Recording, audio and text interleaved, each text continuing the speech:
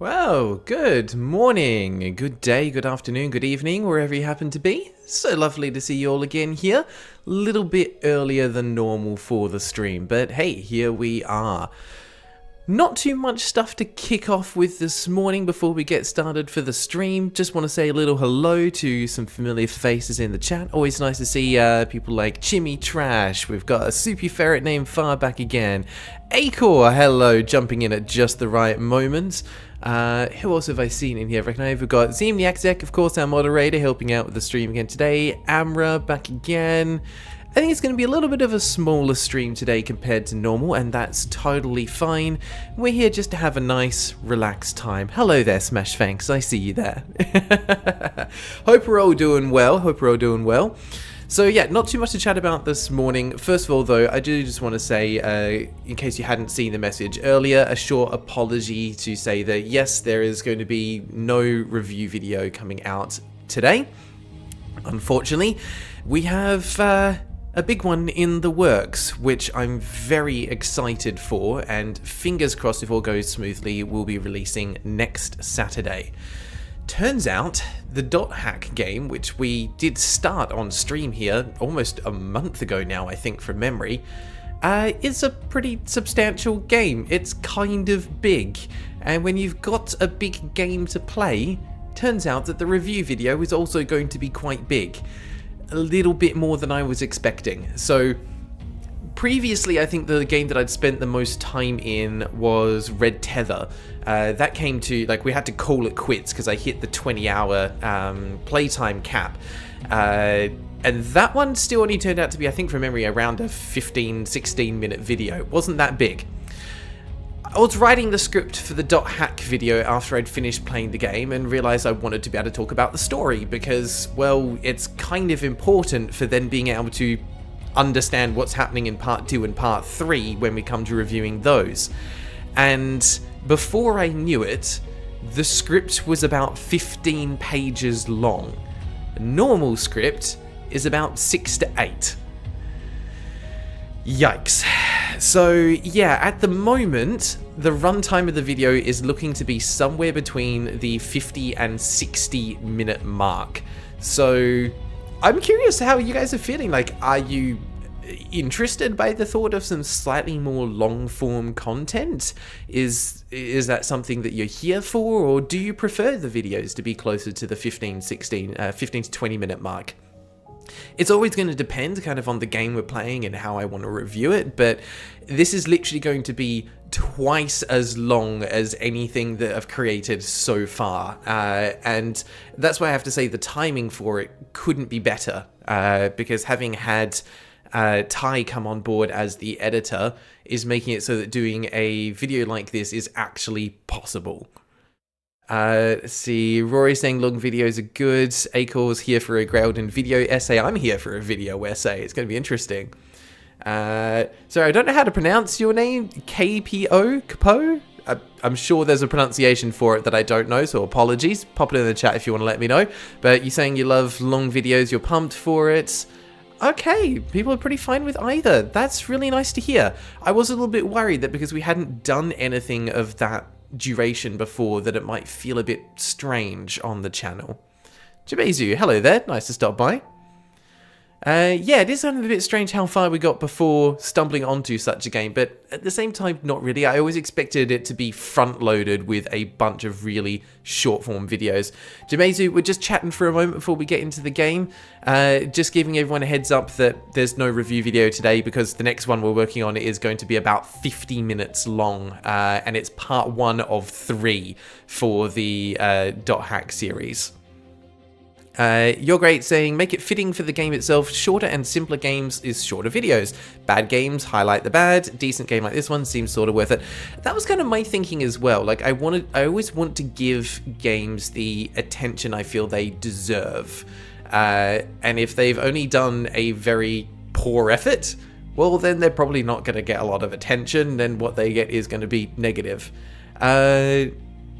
Crow. Okay, cool. I can go with Crow. That sounds cool. Thank you for letting me know how to pronounce your name. I appreciate that. All right. But yeah, it's going to be interesting to see how it turns out, especially with 3 of them in a row. We did have a couple of ideas of kind of interspersing it with some shorter form ones, like maybe skipping ahead to the next game of the series and kind of alternating back and forward between them. But ultimately decided that that does kind of go against the spirit of the channel, which is to review them in alphabetical order. As soon as we start skipping around, we break that, and maybe it's just me, but for the integrity of the channel, I feel like I just can't do that. It's got to be in alphabetical order, or what's the point? Hey guys, thanks for stopping by. So yeah, just wanted to give you a heads up, that's where we're at the moment. So we've got big review video coming next week. Depending on how we go with timing, we might be able to get them out weekly after that. Just depends on how the gameplay and review process goes. But it might be the case that we actually only have videos every 2 weeks while we're working through these .hack ones, simply because of the size of what we're working through. And Gaz, yes, your star has changed color. Congratulations, welcome to month 2 of membership, which is yet another reminder for me that I need to work on actually getting some custom badges for the YouTube membership. Maybe there'll be something that I look at getting sorted this week and the next.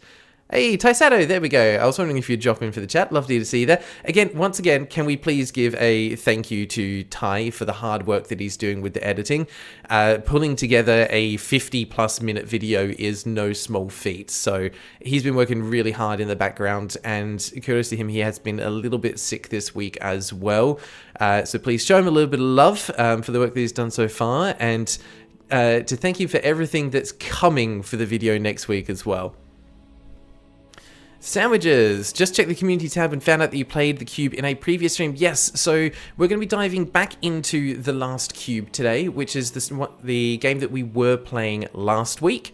So this is going to be part 2, picking up about halfway through the game.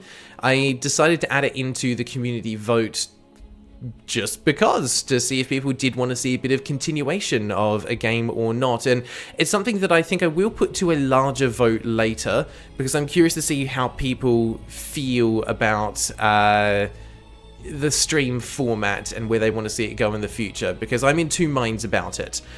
On the one hand, we could use these streams as a first look at community suggested games. So we tend to only play, say, the first 4 hours or so of a game, and it's only used for one stream, and then the next stream we move on to something else. On the other hand, we could treat it as a case of community suggested games that we play from start to finish. So I added the last cube back into the vote for this week, and I was surprised by how many people actually wanted to see more of it. That was a larger percentage than I was expecting, to be honest. Okay, Ty's up completing the first part now. Perfect. Yep, I'll have a look after the stream. Don't worry about that. I'll give you some feedback on how it's going so far. So yeah, let me know your thoughts if you would like to be able to see games continue across multiple streams to see it to completion, or if you'd prefer the streams to be just a first look and we jump into a new game each stream. We delete messages, do not delete from... Okay, don't worry, Ty. I saw your message there. You're all good. Alright, so yeah, let me know what your thoughts are. There'll be a poll coming up later so we can have a little bit of a vote on it, because I kind of want to follow your lead on what you want to see in these streams. At the end of the day, I'm doing this for you guys, to be able to feature games that you're interested and you feel need a little bit more love. And I think on that note, we should get started diving back into the last cube. There we go. Aiko saying if they are good games, play them fully. I do tend to agree with you there. I mean, that's kind of where I'm leaning towards it, and I do feel a little bit bad because it means that we kind of skipped over Squishcraft a little bit. But I'll be honest, I'm not sure how amazing that game was for streaming purposes. But hey, that's luck of the draw at the end of the day. There's always going to be some that are amazing and some that are less so. Alright, let's get our game set up here. Let's see, it should be set to capture the right screen already. Yep, capture that. Let's just check that that comes up. We'll give it a second. Okay. Soupy Ferret, got yourself some breakfast? Excited for more cubes? Hell yes. Soupy, what you having for breakfast? I'm curious now. I'm invested in the breakfast saga. Okay, I'm just giving this a second because I'm only seeing on stream it's showing a black screen and not showing the actual game. Interesting. OBS, why are you doing this? Why are we not working?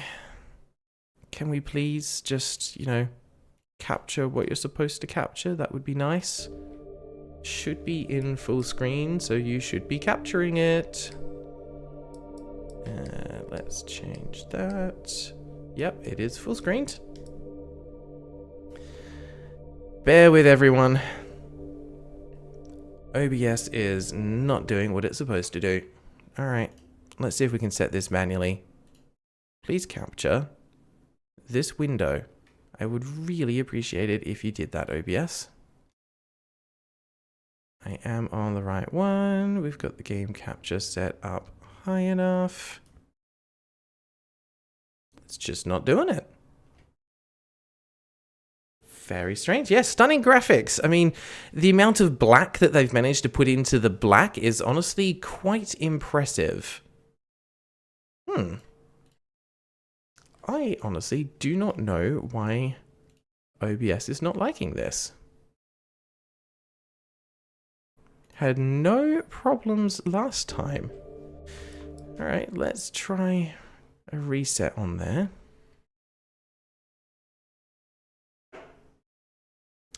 Thanks OBS for being finicky. Actually, to be fair, it's probably more on the game than anything else. The game is launched. Oh, of course, now it comes up in the background. Now we're there and now we're good. Alright. That looks like it should be good now. Don't know why that didn't work before. So strange. Just give it a sec to make sure it pops up on stream. Yes, there we go. We're there. Alright. Alright, so we are... Okay, it does give us a percentage as well. So we're about 30% of the way through the game. Let's see if we can power on through a little bit of the rest of it. Got there eventually. Sorry about that, everyone. This is what the last cube will see in the heat death of the universe. Unfortunately, that might be true. So, for people who weren't here last time to be able to see what this is all about, welcome. This is The Last Cube. This is a game where we play as a cube rolling around a cube world, and surprise, surprise, we are the last cube. The only one. There are no more. The cube is somewhat sentient, and we are trying to find out what's going on here, because this little display that we're looking at here, this little monument, that is the current state of the cube world. It's kinda falling apart.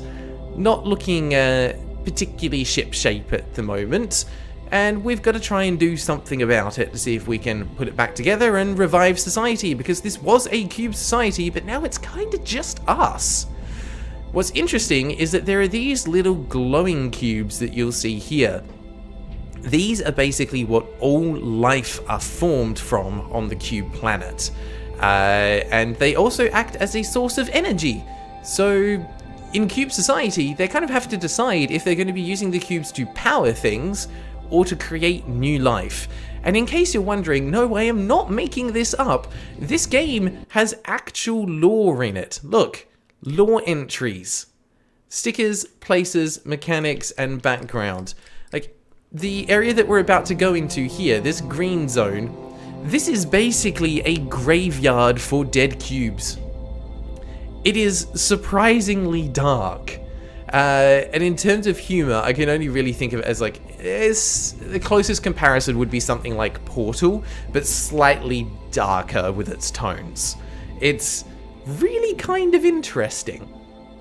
In terms of how mechanics play out, well, as a cube, all you can really do is roll around, but there are certain tiles that you can land on, which will put a sticker onto your cube to give it various abilities. For example, this little blue cross allows me to hold down the right trigger, and then I can rotate the cube on the spot. You can only do that when it's on the top surface. There are other stickers that you can get. I think we might be able to grab... Is this one over here one that I can grab now? Nope, that's the thing that needs to be activated. Never mind. But yeah, various other stickers have different abilities. For example, there's a yellow sticker that will make the cube dash forward a couple of blocks. There's a red sticker that allows you to create a path through the air for several steps. And then the green one, which is what we were using last in the stream here, allows you to create a temporary clone of yourself to be able to interact with puzzles and things in different ways. It's really interesting, and it's very clever in terms of how it combines all these different mechanics together. In terms of what we've experienced so far, the game itself is just gorgeous. Like, okay, you could argue in terms of fidelity, the graphics, they're okay. They're not anything that's, you know, next gen or gonna blow you away, but the art direction is what makes the difference here. The use of color, the use of framing within the world to kind of draw the eye and the attention to specific details. It's all constructed in a really interesting way, and it has a really consistent aesthetic, at least as far as we've seen so far throughout the game itself. So on the whole, this game has impressed and surprised me with what it's delivering. So on that note, let's dive back in. This is the green area. We cleared levels 1 and 2, and we're diving into level 3 now. So hopefully, I can remember how this damn game works. Otherwise, we're going to be in for a bit of a bumpy start. And yeah, it does, Crow, have a little idle animation. It's actually got a couple depending on how long you leave it. Ooh. Okay, this is the first one in the green area we've had that is actually outdoors. All of the others have been in like an underground greenhouse, I think is the best description for it. Now, we do have a little cube down there. I can just roll off the side. And let's pick that one up. Now, there we go. Some of these do give you lore entries. So here we have lifts and pistons. Use lifts and pistons to reach areas you couldn't reach otherwise. Elevate yourself or other cubes to great heights or push yourself through square-shaped holes. These devices can be found everywhere as they are extremely versatile. Lifts and pistons are one of the biggest exports of the Red Side's industrial efforts. So yeah, the world itself is divided into separate zones with the red, green, yellow, and I think there's a purple as well. So it's kind of interesting seeing how it all comes together. Oh, let me just check everything's okay. Acor, making yourself being hated by your audience again? No, nonsense. You're fine, mate. You're fine, Acor. Aesthetic and visual theme are always better than graphics visually. I agree, Crow. Having a dedicated and like consistent, clean art style honestly makes such a huge difference for a game. Now, this is one little thing that I love. To activate these tiles, you need to get the matching sticker to land face down. So it gives you a button prompt and shows you where to roll in order to get that to work. I'm so grateful for that. It's such a little thing, but not being able to do that easily would end up wasting so much time in these levels. So personally, I find it's a nice little touch. Alright, so we have presumably another little piston on the side there. We have a path over here that we need to activate, which we can see from the little dash line there that there's something up the top there that we need to use to get that to activate. And on the side here, we can't go up the ramp because, well, it's sloped. We just slide back down again. But we can see there's a yellow cube there and we need a dash mechanic to break through those. So it looks like we've got a couple of stickers here that all need to come together in order for us to be able to activate it. So there we go, we've got ourselves a nice green cube now, but what am I meant to be doing with it? I think I've got an idea to start with, because I can't get across here. That ain't gonna work. But I can jump up here and get myself a yellow sticker. Now, the problem is, if I recall correctly, I can't use the yellow sticker while I'm in the clone mode. So what I need to do is transfer the yellow sticker back onto the first cube. So I can do something like that. Let's pop one on there as well. Wait, no, put that back. And can I... is it worth it? Let me think. Nope, let's go again. Sometimes just trying to get it to line up on the correct side is the hardest bit. And it might not be worth it for this. That works. So we can destroy that cube, and now we've got one that does have the yellow on it. And we can use that to dash through and break it. Nice. That will give us access to the red.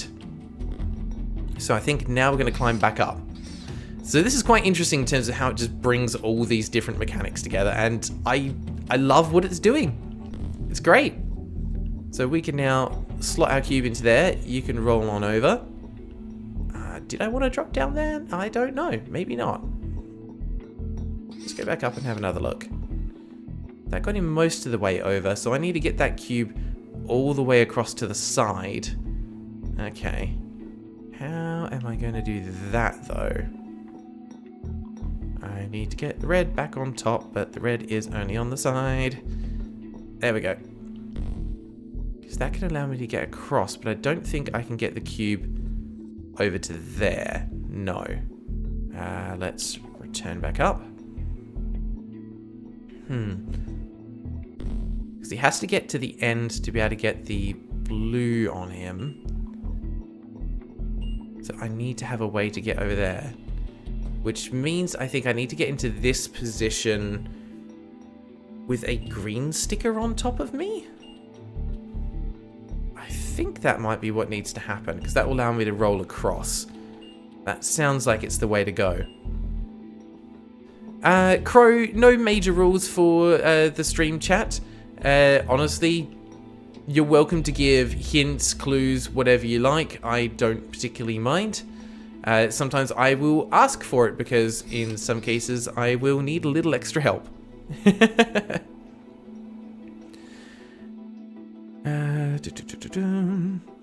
Yeast, thought we only had 3 mods. I think we've got Blue, who also helps out with the modding for the YouTube stream. So yeah, we've got a few extra. Yeah, sorry to contradict you there, Yeast. I don't mind backseating. It can be okay, but just wait for me to ask for assistance. But absolutely no hate speech, aggression, anything like that. It's generally just common sense when it comes to behavior on stream. Just be a nice person and don't do anything that you wouldn't want to have someone do to you. That's pretty much it.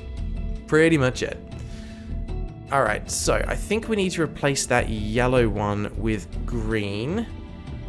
And then I think when we roll on over... Let's see if I've done this right. Yep, that gives us... No, hang on. I want that. So I can roll over to here, make a path across.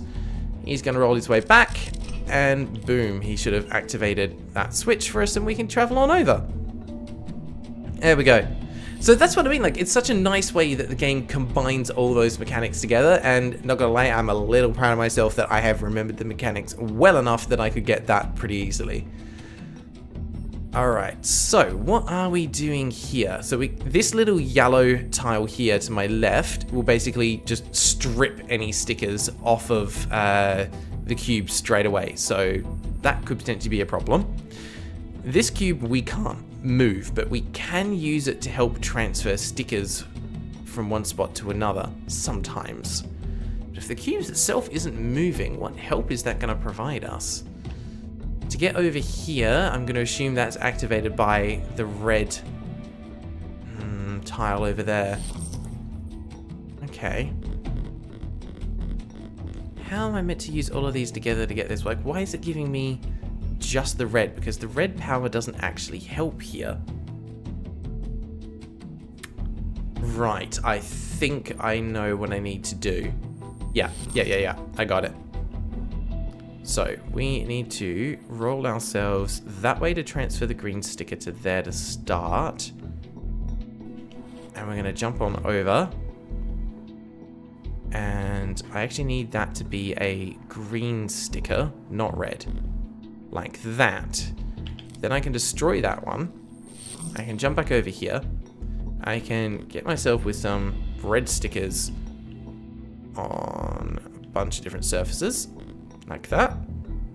And then all I need is a green sticker on... Well, it doesn't really matter. It just needs to be on there somewhere. And if I remember correctly... Yeah, I think this will work. Because that loses the sticker that's on my bottom side there. But I can create a clone, which will pop a red sticker on there and roll it over. Nice. Ah, see... Those kind of little puzzles are just so satisfying to solve. Don't know what it is, but it works so well. Burner Man, yeah, no egregious backseating. I'd appreciate that. Every now and then, it's nice to have a little bit of helpful advice. Puzzle games are not my forte. Every now and then, I will get stuck. And so rather than being stuck for half an hour on one puzzle, I always appreciate a little bit of help when we get to those spots. Acor, when you do switch to Twitch, I swear committing crime if my whole message gets an emote again. It is a little bit annoying that if you put an emote at the end of a massive sentence, it seems to replace everything with just an emote. I do not know why that is a thing with YouTube streams. A little bit annoying, but is what it is. Let's see. Oh yeah, good. And the chat is coming up on stream. Just wanted to make sure that was working properly. Nice. All right. Let's carry on here. And also, I don't mind you guys just chatting, having random conversations about things while game's going on. It doesn't always have to be game relevant. At the end of the day, this is a chill stream. You guys are welcome to chat about whatever the hell you like. Alright. Let's carry on this way. While we are here, though, I will give you guys just a reminder that there is an art competition going over on the Discord channel. So if you are artistically talented or artistically minded, there's some extra things you could do there to win some prizes, so keep that one in mind. Okay, we've got piston we can activate there. Which leaves me with a question of why. Let's see. We have a laser there that we can block, but again, I also don't know why. What are we trying to activate here? There's a bridge over there. It needs a yellow sticker on that spot. Yellow sticker comes from over there, which is probably activated by the red. Oh my god, there's so many moving parts to this one. Alright, let's just start having a play with a couple of things and see what happens. Alright, that lifts me up. Cool.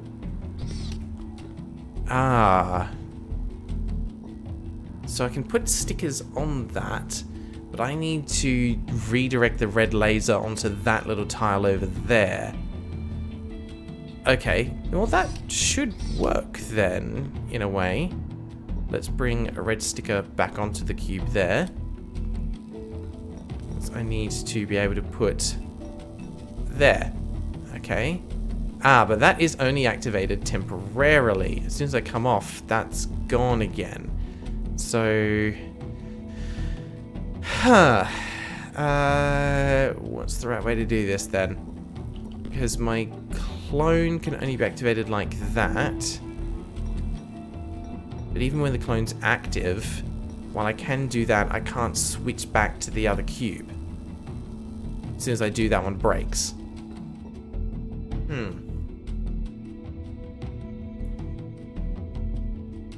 How do I go about that? Because I need to have that beaming upwards. But the only way to do that is to have the red on top, not the green. And I need the green on top to be able to clone.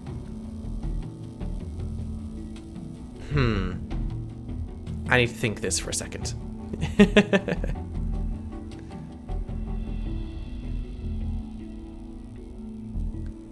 Ooh, Acor talking about Chained Echoes. That's a game that I do want to get into. I've heard very good things about Chained Echoes, so I would love to know you guys' opinions on that one. I am a big JRPG fan, especially of those more retro-styled ones, but I just have not had a chance to get into it. Great question, Chimmy Trash. What game genres would you all say are your favorites? Very curious to know. I know there's a few people in here who are big fans of puzzle games. I've seen other people who are big into some FPSs and things like that. This is an interesting one.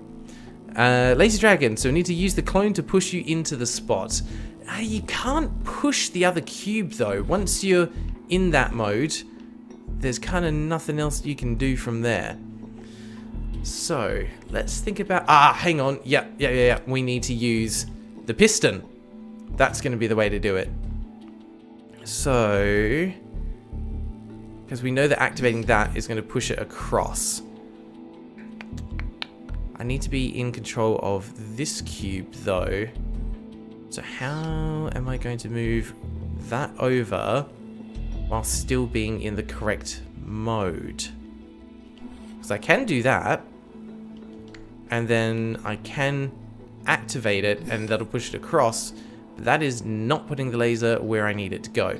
It does leave me in control, being able to move this cube into the right position, but it doesn't do what I need it to do. I think that's on the right track. I'm just missing a step.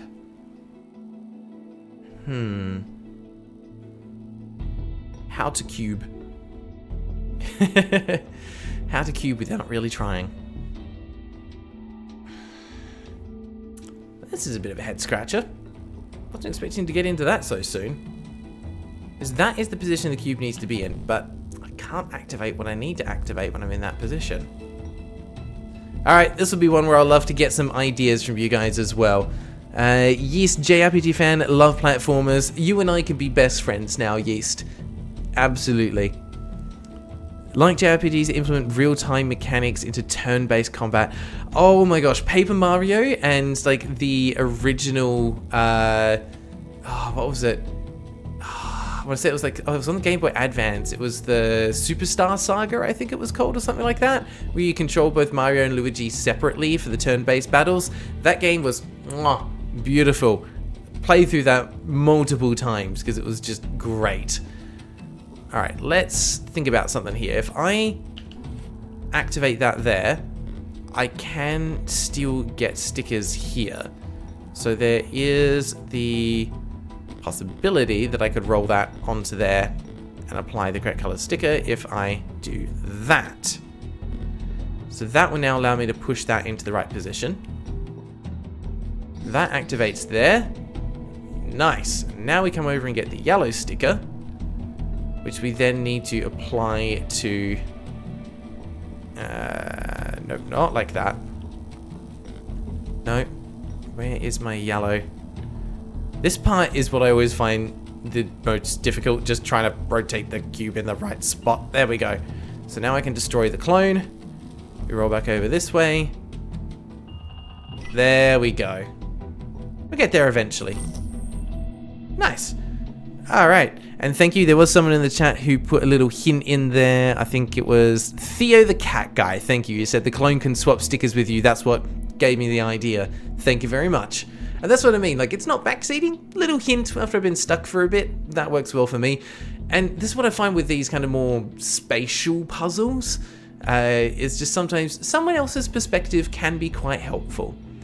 Alright, so we're going to need to get these activating at the right time, I assume.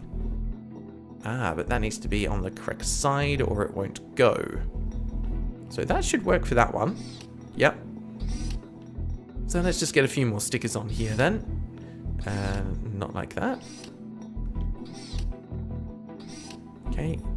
No, that is still the wrong side. Oh my god. I need that side to have one. Not quite. There we go. Now it's on all sides, so I'll just be able to plonk myself there. Nice. And now we can just fudge our way up here, and I love it. Perfect. Ooh. Love the little meter on the side there showing some of the technology. You still got these lovely pillars sticking up out of the ground as well. Alright, slide our way back down, cross to the next one. Okay. Chairman Meow, just catching the beginning of your stream, but I wanted to throw in that long form content is awesome. Feel free to make whatever you want. Thank you, Chairman Meow. I appreciate that.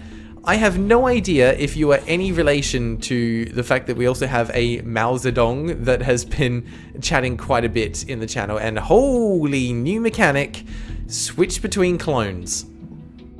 Alright, that's new. This is going to get just a little bit more complex now. Alright, so I have the ability to raise up into here. We'll use this one to be able to cross the gap. Okay. So it's introducing a new mechanic, using it in a fairly simple way to begin with. Have to remember that I will also have the ability to pass these stickers between clones, and that's going to get confusing. But there we go. So these are cloning cubes. Ooh, that destroyed that one. Okay. So is this going to create a new one? Yes, it is. Okay. Interesting. So we have... That's the finish over there. That's where we need to get to.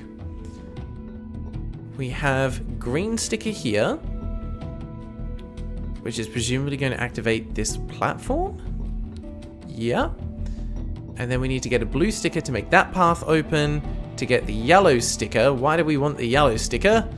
I don't know yet. Interesting. Okay. Well, let's work with what we've got for now. So we can raise that platform, and that is a toggle switch. Good to know. So how do we get it high enough to get up there? Am I going to need to stack cubes? I am probably going to need to stack cubes. Oh god, because they can also clone. I can't switch the other cube after I've cloned. That's good to know. But I'm probably going to have to use that mechanic. So I should put at least one green sticker on there then. And then we'll pop that cube on there. We will activate that. Then... Doing a clone on here isn't going to get me quite high enough. Do I somehow need to do two? I think maybe I do. So I can bring that down. I can clone. Activate that again. Destroy the clone. I don't quite want to do that. I need to get these cubes to stack. So if I do that, clone again, bring the platform down, switch cube. I need to get that on top with a green tile, a green sticker on the top of it. Yeah, like that. Oh boy.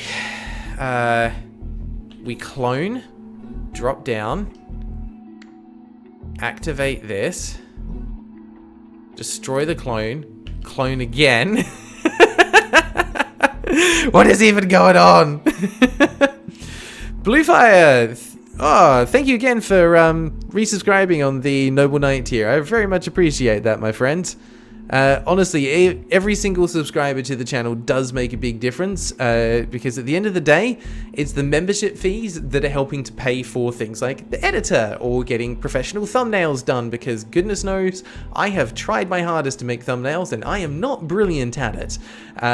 So honestly, everything that comes through for the channel, membership fees, advertising revenue, I am putting as much of it as I can back into the channel to try and improve things in terms of the content. So thank you very much. That is greatly appreciated. Yeast, you and I need to organize like a gaming catch-up at some point. Also like tactical RPGs too. Fire Emblem, Final Fantasy Tactics, Disgaea, Dofus. You are speaking my language, my friend. Fire Emblem games are wonderful. Final Fantasy Tactics is a game that I want to get into, but have always struggled. I've tried on about 3 to 4 separate times to actually get into the game and failed every time. I don't know what it is, but I still want to try again. Bluefire, yes, we do have an editor. They helped out with the last 2 videos. So they've done content for, what was it? Knew the Beginning and .fall and .g. They actually edited those videos. It is, I think they might still be in the chat. Tai Sato is their name. You'll be able to spot them in the Discord. But yeah, they are doing an excellent job with replicating my original editing style and then bringing their own flavor and flair to it as well. So they're doing a fantastic job. Smash Fanks, what is your opinion on title screens? Give me a little bit more info what you mean there, Smash. What do you mean by title screens? Like just in general the layout, or what should or shouldn't be on a title screen? Because if you want, I can rant about title screens for a while. Alright, while I'm waiting for your reply to come through, let's get this activated. Okay. And that is permanent on that side. Nice. So I'm going to actually make a second clone just to pass a blue sticker to one of these. If I can roll in the right direction. There we go. So at least one of them has a blue X on it now, because when I step on here, I'm going to lose everything. Okay. Now, am I meant to... I can't... Hang on a sec. I need to get a green sticker across to there. Ooh. I got stuck there for a second. Couldn't roll. Oh, that's going to be interesting. Because if I can dash under there, but I can't move further, which tells me... Right. Okay. But then how do I activate that? Okay. This needs to come along and it needs to fill in the gap. That much is certain. And it needs to have a green sticker on top so that it picks up the sticker and slides across and activates the final tile. Now, if I've done this correctly, watch this. Here we go. Beautiful. Activated, and there we go. We can cross back over. The clone, or was it the original? Who knows? Gets destroyed and our level is complete. Very nice. Let's see. I didn't see an answer to the question about title screens, but that's cool. Oh, and we restored a little bit of the cube planet. Very nice. I nearly missed that because I was looking at the chat. But we've got an achievement. There we go. Planets coming back together again. Grayo is the editor in the basement. No, the editor is halfway across the world. Yes, fellow Fire Emblem enjoyer, what is my favorite game in the series? Ooh, that's tricky. It's a little contentious. I actually really enjoyed Sacred Stones. simply because it added in, at least from my perspective, a little bit more variety with some of the gameplay elements, and I enjoyed the ability to backtrack through various areas to be able to level up and grind a little bit more, so you can kind of adjust the difficulty to where you want it to be. And I'm the kind of person that enjoys a bit of grinding in my RPGs. I'm always happy to go a bit out of my way. Ooh, okay, I need to clone and get across to that side. Interesting. Always happy to go out of my way to do a little bit of grinding just to make some of the fights a little bit easier. I enjoy that feeling of being overpowered. It's always good fun. So Sacred Stones is up there, and then I can't remember the name of it off the top of my head, but there was... It wasn't a trilogy, but there was a set of 3 Fire Emblem games that all came out together at the same time, roughly, for the 3DS. Which, depending on which game you purchase, would pair you with a different faction, or in the third version, which I think was more of a DLC, would have you side with neither of them. And I think a lot of people found it to be a little bit contentious, because you basically had to play through 3 games to be able to experience the entire story. But as someone who did play through all 3 of them, holy cow, I enjoyed that. It was, to me, very satisfying, and I know a lot of people didn't like it that much, so yeah. I enjoyed it though. It was a good time. It was a good time. Yeah, I think that was Fates, Burner Man. It was Fates. The editor's imprisonment in the Outer Realms. Not quite. For a person who says that puzzle games aren't their forte, you're cracking them pretty fast. These kind of puzzle games I can do decently well at. Like, I enjoy the level of puzzles that you see in a Legend of Zelda game, and they're what I would describe more as spatial puzzles. Yeah? I don't quite know how to describe the difference off the top of my head, but it is more just to do with using what tools have been presented to you in the environment, rather than trying to break game mechanics, which is what it felt like something like Squishcraft was trying to do. Where it went, alright, here's the basic mechanics, now figure out how you can mush them together in a way that kind of breaks the game, but doesn't because we actually want you to do that. This kind of puzzle I can generally do okay with. Probably shouldn't have said that, because now I'm certain whatever comes in the next area is going to completely undo what I've just said. Let's see, Final Fantasy Tactics has an extremely slow start, but yeah, we have very similar game tastes. Actually been making a friend play the entire Fire Emblem franchise in order. That's a little bit mean, making them play in order. Like, I would get most people to start with the first one that came out on the Game Boy Advance, which I think was Fire Emblem 7. That game is hard, because it's still got a throwback to some of the more hardcore mechanics from the earlier games in the series, but it's probably the most approachable for a newcomer to the series. But everything from there onwards, yeah, absolutely, do that in chronological order. They're some fantastic games. Fates is interesting, great combat mechanics. Unfortunately, Birthright and Revelations had okay writing and pretty bad maps. Conquest is top 5. Yeah, at the end of the day, it's everyone to their own taste for it. At Groudon, when will you play the game that gave you the idea for this? Amra, what do you mean by that? The game that gave me the idea for this, as in the idea for the series? The idea to play The Last Cube? Sorry, I didn't quite follow what you're talking about there. Bluefire, swear to God, every time I try to find a game for stream, it's just barely over the requirements. That is unfortunate, but for anyone that's not aware of what Bluefire is talking about, basically games for the stream are community-nominated suggestions. Just need to be a member tier or higher, and you can suggest your own games for the stream. And yeah, at the end of the day, you need to have it under, so 200 or less reviews in order to qualify for a community stream. So it does mean that some games aren't eligible, but more games than you would expect are. Alright, I managed to get up here. Why did I want to... Oh, I see. Hello. So I can activate this, drop one down to there, and do it again. And we've got ourselves the cube. Ooh, this one sounds interesting.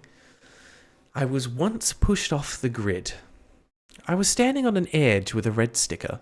My friend was waiting downstairs. So far, so good. I summoned the red power and started descending through the air. Just as I was about to touch the ground, my friend decided to move into the same square. We collided, and we were pushed apart. I almost fell off the edge into lava, but that's not the worst part. I was off grid. My friend was too. I looked at it, and it looked at me. We saw in each other's blank faces that we were both terrified. I was offset by 37 degrees and my friend by 15, so I got the worst of it. At least 15 is a fraction of 90. I would not wish this kind of punishment on my worst enemy. I didn't want to move. I guess I could have, but I did not want to. Red drones refused to push us back into the grid, as it is not part of the welding job. We had to wait for a robot arm to arrive, pick us up, and place us back onto the grid. Ever since that accident, we include an exclusive target square instinct in all cubes. Interesting. A little bit of cube lore there.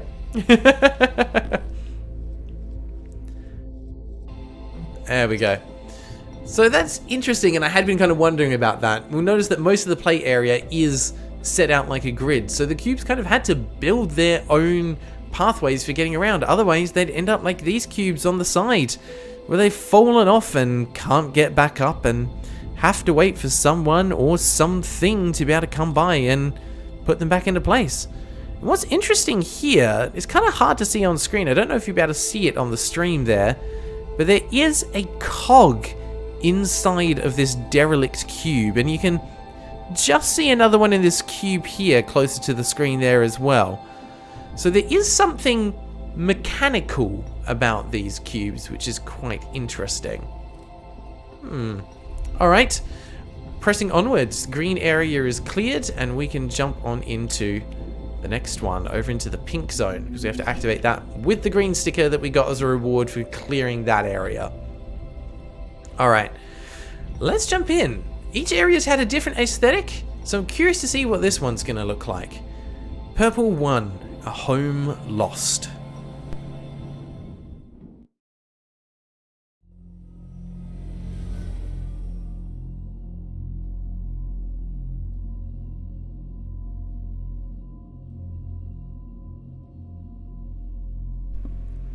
Hey, cool. I should read books or something like that. I think given how my voice acting worked in the poll video, not sure I should be doing that kind of stuff. But I do enjoy narrating. Otherwise, I wouldn't be here doing what I do, realistically. Gaz saying, Echo, when you finished your book, Graylor could do the audio book. You know what? That could be fun. I'd be cool with that. Amra, playing the community suggested games as an idea. Thank you for reminding on that one what you were talking about. Yeah, so to be honest, there was a couple of factors that came into why I decided to switch the streams to doing community suggested games rather than carrying on through alphabetical order like we were doing originally. Sorry if you've heard this all before. But it really just came down to the fact that I wanted to be able to feature some other unknown games. A lot of people were saying, oh, I've got this game or that game that I think really should be featured because there's something that I discovered I've been trying to get more people to play. So I thought, well, let's see if we can use the streams as a way to kind of get a little bit more of that out there and into the world.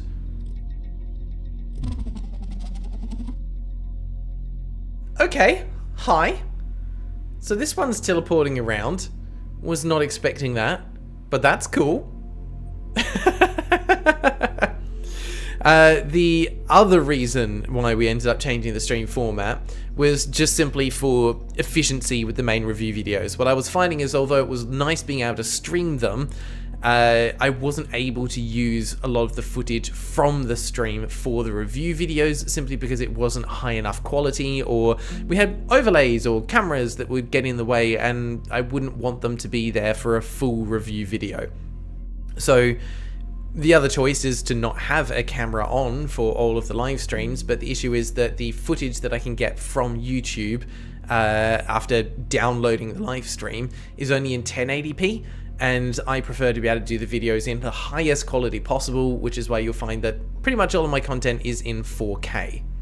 So yeah, that was a little bit of reason why. Okay.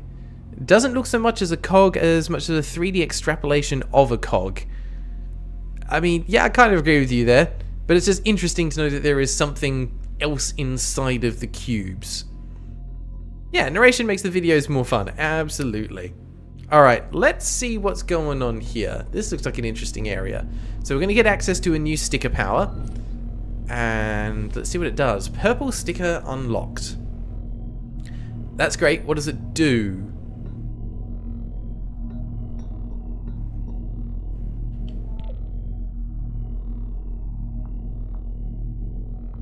It allows you to teleport. Just straight up teleport. Problem is I need to get that onto the right surface so that it's on top. And I assume I can just head on over here. Let's go this way first then, because it's giving me 3 choices where I can go. Well, actually only 1. I can't do the other 2 yet. The hell just happened? Alright, the whole thing teleported and I went with it. Okay, we're in a new spot. Very cool. So we've got a few more drones hanging around that I remember seeing elsewhere in the game. Alright, so with the purple sticker on your top face, press right trigger to start teleporting. So yep, I can just shift it over there, hit right trigger again, and there we go. We've jumped the gap. Nice and easy. Alright, so now we have teleportation, which I assume I can use to get around. Yep, things like that. Pick up the sticker, head back again. I kind of like this. But it looks like it doesn't do vertical displacement. Like, it won't let me teleport over to there. I have to use the red sticker to do that. Because that is what allows me to traverse vertically. Hey there, drone. Hope you're having a good time. So, we need to do the same over here. But I have to land on the grid there. Okay, that's clever level design. Forces me to lose all my stickers so we can start fresh in this section.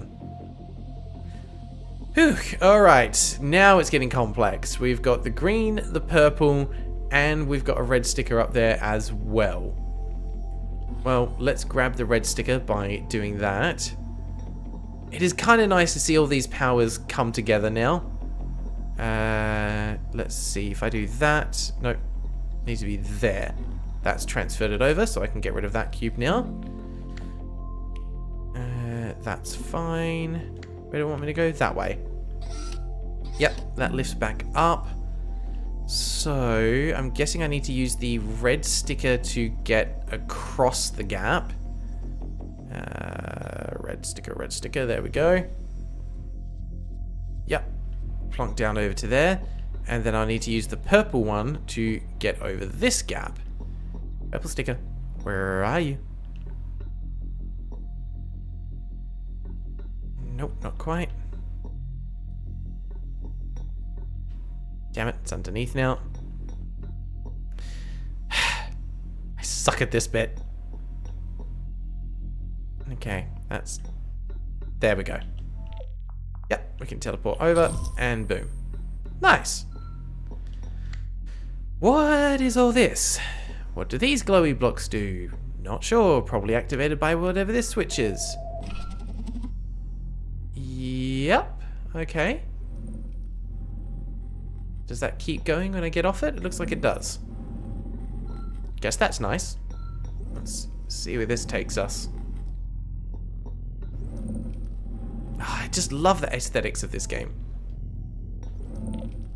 Oop, too slow there. I'm guessing I need to use that to teleport across to there, back to where we started, but what was the point then? What did I gain from this? I guess I just activated something for later. I don't think I missed anything down there. Oh, except for the little glowing cube hanging out in the back. Damn it. I'm guessing that I needed to use the red sticker to kind of fall down and then teleport back up, but that's okay. Don't need to worry about getting all of those. That is optional. So let's teleport back over to there. And I guess we... there we go. This little beam has activated now. So I can't go this way. That bridge isn't active yet, but we can go this way. And we've teleported again. I mean, I was expecting that, but it's just narrating. Just to make it clear, I was not surprised by that. Oh god, now we've got cloning as well, I think? Is that what this is? Yep. Wonderful. Okay. Well, this cube's now kind of useless. It can't do anything over here. It's got no stickers, but it is going to need to put the laser beam onto that. So it's going to need to get a red sticker somehow, I assume. Alright. That looks like a mirror for redirecting the laser. Oh my god, there's a lot going on here. And why are you over there? Oh. Okay, for if I fall down, I guess. That seems a bit odd. Right, so I can flick that across that way. I'm guessing I need to... Okay, what happens if I just activate that? That rotates that. Okay, gotcha. So I need to have the red sticker on the correct side. There's a nice little bit of calm music in the background as well. That's a nice touch. Always appreciate that. Okay. That is still going the wrong way. I need it on that side.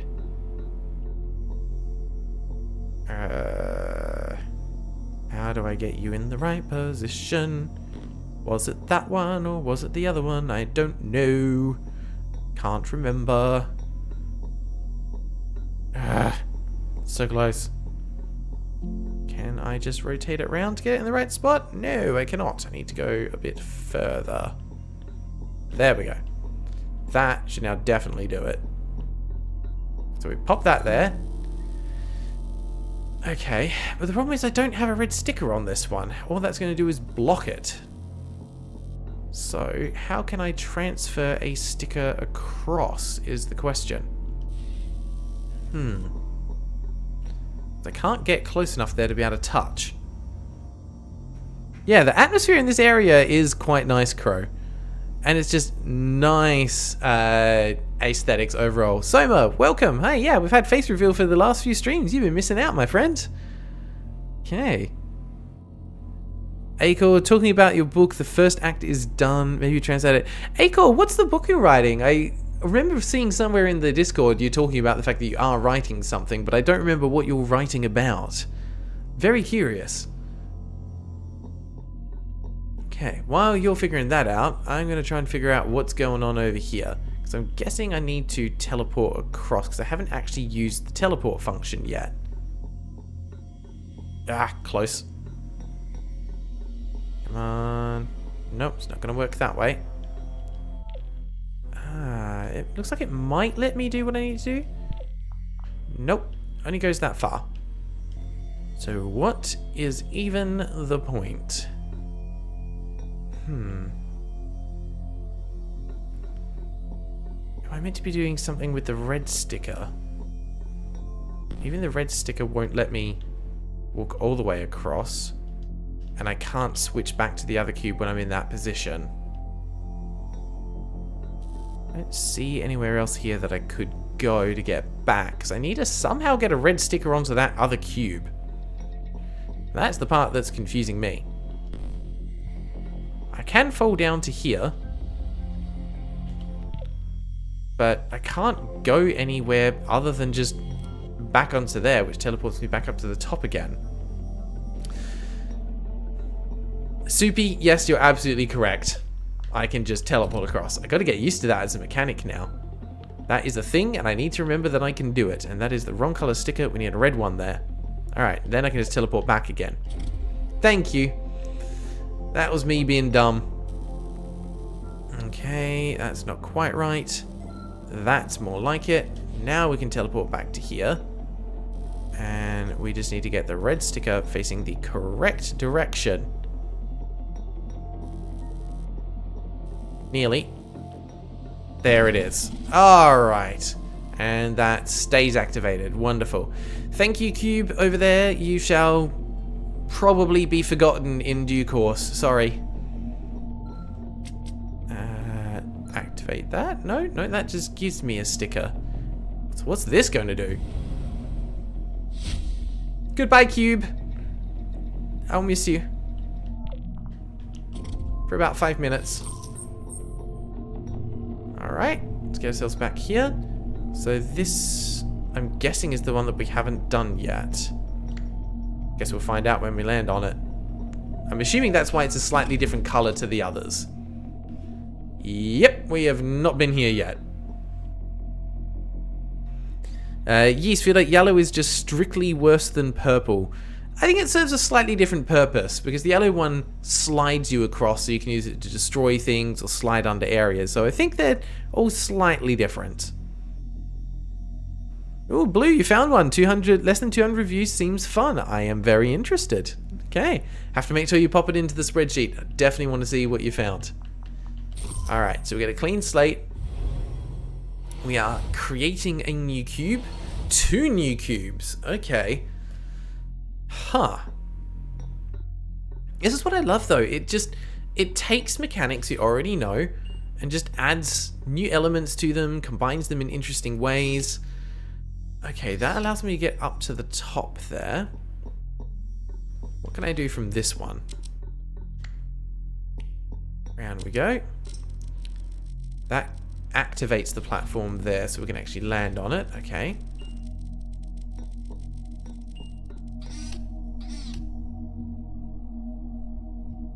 I saw that there. I need to get a purple sticker there so I can actually teleport to it. Purple stickers are from that side. I need to fall down, yeah, onto a cube with the correct side, so I can then dash through and break them. That is the wrong position. Good job, Groudon. Okay, you stay there, you move. Yep. And then we dash through. Nice. That gives us our purple stickers. And then I'm going to reactivate that. I'm going to jump back up. And we're going to head over this way. And we're going to try and see if we can teleport onto, with the right color. There it is. Yeah. Cube acquired. Nice.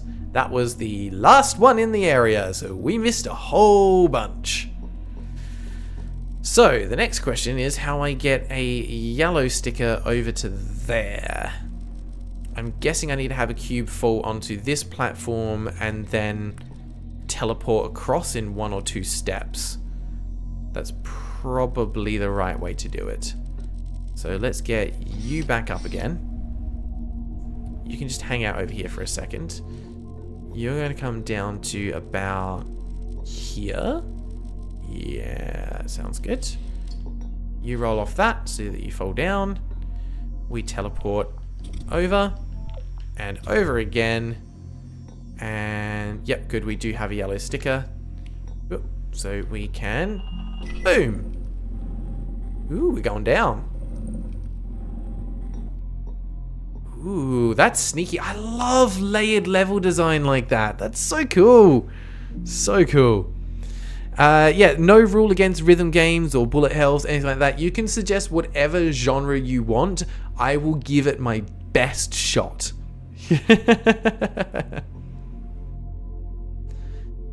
Yeah, purple only works on the same level of elevation. Yellow does as well. You can't use the yellow ability to kind of boost and slide off the edge of the grid. You get stopped by edges.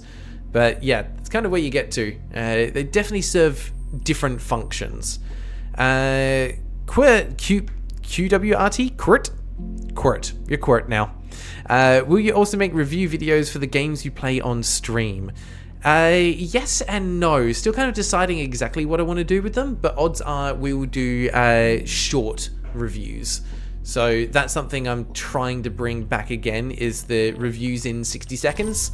So we'll probably use footage and content from these to do little reviews of them. So I think it would be a shame to kind of leave it with nothing, but yeah, I want to do something like that. The Blob 2 has less than 200 reviews. That's surprising, but I mean, wasn't that primarily I want to say a Wii or a Switch game? Okay. Is that actually on Steam? Is The Blob 2 on Steam? Because I had no idea.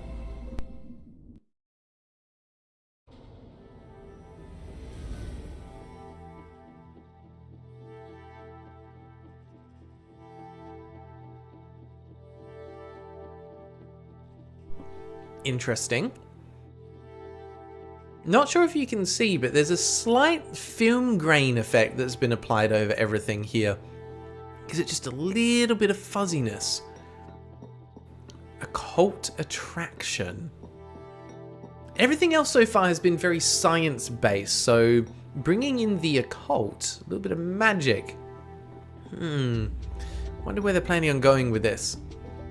Alright, we can use this to grab the pink sticker again, which I assume we're going to need to use, yeah, to teleport over. Actually, we don't even need to teleport all the way over. We can just put this on a side. Oh, come on, don't do that. Go around again. Yep, like that. Because these blue tiles will just get rid of stickers off the bottom surface that touches them. So I can roll over like that without any issues. Problem is... There we go. Haven't lost any of the stickers. So in theory then, here, the purple sticker will not be able to get me where I need to go. Because that's as far as it reaches. Yep. So there we go. There is a reason for having both different color stickers. Flow, the port is a bit janky, but it is on Steam. Huh, there you go. Did not know that was a thing. Thank you for letting me know. There we go. That one allows me to slide through. And then we can teleport across the rest of the way. Wonderful. So the two stickers do serve different purposes. Granted, they are similar, but different. Oh, sorry, just let's pause here just for a second because I am enjoying this music. This is nice. Quote is how you pronounce it in your head. Making short review videos seems like a good balance. Yeah, I don't think I would be able to do consistently large format video reviews for the games that we feature on stream, and it is going to depend, like I said at the start of this stream, it's going to depend on if we want these to be full playthroughs or just first looks. But either way, like even with just a first look, I can do a short review or at least a first impressions review from that content, which is something I'd like to do, just to have a bit more stuff put out on the channel for people to enjoy. Alright, let's make our way over here. We'll pick up a new pink sticker. I'm sorry, what? What?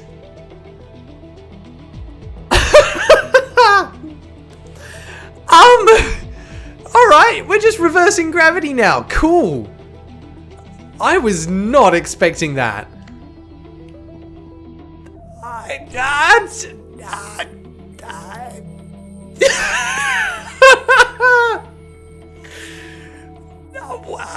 I'm lost for words. That's amazing. That is great.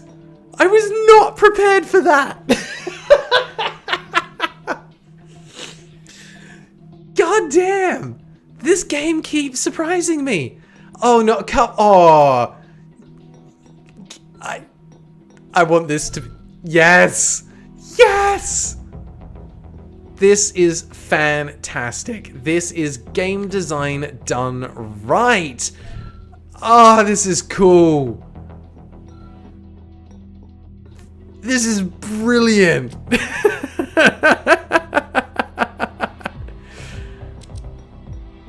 This game just went from like a 7 or 8 out of 10 to I think about a 9 out of 10. Like that is genius what they just did.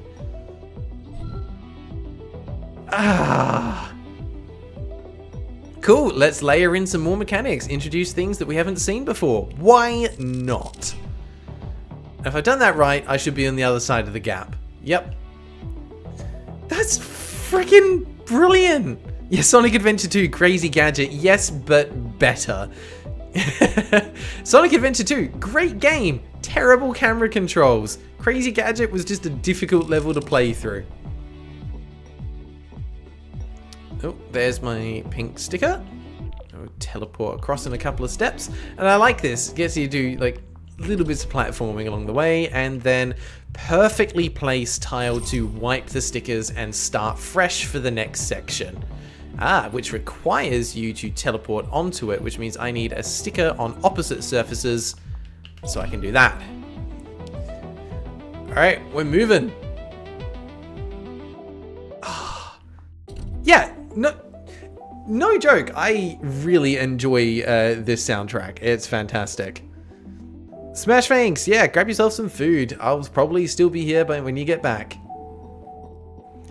That's what I love about these streams. It's just such a nice chill experience, opportunity to relax, hang out, enjoy some games. Alright, so that is activating there. It doesn't help me. Oh, of course! What? So I can make it fall down, which means I can head it over here, grab a yellow sticker, pull it back up, because they can only go on those white surfaces. I don't quite know what I'm trying to do with it, but I'm guessing that I need to get it onto this platform closer to me so I can teleport across and actually get the sticker from it. That would make sense. Yeah, there we go. Where is it? There. That just... and the way that lines up perfectly after you teleport back, so you don't have to do a little circle around, you just walk up, boom, on the tile. That is so satisfying. I love good level design, and that was spot on.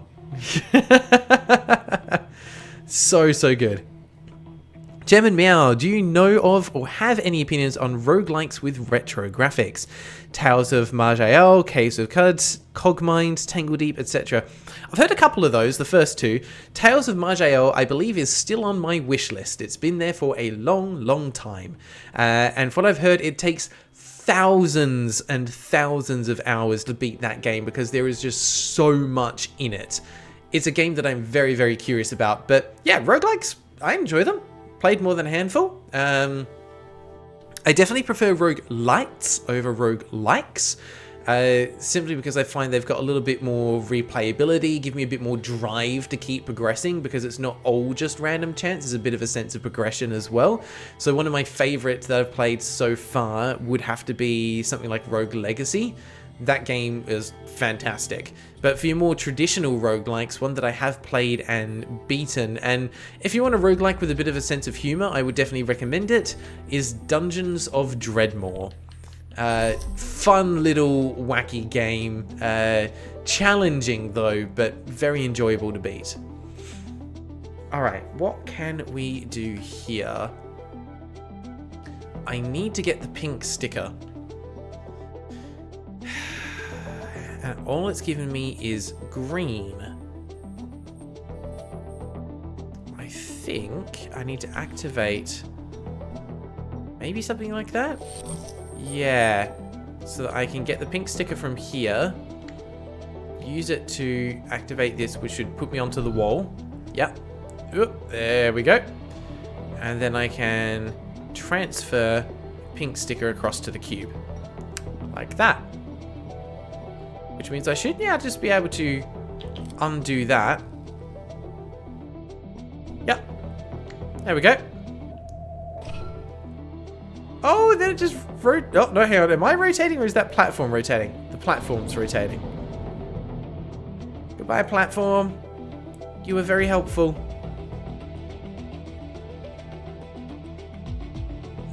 The vibe of this game, considering it is just cubes, is so good. And I'm worried that I'm going to get too attached to my little last cube and they're going to brutally murder it at the end. Good lord. I have definitely heard of Risk of Rain 2, Bluefire. I've played the original Risk of Rain, but honestly kind of struggled with it. I made some progress, but then kind of put it down. From what I've seen, Risk of Rain 2 does look a lot more approachable for newcomers.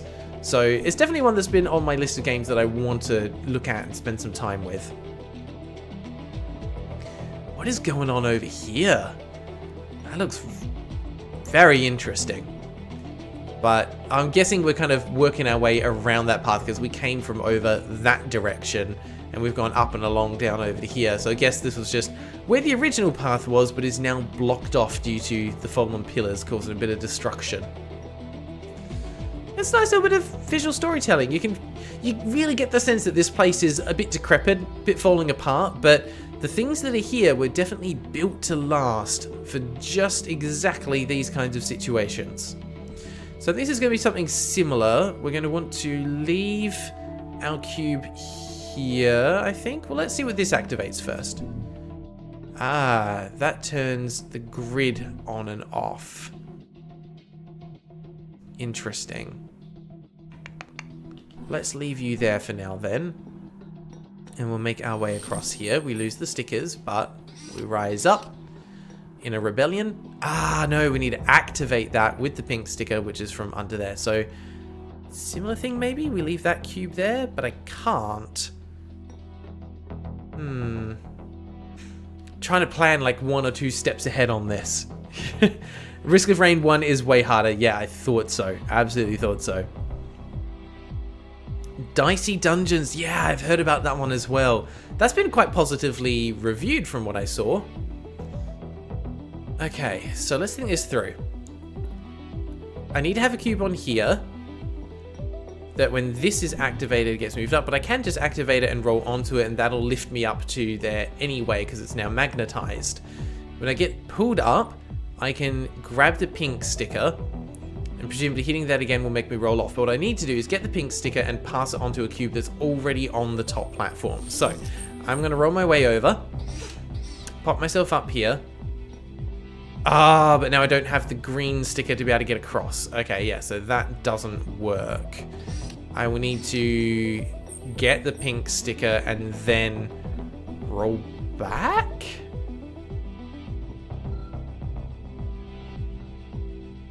Okay, because I think I need to clone while I'm here. Ooh, my brain. With the pink sticker facing that way, but a green on top. Nope, I need that surface.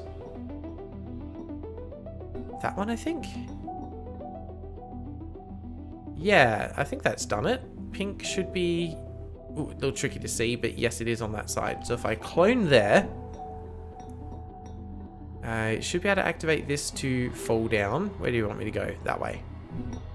Yep, there we go. That's fine that the other cube falls down. That's what we want. Because we're going to activate this one to lift it back up again. And we're going to roll on over this way. Lift up, grab the pink sticker. And we can plonk it right on there. Nice, that's activated. We can destroy that. Get ourselves back down from here. There we go. And roll on over. Ah, and we need the pink to teleport. Beautiful. Ah, those puzzles are so cool. Love them. Absolutely love them. Let's see. Dicey Dungeons is sick. Loved it. The soundtrack was a banger. Ah. Actually, I'm curious to hear from you guys. What would you say to you are the most important aspects in a game? Because there's so many different elements that can come together to make a good game, but how would you rank them in terms of priority? Narrative, graphical fidelity or graphical art style, soundtrack, core mechanics, gameplay loop? What things would you say are the things that draw you into a game more than anything? I think for me personally, it's got to be a mixture of a satisfying core gameplay mechanic, which in the case of The Last Cube is great. I had my doubts at first about what the mileage of this sticker mechanic would be, but actually the creative ways that they use it makes it worthwhile. So for me, it's got to be that. Secondary, I would say, is the arts and then the music as well. For me, music is the element that really helps everything to gel together and is something can quite often be overlooked. Bluefire is saying story doesn't matter for you. I get that. Not everyone is here to have, get invested in a story. Some people say, if I want a story, I'll watch a movie or I'll read a book. I'll get my story from there. I would say that I can adapt, because some games survive purely on their story because everything around it is maybe not amazing. But that's okay. If you have a solid story and what you want is a solid story, then fantastic. There's something for you. You're Great says mechanics, gameplay loop, then narrative, then soundtrack, and graphics is the last. Interesting. Chairman Meow, depending on the game, environmental storytelling. Chairman Meow, do you happen to be a fan of the Soulsborne series by any chance? Not that I'm mocking, I love those games as well, but when I think of environmental storytelling, they're one of the games that always comes to mind straight away. Dicey Dungeon's got it all right, to be fair. First thing you think of is the soundtrack. Yi says gameplay, then graphics, then story. Yeah, I mean, you can have the best graphics and a gripping and motivating story, but if your gameplay just consists of pressing a button to turn a page, I'm probably not going to get that invested in it, because it's basically just a digital book at that stage. So I agree, gameplay needs to be up there pretty high. It feels like it depends on the mood. Love Disco Elysium almost purely for the narrative and the dialogue, Subnautica for the exploration, and Hotline Miami for the music and gameplay. I definitely agree with you though, Crow. It is going to depend on what you're in the mood for. And I think that's what's so great about the world of gaming, is that it can be really versatile in terms of the offerings that are available to us. So that no matter your preference, there is going to be a game that has something right for you. This is an interesting little spot. Okay, curious. But yeah, that's what I love about the world of gaming. You can do pretty much everything.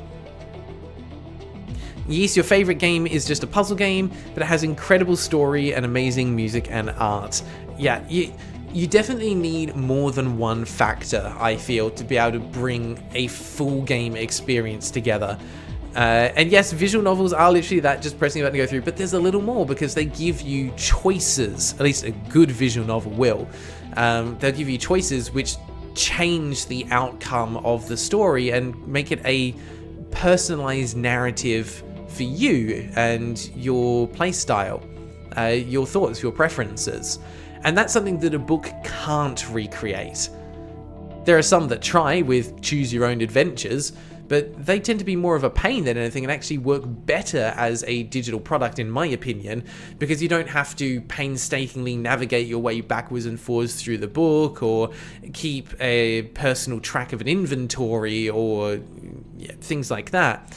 So for me, visual novels are different to a book. You can definitely argue that both of them focus on the narrative first more than anything, but they serve different functions, at least in my opinion. Happy for people to disagree with me, that's what we're here for. And Gazza says, depends on what the game's trying to do. Yeah, I mean, I agree with that. Zany Cat, as a developer, the controls are probably the first thing you need to get right. If the game is not fun to control, it won't be fun to play. Yeah, I'm inclined to agree. There is a lot that... Oh, I'm trying to think. Are there any games that I've played that have bad controls that I've still enjoyed?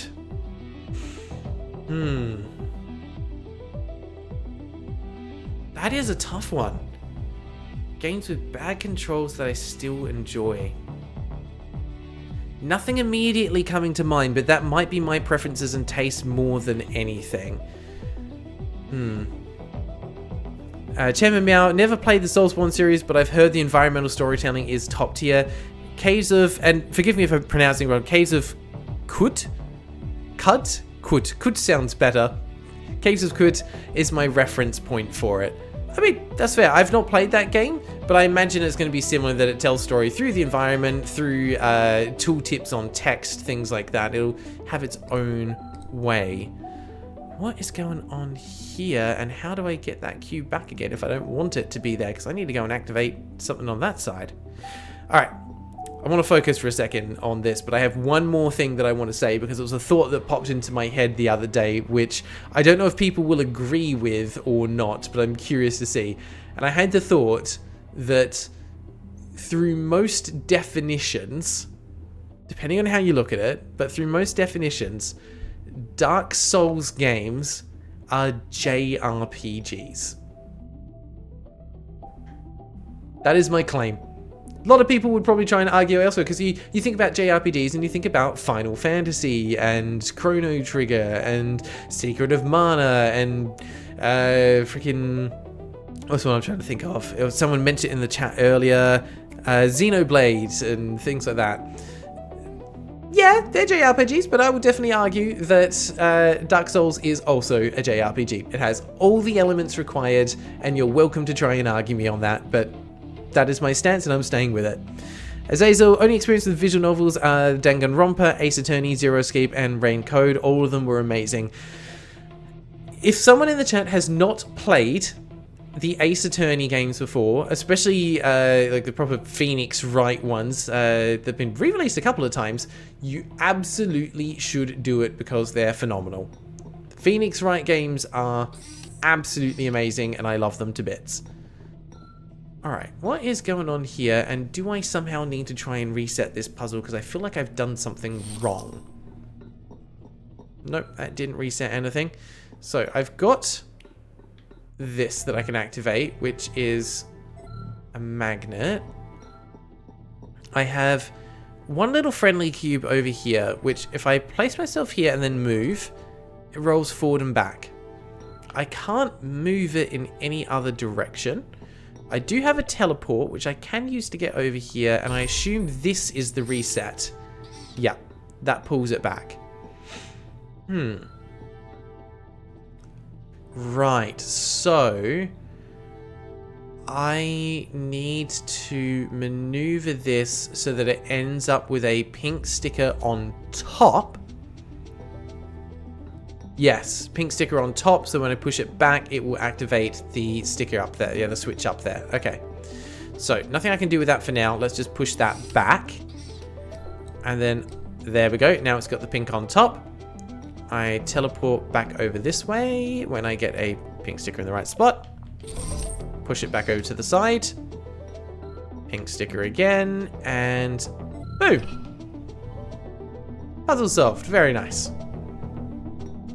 See, I was just buying time through the conversation because I needed to talk through and let my subconscious process how to complete the puzzle. That's all that was. I was just buying time for myself to be able to complete the puzzle.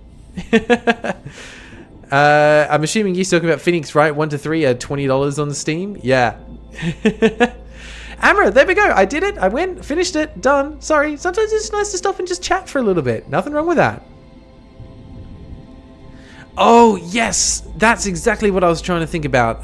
Zany Cat, Octodad is an exception because the game is built around the controls, and you're saying bad controls are games where the controls don't fit the purpose of the game.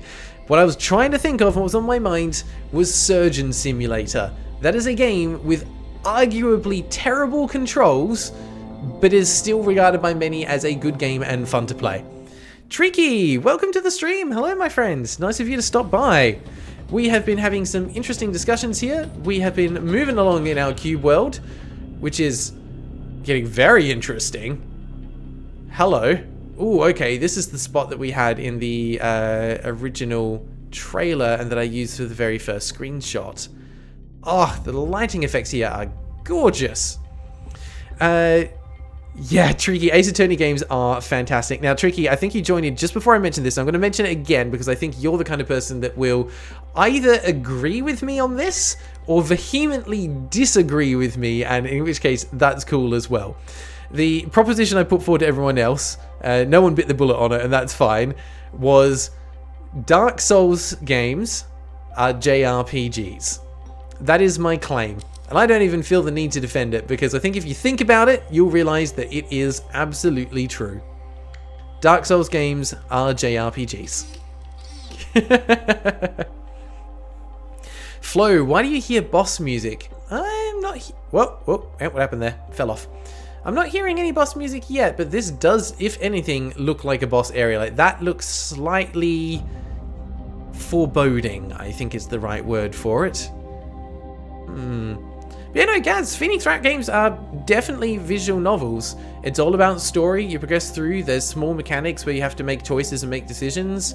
A little bit of puzzle solving elements in it as well, but it is, at its heart, just a visual novel. Okay. Now, Tricky, I don't know if you were here for the first stream of this game, so I don't know if you got much context for what is actually happening at the moment, but I have to say that thanks to the community suggesting this game, this is now one of my favorite puzzle games that I've actually played through. This is brilliant. And I can't even begin to kind of explain why in full terms, but you just have to watch and try and just figure out what's going on, because this game is very clever with what it does. Ooh, interesting. Now, how am I going to get back across to there? I think if I do that, it's going to put me back on the teleporter, and then I can... Ah, but I'm on the wrong surface. Dang it. Okay, I need to think this through. So I need to have the yellow sticker and the pink sticker be on opposite sides. So I need it to be where the blue sticker is, annoyingly, but that makes it at least easier to figure out where I need to roll things to, like that. Let's roll around to get pink back on top. There we go. What is your definition of JRPGs? It drastically changes if you're right or not. If it's turn-based, it's categorically not. If it's from Japan, it's also not. Jenny, curious on your definition. That's the fun part, and why I find it's a good statement to have, because JRPGs don't have a good definition. And that's why I think it's an interesting argument. So if I remember correctly, the Soulsborne games are from Japan. At least I want to say they are. I could be incorrect on that, but I'm pretty sure the developers are Japanese. Please correct me if I'm incorrect. But JRPGs, by definition, are not turn-based. The original ones are, but to call them turn-based would be to imply that Xenoblade Chronicles is not a JRPG? Are you saying that Tales of Symphonia is not a JRPG? Are you arguing that Final Fantasy XII and Final Fantasy 16 or even 14 are not JRPGs because they're not turn-based? That's a pretty hard one to try and convince people on. They are... So, JRPGs as a genre do not have to be turn-based games. Probably the best definition of them are that they're an RPG by a Japanese developer. And that's kind of it. If we take it from the perspective of there needs to be leveling up mechanics, gear progression, learn new skills and abilities, exploring a world map that slowly grows over time, encounter more and more difficult monsters, there is a story that grows throughout the background, and that you end up, as is the case in most JRPGs, fighting some version of a god, then I think it can be argued that the Soulsborne series are JRPGs. That's how I get there. That's my logic. Alright, anyway, we're killing time here. Let's keep moving. We need to jump across from here, which means I need that purple sticker on top, please. This is the part I hate. Come on. There it is. Let's jump over there. There we go. I've said my controversial statement now. Tricky saying valid points. Yes, absolutely. I'm gonna have to make a video on this if someone hasn't done it already. Start a massive debate on YouTube arguing that the Soulsborne series are JRPGs. Paper Mario Sticker Star doesn't have progression and is still a JRPG. I've not played Sticker Star, but my understanding there is some form of progression. I think I recalled I watched the Completionist playthrough, so my knowledge of the game is not great, but my understanding is that as you progress through the game, you gain access to more and more variations and different types of stickers. So the ones you have access to at the beginning of the game are not the same as the ones that you have access to at the end of the game. Ergo, progression. Your abilities and your capabilities have changed. Correct me if I'm wrong. That was my understanding of how progression in the game works. If it does give you all the abilities from the outset, then that is a very unique take, very interesting idea. But yeah, as long as it gives you more abilities as you progress, then yeah, it's got progression.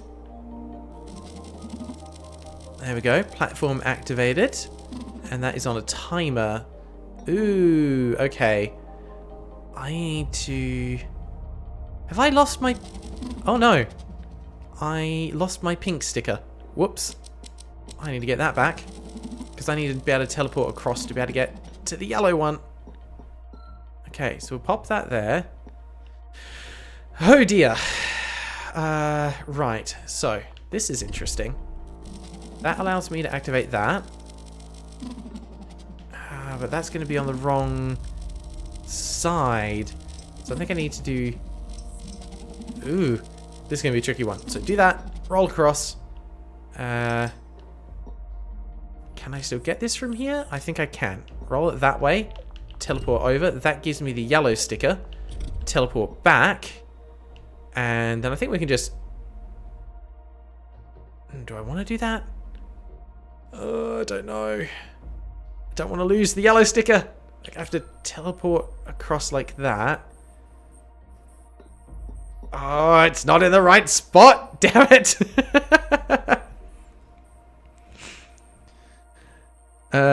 Technically, you get 0.5 stickers. It should be a series called Technically Yes. Oh, I am down for that. Absolutely. I'm happy to kickstart that. Have an episode about how Minecraft Hardcore is a roguelike. Yes. Oh my god. Let me think. Is that true? Yeah. Yeah, I agree. It's technically a roguelike. As long as you're not using pre-created seeds, you're doing a random generated seed for your Minecraft world, then yes, Minecraft Hardcore is a roguelike.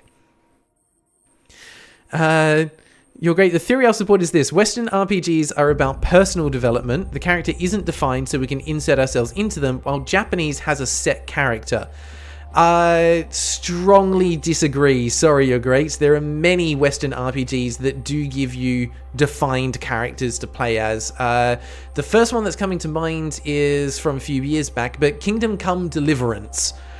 I think you'd be hard-pressed to argue that that is a JRPG. Again, I could be wrong. I don't know that much about the game or the developers, but my understanding is that is a Western RPG, and definitely has a defined main character. I would also argue that the Witcher series is not a JRPG. That was definitely a Western RPG, and that has a pre-built character. It's not a self-insert. So I think that's not quite the definition. What is the distinction between them? Yeah, not sure. I'd need to spend a little bit more time thinking about that to figure it out. Tricky, you're playing a Japanese RPG right now called Quest 64, and it is never referred to as a JRPG, but I guess it is. But now I don't know what a JRPG is. This is something that I had fun. So the reason this came to my mind was when I was doing research for the Arcane Rays video, which was the first JRPG that got featured on the channel. I had to Google what the hell a JRPG is, because I realized I wanted to give examples of JRPGs. I was like, hang on, I want to make sure I'm giving the right examples. Yet turns out most of the internet can't agree on what a JRPG is, because it's just not well defined. And I find that to be incredibly hilarious. Okay, I can use that to kind of manipulate myself into the right spot. I need to be 2 spaces away? That should work then. No. But what if I jump to there to start with? No, that's on the wrong side.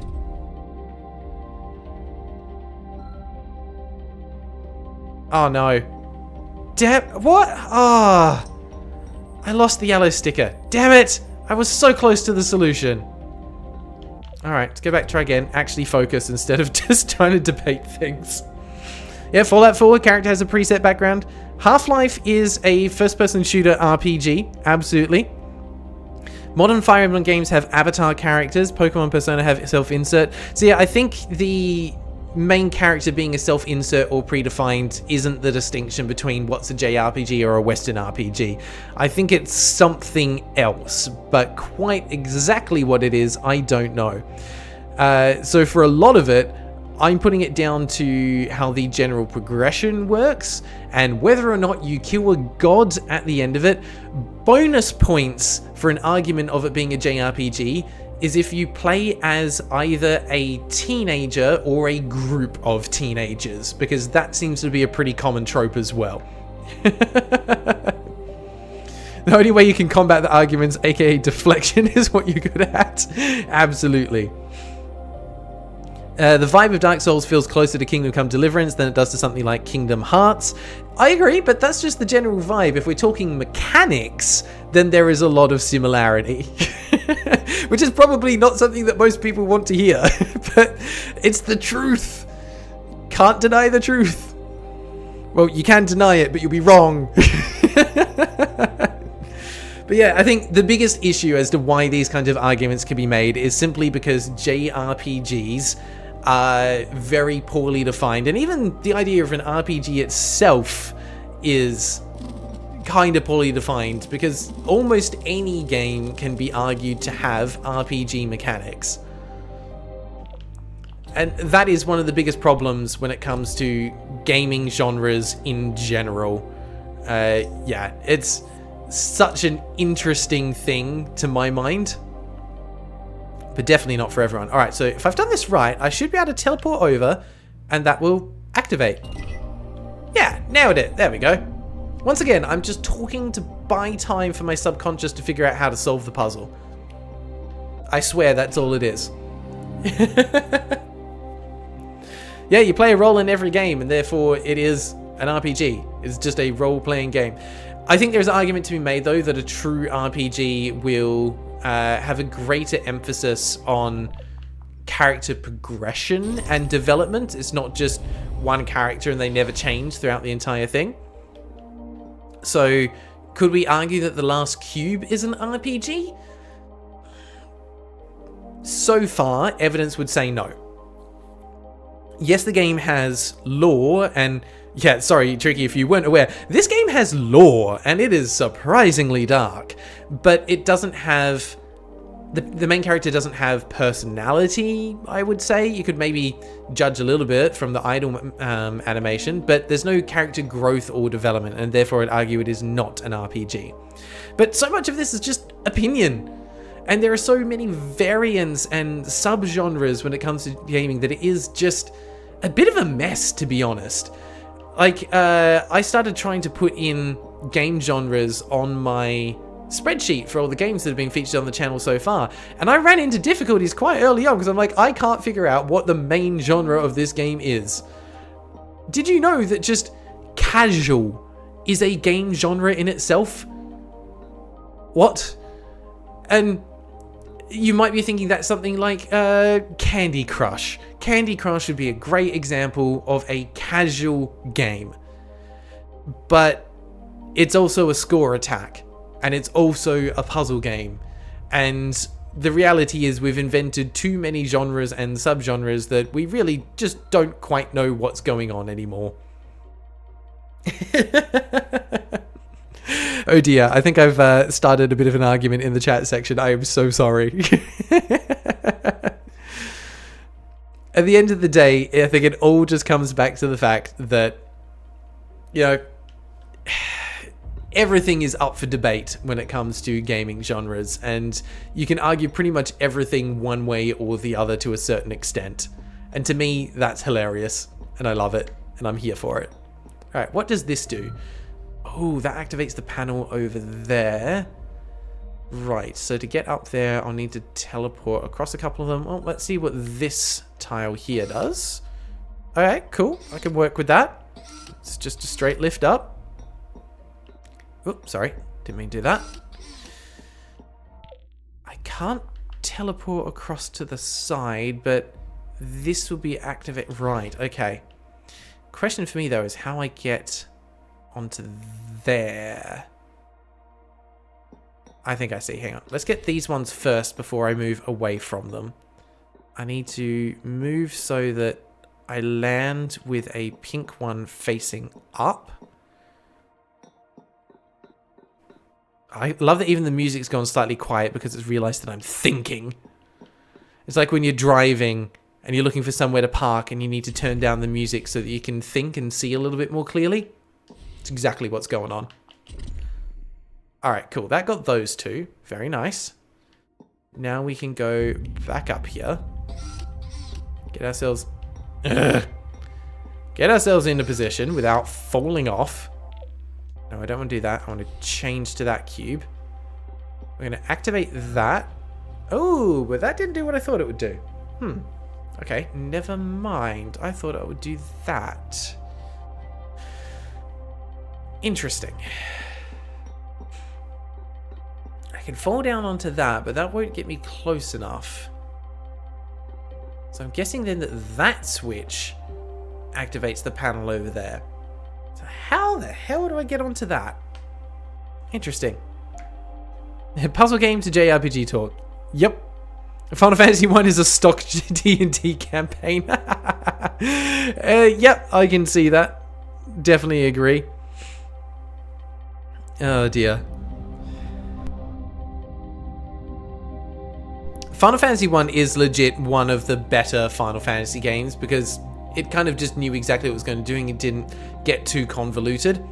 My favorite of like the early ones though would have to be Final Fantasy 4. 3 is a close contender, 4 is very good, 6 is fantastic, and I think if you're a person who likes JRPGs, you're doing yourself a disservice if you don't play Final Fantasy 6. It is just legit that good.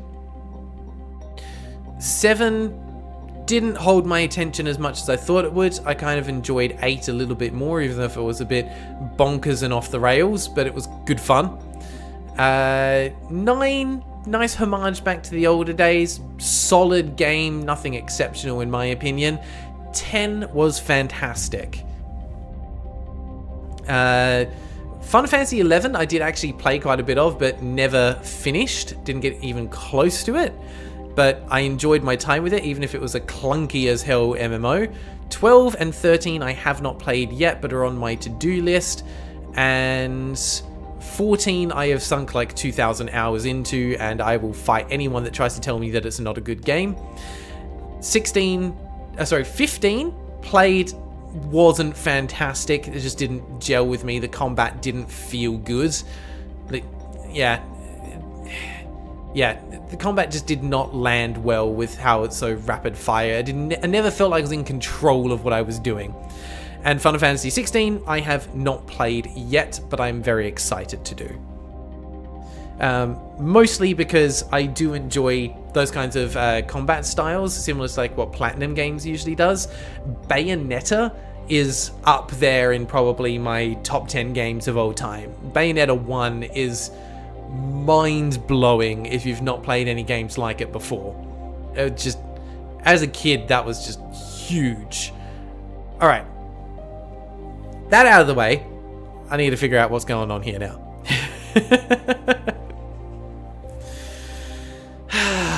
What am I doing here? I need to get onto this platform somehow to activate that. Oh, okay, yeah. I'm starting this in the wrong place. That's what I'm doing wrong. You need to go over here. Then I can activate this switch to lift it up. And now we'll just flick back over to this cube, move it over here, and we'll step off. We can pop this one over here. Hang on a second though. I see what I need to do. Let's put that facing up so I can transfer the sticker across. Very nice. Switch back to there. Now we're getting somewhere. Teleport over, grab the cube along the way. Ooh, full reset squares. After stepping on a full reset square, a cube loses all of its stickers. Usually, this does not hurt. On the path you're on, these are often used to ensure that you start each new puzzle with a clean slate. In some places, however, full reset squares may be part of a puzzle where you have to figure out how to get around them. In real cube life, as opposed to fake cube life, these squares are most often used as a security and safety measure. We don't want cubes to spin, dash, and teleport on public transport or in important temples where peace must be respected. Oh my goodness, I love the implications of this, saying that in normal cube society, they basically use these reset tiles as a method of controlling the public and stopping them from doing silly things in public spaces. And I love that. That's great. Such a nice little touch. I'm just now picturing a society where there are both adult cubes and teenager cubes. And the teenager cubes are the ones who run around, they get the teleport stickers, they get the yellow dash stickers, and they're just hopping around all over the place. And you've got the adults there thinking that everything is just a massive headache.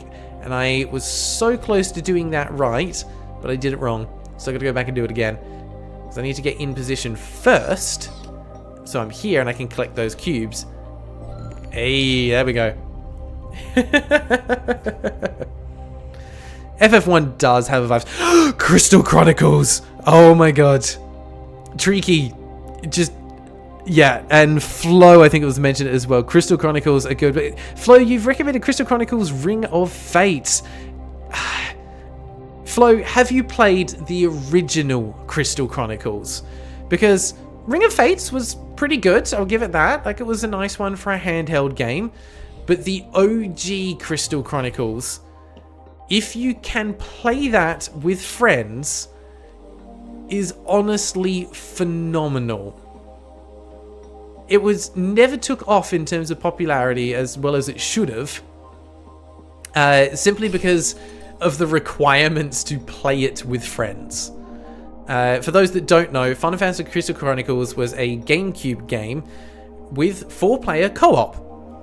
But unfortunately, the only way, and hi Gonzi, nice for stopping by. The only way to play Crystal Chronicles properly co-op was for each player to have a Game Boy Advance and connector cable to hook into the GameCube. And then you would use the GameCube, the Game Boy Advance as your controller, complete with the miniature screen, which would be used to display an area map or your personal inventory and things like that. And it was such a great workaround because it meant that you had the main game on your massive TV, and then everyone had their own inventory and UI on the Game Boy Advance. And if you could afford all of that, it was such a good time. And it is a shame to me that the remaster, or remake technically, I think, that came out recently was a bit of a flop due to some poor connection issues and things like that. Because as a premise, it's fantastic, and I would love for them to create a full-fledged sequel. And I think they said in a recent interview that they do want to go back to the world of Final Fantasy Crystal Chronicles, and I'm keen. Yeah, it's an awesome concept. No one was willing to do that because it's so expensive. A Game Boy Advance for every player, a cable for every player, a GameCube and the game. That's a big investment just for it. But I was in a fortunate position where myself and my brothers already had a Game Boy Advance each, because we traveled around a lot and it was just great as kids for, long car trips and things like that, or flights. So we already had one each, so it was just a matter of getting the game and the cables. So it worked out well, and I absolutely loved my time with it. It is, yeah, that's very near and dear to my heart. It is a flawed game, no doubt, but nothing else has come close to a multiplayer couch co-op experience quite like that. My goodness. Sorry, I think I just fanboyed out a little too hard over that one, but I'm passionate about that game. It's so good, and I want more people to play it. Alright, what is going on here? What is this going to activate? Huh. Okay, wasn't expecting that, but that's cool. I'll take it. Let's grab that.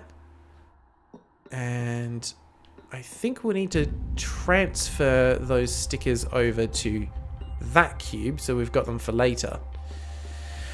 Question is, what am I meant to be doing with them? Because that's the end goal over there.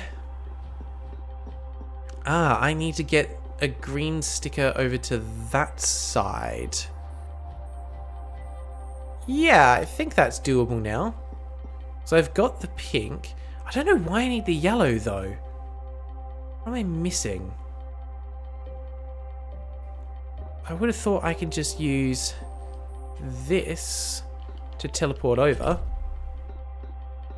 Oh, I didn't see that. Okay, I see where we're going now. Or I thought I did. I can't switch to that cube. That is stuck there. Right. Well, this just got interesting.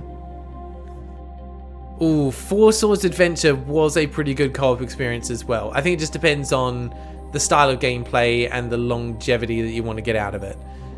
Okay, so I can do that, but I think I also need a green sticker on top so I can make a clone and get across to the other side. And that's where I need to activate all 4 of those tiles. Okay, so I've not done the setup quite right yet. So I've got those colors. I need to put a pink on the correct side as well. Nope, that's not right. Well, while we're here, let's put the green one on, I guess.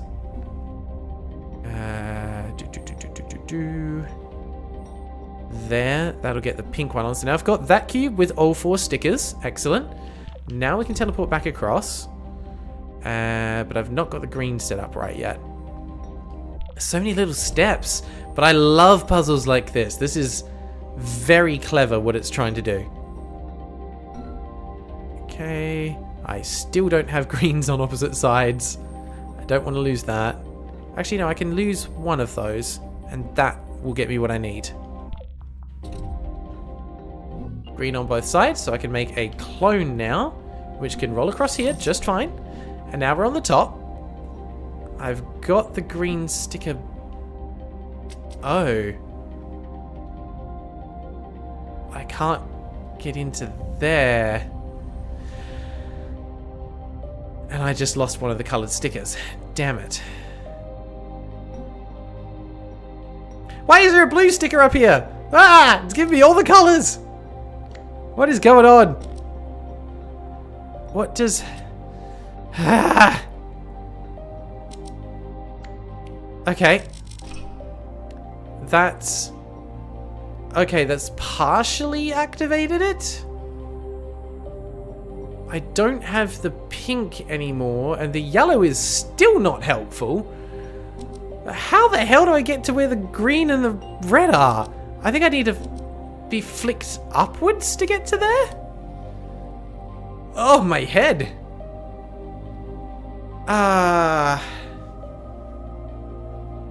Right. I've got a theory.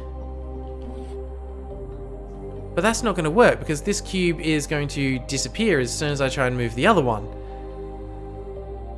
Oh man, this is making my head hurt. Yeast, you couldn't stand Breath of the Wild. Okay, I said before we could be friends. We can no longer be friends. I am so sorry, Yeast. Breath of the Wild...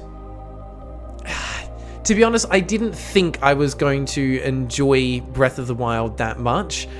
But I ended up... I'm glad I stuck with it because I ended up loving it. And you're right, there's not a lot of a sense of progression in the game other than you get more stamina and more health. All the weapons are transient. They break so easily.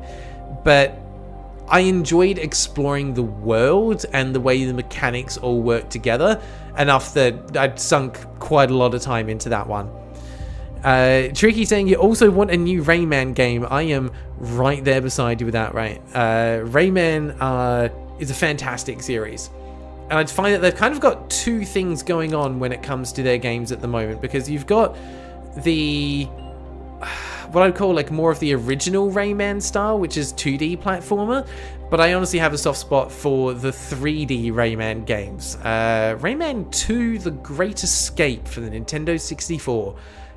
Classic game. Absolutely enjoyed that one. It was difficult, but I loved it. Breath of the Wild was like an Animal Crossing game disguised as a Zelda game. You know, I appreciate that as a description. That's not far off.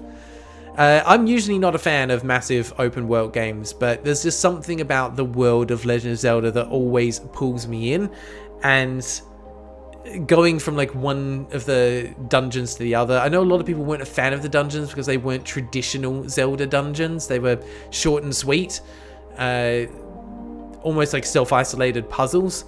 But I kind of appreciated that. I was always curious to see what the next one was and how else they would utilize the mechanics they've got. To be fair though, I've not played Tears of the Kingdom yet. I want to. It's on my list of games to purchase, but please don't spoil that one for me. Love The Great Escape. Tricky, please do a video on Rayman 2 The Great Escape. I will love you forever if you do that, my friend. Yeah, there's so much nostalgia in the game. It's fantastic. Love the towns of Breath of the Wild. Didn't like it as a Zelda game, and that makes sense. Lurelin Village is beautiful. I agree.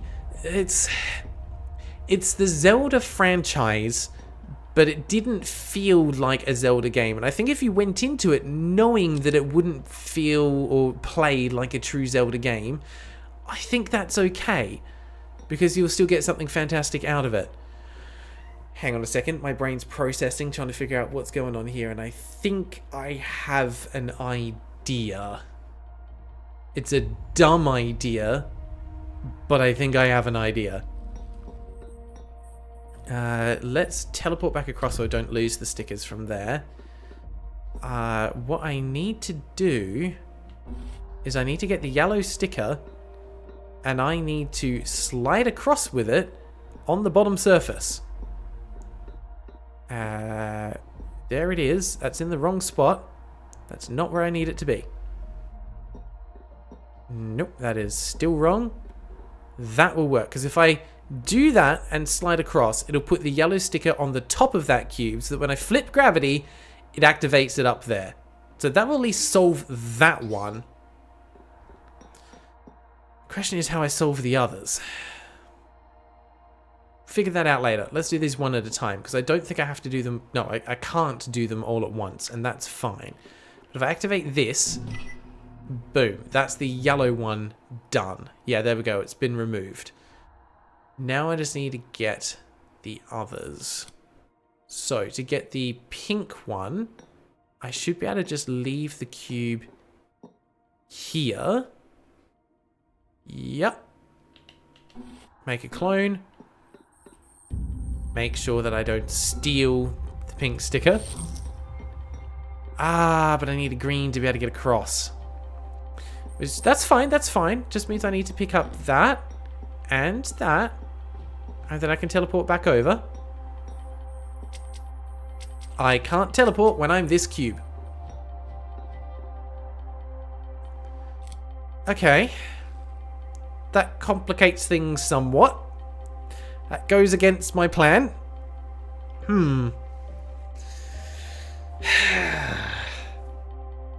Okay. So I will need to do that. I can create the clone, but then the problem is I can't get back down again. As soon as I'm over, I'm up. Ah, but I can grab the pink sticker from there. Okay, that's got those ones solved. That's not a switch, that's just a blue sticker. To get these ones in the corner, though, is a little bit trickier. That means that I need to have a cube in the corner there already when I activate that switch. Right. Nope, that won't work. I thought I had an idea. I was like, okay, if I get this cube into the corner, then I can... Oh, I've lost the pink sticker, that's fine. Because if I have this cube here with a red on top, then when it flicks gravity, it'll put it in there. Oh, yes! Yes, yes, this does work. Except I... No, yeah, that's good, that's good, that's good. Here we go, here we go. Activate this now. Yes, there we go, that one's done. And then we're going to rinse and repeat over on this side. If I can get a green sticker on top, please. Please. Give me green. Green? Green. Yes. No, this is... Yeah. Yeah? Yeah, that works. I can't roll off there. I have to go this way. Hang on. Bear with. Okay, let's jump over to here. And now we're screwed because I don't have a green sticker. Damn it. Just when I thought I had it all figured out. This one still confuses me. Alright. If that's not the way to do it, then what is? No, it is the way to do it. It is. All I need to do, I've got the green sticker now, use this to push across to the other side, fall down, and then we're good. Except for the fact that I don't have a green sticker. That is a slight problem.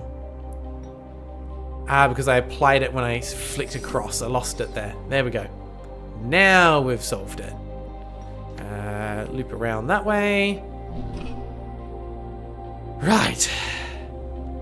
That should have activated all of them now. Let's go take a look. I still need a pink one. We need to roll that into the right spot. Like that.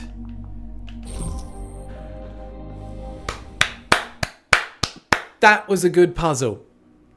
I like that. Like that a lot. And now we've restored the pink surface. Our cube is coming back together again. Whew. That was clever. Love puzzles like that. All the mechanics brought together different ways. Beautiful stuff. Oh, okay. We're debating in the chat our favorite Legend of Zelda game by the look of it. I see some votes for Spirit Tracks. Oh, I hope I didn't miss anything there. Phantom Hourglass. Spirit Tracks was pretty fantastic. Link Between Worlds. What else have people said in there?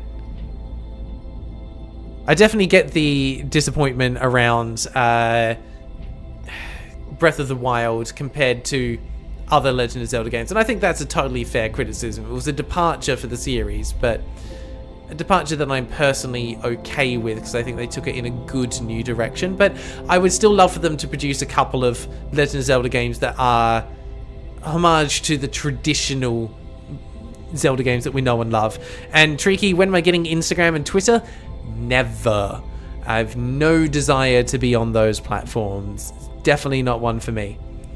Personally, if I had to pick a favorite Zelda game, it's a really tough decision for me between Twilight Princess and The Wind Waker. Two very different art styles, but I think just fantastic worlds to be in and to explore.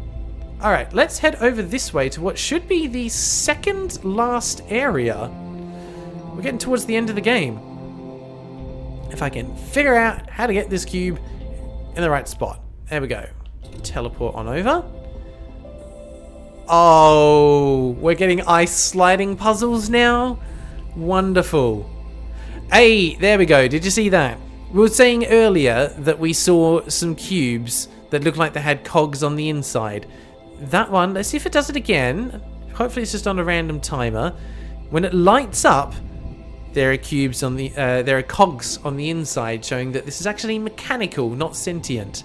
And of course you can't see it from that side because there is a wall, but you'll be able to see it from this side. So let me now position the camera in the correct position. And then when it lights up again, you will see there are cogs on the inside. There we are, that one on the left had it. Come on. Other one on the right. I've got myself here now. I have to wait for it to go before I can move on. Do the thing, damn it. You know I'm watching now. I can't do it. I'm embarrassed. But yeah, it's filled with machinery. It's not... Yeah, there it is. Filled with machinery. Not 100% sentient. Maybe more like AI or something like that. Yeah, Wind Waker is so good. Not Wind Waker, thank you very much, Tricky. We'll call it by its correct name here, or we won't name it at all. But yeah, absolutely, Wind Waker is great. I just love the setting, the whole idea of a flooded Hyrule that you're sailing above the entire time is just magical. And the idea that all the islands you go to are the mountain tops, or like the highest points of the usual landmarks, and you kind of have to navigate your way down inside most of them. It's just such a great idea for a world to explore, and you are absolutely correct. The music in Wind Waker is some of the best. The ocean theme is just iconic. A Soupy Ferret named Fire have honestly never played a Zelda game ever before. Oh, hello, this feels very Portal. Alright, wonder what new mechanic we're going to get introduced to here. Are there still more stickers that it can give us? We're in the storage facility now. I don't see a new one here, so this must just be starting to bring together everything we already know. Alright then. Wind Waker is great, but the sailing takes forever at the start of the game. It does, but it gets there eventually. It's all good. I mean, the Wind Waker, it's a bit hard at the start, but definitely you find it gets easier as you go along. It is a bit of an endurance test, that game, and you could say that the game does make a bit of a splash. There we go. But no, honestly, that is up there as one of my favorite games of all time. I'll go back to time and time again. But for a Soupy Ferret named Fire that has not played a Zelda game before, for those that have played them, please let me know what you would personally recommend as the best starting place for the Legend of Zelda series.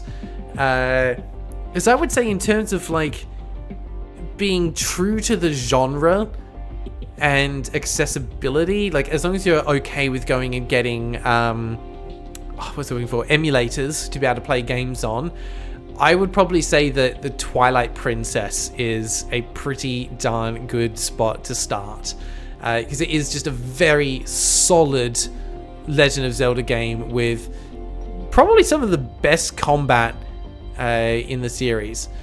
Wind Waker is also good. I would normally recommend it, but the thing is that the art style can be very divisive for a lot of people. Link to the Past. Oh, I'll do you one better than Link to the Past. Legend of Zelda Minish Cap. That game is so underrated, but it takes all the core mechanics of Link to the Past and upgrades them. In my opinion, anyway. I felt it had some fantastic dungeon design level mechanics, or even better than that, if you have access to a 3DS, would be to play, what's it called? A Link Between Worlds. I sat on that game for too long without playing it, and I wish I'd played it sooner because it is just legit fantastic. Alright, what is happening here? We have lasers, which is always fun. The question is where we need the lasers to go. Right, over there, I see it. So if we put a green sticker on that side, and then we convince that cube to roll on over, we can bounce it around.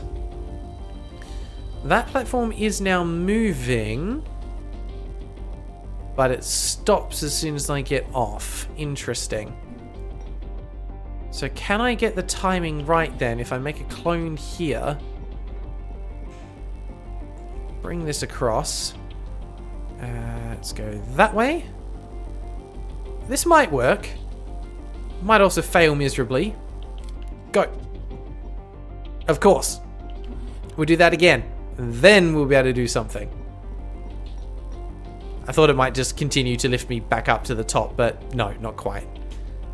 That's in the wrong spot. Now it's in the right spot. Alright, so I just need to deactivate when it's in the up position. There we go. We've got ourselves a yellow sticker, which we're going to need to use to break through that block. And the question is, now what?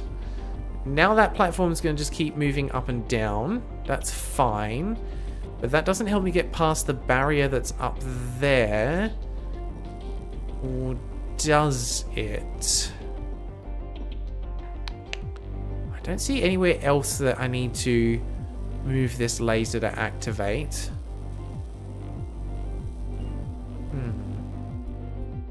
It does let me just roll my way up over here without any problems, though. Okay. Can I use this to get on over? I can. And then presumably this will lower the barrier. Yeah. There we go. Now, as for the question of how do I get the shiny cube over there, I can kind of see the puzzle solution. Actually, let's give this a go. I'm feeling creative at the moment. Let's try this out. I think in theory, all I need to do is have a cube on top of there with the correct color. Easier said than done. That's where it needs to be able to point the laser across to there.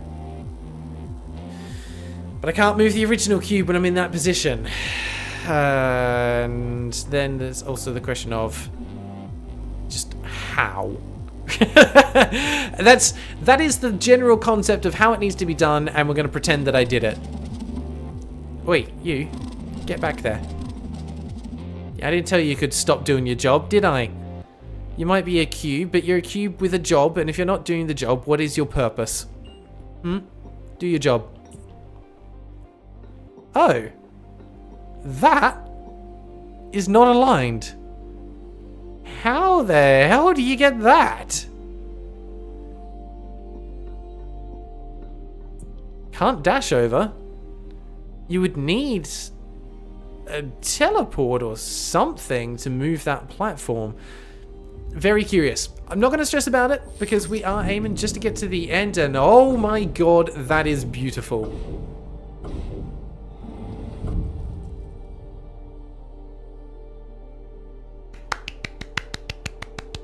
Very nice. Very nice.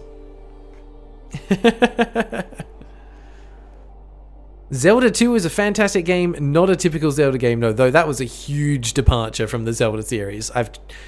Did I finish it? I've definitely played Zelda 2. I think I may have finished it because I was trying to get through basically the whole backlog of them. It was good fun. It was good fun.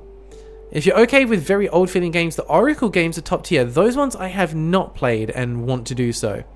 Train Liker, hello, didn't see you stop by. Sir, how do you plan to achieve immortality so you can accomplish your assigned task?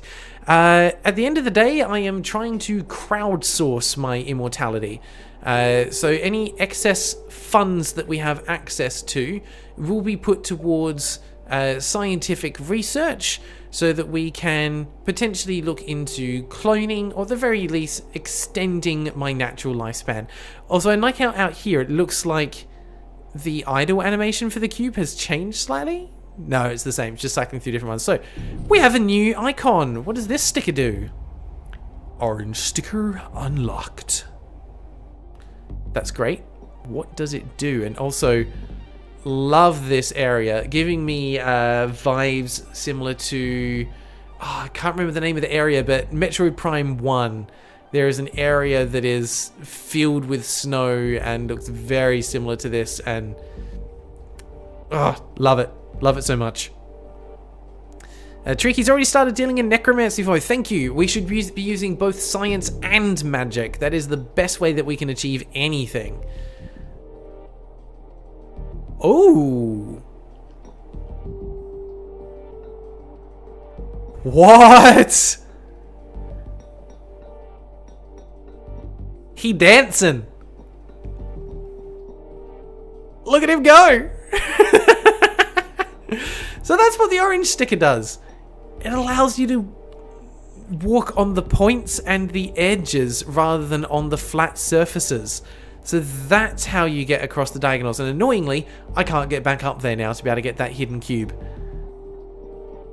That is so cool. Fendrana Drifts, thank you, Tricky. Yeah, absolutely, that is the area I was talking about. The background music for that area is great. I sometimes put that on when I'm like doing script writing and things like that because it is just fantastic background music. Yeah, gone from cube to diamond mode. It's like performance mode, like with the Crocs. This is performance mode for the cube. Actually, to be honest, with how it's going along the points, it almost looks like it's trying to tiptoe. It's doing a little sneak as it dances along. It's adorable and I love it. I was wondering if we'd get another new mechanic or not, and well, here we go. There's one of my answers. I know, like Gaz said, it just keeps on giving more and more things. Thanks to a recently discovered sticker, the Cube Society is no longer stuck to a grid. Absolutely. This game just continues to surprise me with how inventive it is. Okay, so what did that do? Oh, it rotates it. Interesting. Okay, so now I can not get across there. Great. Let's see. I need to get a yellow sticker though, because that's how I break through to get the orange sticker. But how do I get through? Ooh, I have a clone. That's how I get through. So let's put you over there. And then we'll use this cube to activate it so it rotates, and boom, there we go. We can switch across. We will pick up a yellow sticker without getting rid of the blue. But that is temporary as... Ooh! There was a little drift, like a snow drift that just came through on the breeze, and it actually made the controller vibrate for a second. That is a nice little touch. Imagine this game has a stealth sequence. Oh my god. Samsung Fridge 20G. Hello, welcome back, my friend. How you doing today? You keeping cool? I can definitely understand why you appreciate an icy place like this. And for those that haven't seen or haven't joined the Discord, yeah, we have a Samsung Fridge that hangs out in the chat, and I love them to bits because they make puns, which are the highest form of humor. There it is again, that little snowdrift. Very, very cool. Alright, so what am I doing here? So that's giving me... Okay, yeah, that's fine. We just need to transfer the yellow sticker back over this way. There it is. Boop. There we go. So now we can dash through here and get ourselves an orange sticker. And now we have the power to tiptoe. Beautiful. However, we've missed a step, and that is giving the power to tiptoe to our other little cube friend over here. Like this. There we go. And that way they will be able to join us on this side. Come on, where is the orange sticker? Where is it gone? There it is. That puts this cube in the right spot. Tiptoe on over. Flick over, and now you can tiptoe over as well. Wonderful. We have 2 cubes on this side. Let's grab a yellow sticker from there. Perfect. And this one can make its way over. Lose them all in the process, but that's fine. Little slide down, and goodbye, my friend. You were very useful temporarily, and I'm sure we'll see you again. Alright, let's keep moving on over this way. Oh dear. Train Liker, putting aside the silliness, I really like watching your videos and seeing you discuss badly or amateurishly made games. Makes me appreciate game devs who avoid those pitfalls more. Yeah, one thing that I found over on our Discord, there's been actually quite a few game devs join up, which I find really, really interesting because at the end of the day,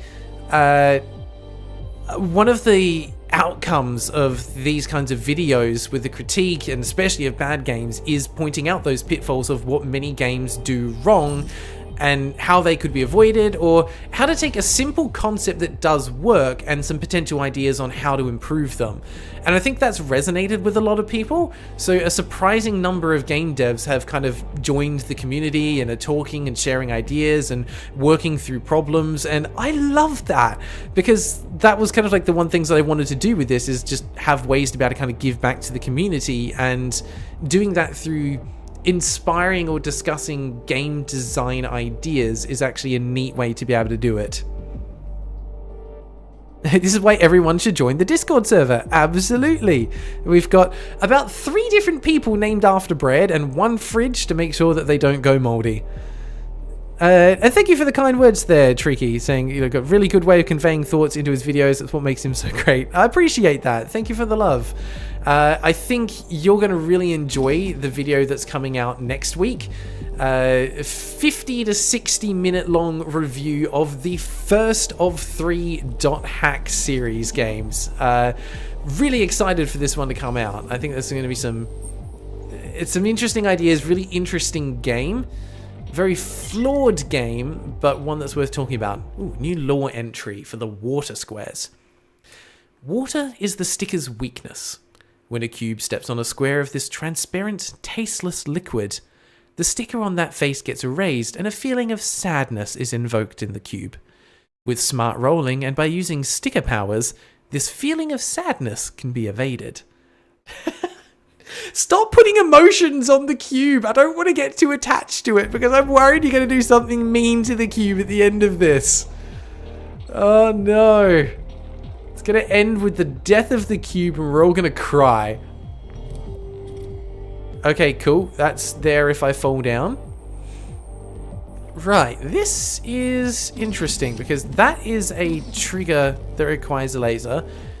Blocking that allows those platforms to be raised up and down.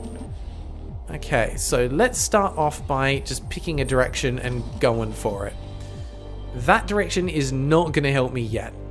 We need to go over and get the red sticker first. Okay, you over there. We've got ourselves a red sticker. The question is, what now? Well, we can make our way over this way. Ooh, can we get all the way there? That's far enough, because that allows me to pass the sticker across. Like so. And then it doesn't matter, because I can just do that. And now he's got the sticker again. Problem solved. So we'll switch back to this cube. Block the laser again. Roll ourselves on up that way.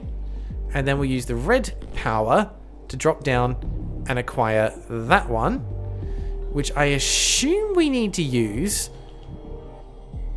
Can we get across there? No. So how do we get over that? I can't use the red sticker to roll off that edge? No.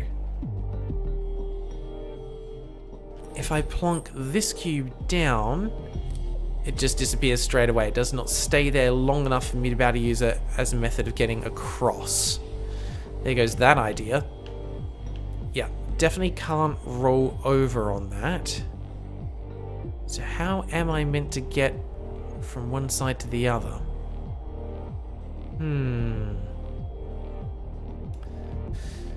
Well, now we got to think. Is there something tricky that I could do here? Ah, hang on. No, I need to get it over to there. I see. No, not that. Switch to this cube. That's going to make me lose the stickers though, but I need to be able to point it towards this one to activate whatever that is. Interesting. Can I get the orange sticker just facing that side? That might be where it needs to go. Close, but no. Nope, that's not what I want. That's what I want. I don't think this is going to work. No, I just lose the sticker instantly.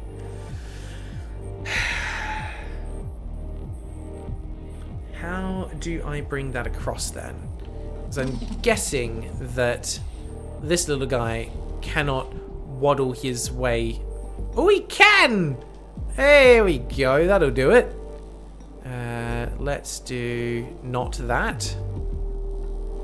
Or that. That's the opposite of what we need.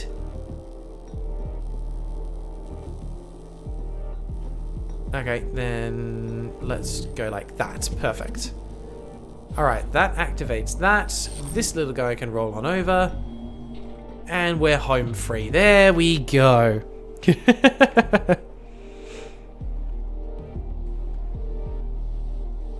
Yeah, that's how the writers get us. Absolutely. The episode on the JRPG that did everything wrong resonated with you. It's basically a game that shows everything you hate about the genre. I know, as I was playing through it, I was just like, how is this game managing to basically make every single mistake when it comes to a JRPG? Like, okay, it did a couple of things right in some ways, but it was just because they were using a program, RPG Maker, as the base of the game, using it as the engine. And it was the things the engine did right, not things that the game did right.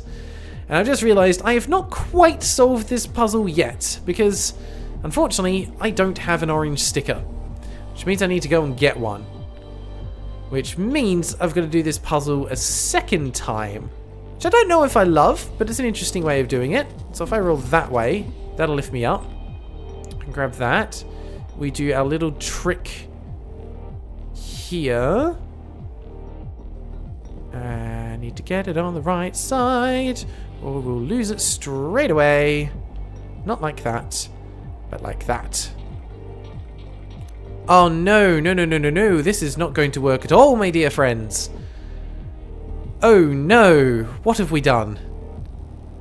How do I make this work? You know what? No, that's fine. I don't need to do any of that silliness. We just bring this guy back over here again. And we copy the sticker from him. That'll do it. Wait, cube, this way, please. There it is. I was like, oh god, did I lose it? Alright, now he's got what he needs. I'll worry about his positioning in a sec. For now, let's get you back over here. And get this laser pointing the right way. That's better. And now, we tiptoe. Nicely done, cube. That's what we wanted. Okay, good to know my brain is still working. Yep.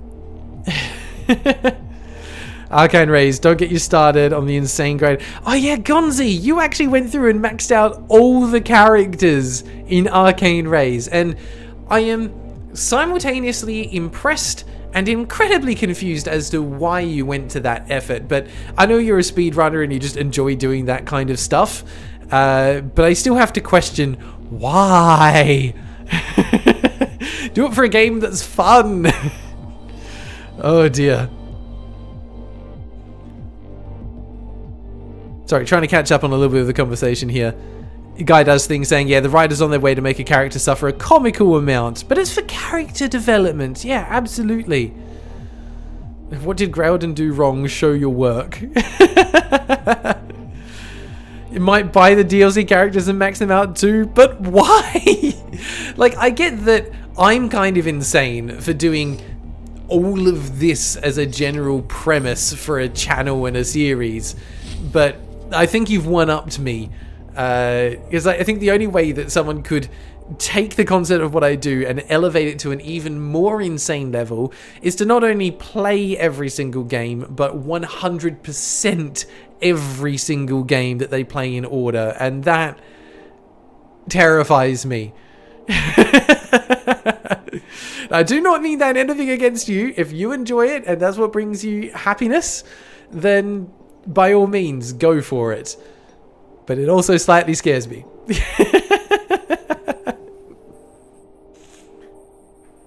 Yeah, Train, like most of the games only had special characters at the start of their name because they're trying to reach the top of the alphabetical listing. Some of them are doing it because it makes thematic sense, like with Red Tether. They had the hyphens and the greater than sign to represent the tether itself from within the game. So thematically, that makes sense. But yeah, a lot of them are doing it just to kind of raise themselves in the listing. forgetting that very few people are hunting for games in alphabetical order. Only weirdos like me. That's kind of where we get to. And I saw someone ask something about mediocre games. Brayden, hello. Brayden TNT PvP with the massively long name, which I will point out every single time that I see you. Sorry. What's the most mediocre game you've played? Oh, that is tough, but it would probably be some kind of shovelware that I played on the Nintendo Wii. If you want to pop that into the AMA over on the Discord so that I don't forget about it, I'll have to have a bit of a think and have a look through some of the games that I've played previously, because I have definitely played some pretty mediocre games. The best one that comes to mind, I think I've mentioned elsewhere, not sure if it is mediocre or just outright bad, would have to be the Two Worlds series, Two Worlds 1 and Two Worlds 2. They're not awful games, but you do question why the hell you're playing them. There's so many better games out there that you could be spending your time on rather than that.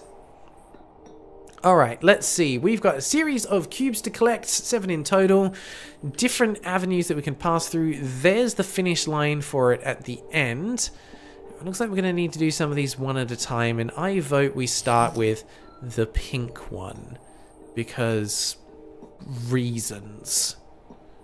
I don't think it's going to get me far enough to actually get... Yeah, that's the limit as far as it will go, so I can't use it to teleport through there. Can I use it to teleport across here if I can get the bloody pink one on the right side of the cube? This is the most annoying part of this game, is just trying to get... You know what? Let's make our lives easier a little bit, huh? And we'll just put a couple more stickers on there, and then I will still get it wrong. Fantastic. Go me. Yep, that doesn't go far enough either, but I can use it to cross back this way. What purpose does that serve? Don't know yet, but I'm guessing I can't use it to get over there because that grid's not aligned. Makes sense. What can I do with this?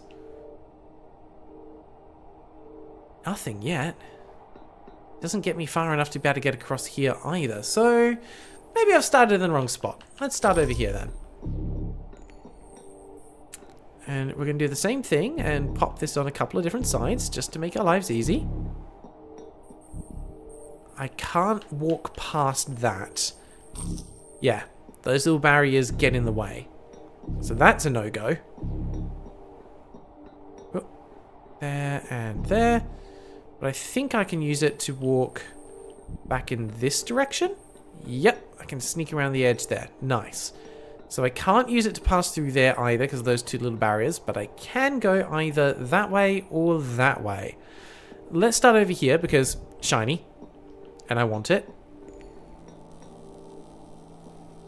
What is the purpose of this laser? And why is this not behaving like other lasers where it shoots out from me? Is it because that is a yellow, not an orange? That's why. Okay, well, I can see where the yellow is. Can I get the yellow is a different question. So to get here, I need green. Ah, I can get a green sticker. Good. Let's put it on a side that we do not have a sticker on. Not like that. Or like that. That'll do it. Okay. Cube, waddle on over that way. And there we go. So we can activate that one. That's given us a path over to the yellow sticker. Cool. God, this cube's going to be covered in stickers by the end of it. It's going to look like a schoolgirl's pencil case or something, a backpack. The number of stickers it's got. Or schoolboys, I shouldn't discriminate. Boys like stickers too. Okay, let's just roll you on over that way. So that's activated the path there. Wonderful. We can mosey on over to here.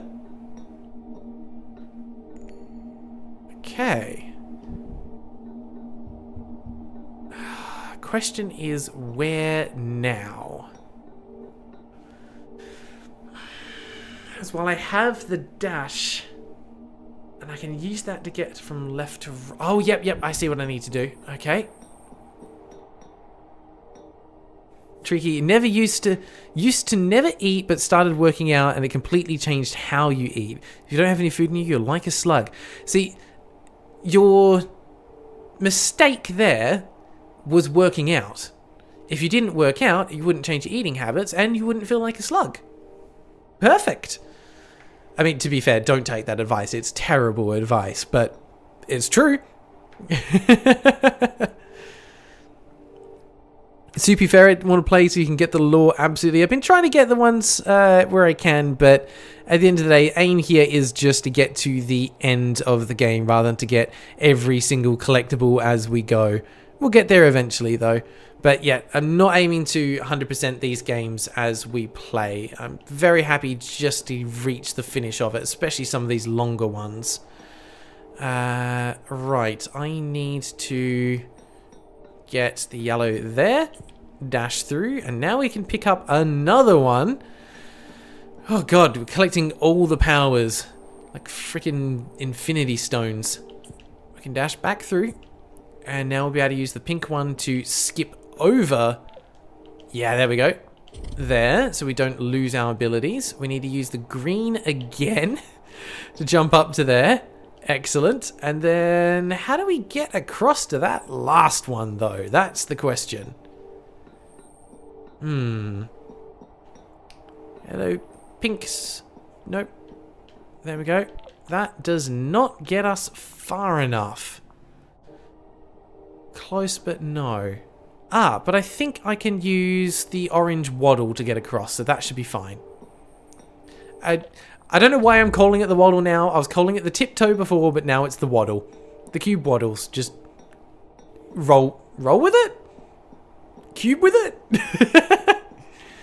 Do whatever a cube does when it moves. It rolls. You roll dice, the cube rolls. There we go. So I want orange on top. There we go. Waddle our way over. And we need the green. There we go. Yes, that's 07. Now we can get ourselves back and activate this thing. Let's use pink to teleport across. Boom. Oh, that is satisfying, that effect. Never gets old. That's too far for us to teleport. And it's the finish line anyway. There we go. Whew. First one done. We got it. Gonzi, I was going to say, I know how because you're a bit of a speedrunner, I would love to see you give this game an attempt, because that would be something interesting to see. Figure out how to solve all of the puzzles in the least number of moves possible and then chain them together into one big long run. That would be quite something. That would definitely be quite something.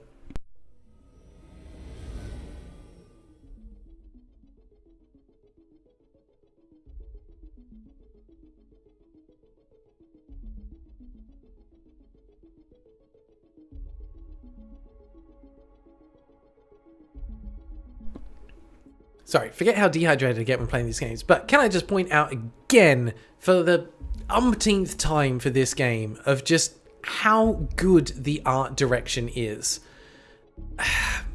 This is a mistake that so many games make, and whenever it teleports you into a new area or something like that, you have to remember that the game creators have complete control over what the first thing is that you see.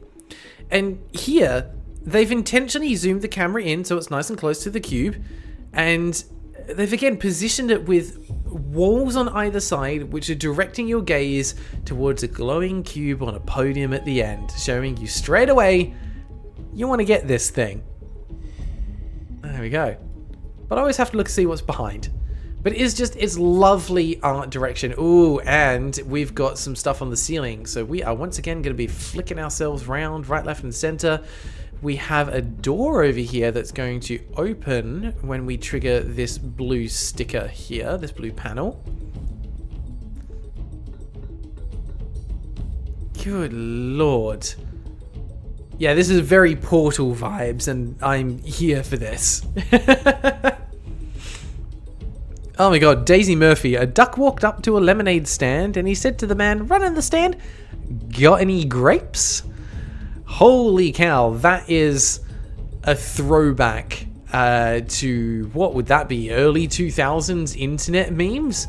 Like, holy cow, that's just flashbacks for me. Early internet, especially Newgrounds. Yeah, Newgrounds was the place to hang out as a teenager. Alright. So, we have pink and green stickers. Activating this will activate the magnetized surface up the top. So, let's jump to there. Now what? I can fall off onto that. How the hell do I get that? Not too worried. I don't think this is going to get me far enough, but then I don't need to. I can just lose them, pick up another pink sticker there. Okay, that's put me back here, but now with teleport power. Great. But the problem is I need a blue sticker. Ah.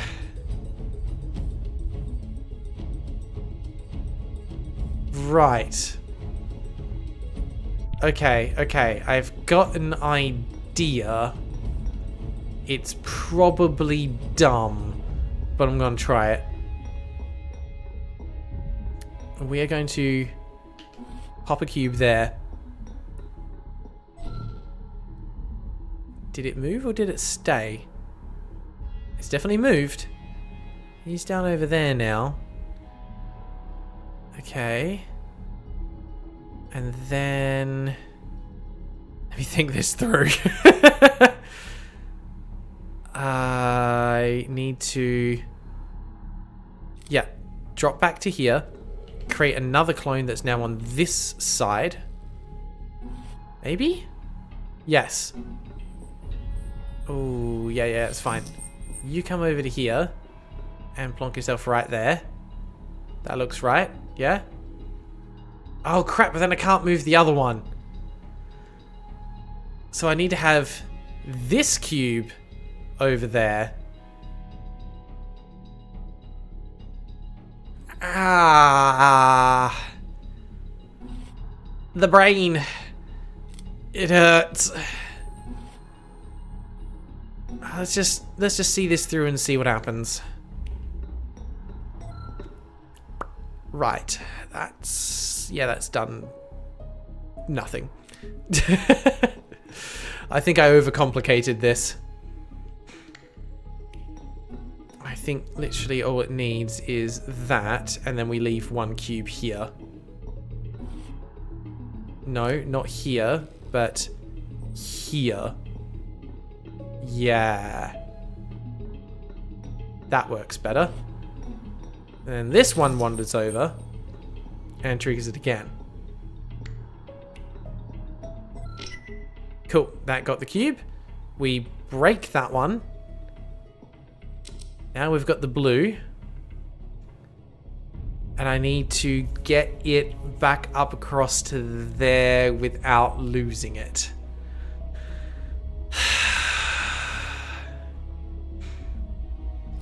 Yeah, that's doable. That's why we use this mechanic. I think. Yep, that's popped him over there. We break that. This cube is now on the correct side. We get that. We flip back again. And we've done it! My goodness. That's a pretty smart cube. Good job, cube. Ooh, ice caverns. One of my favorite environmental things to actually navigate. Like, yes, so cool. Yeah, Yes, guys, please stay hydrated. Water is not overrated. Unlike they tried to explain in this game as it being a colorless, tasteless liquid. No, water is good for you. Everyone needs to drink more water. 2 liters is a lot. I probably don't have that much, but it's good. Yeah, it's just hydrogen and oxygen. What more do you need? Right, sliding puzzles. Haven't had these in a good long time. That gets us the blue sticker. Let's jump back over to here and we'll just slide along this way. Gotta do a little loop around. Very nice. Alright, so it's introduced the sliding mechanic. Willing to bet that's not the last time that we're going to see it.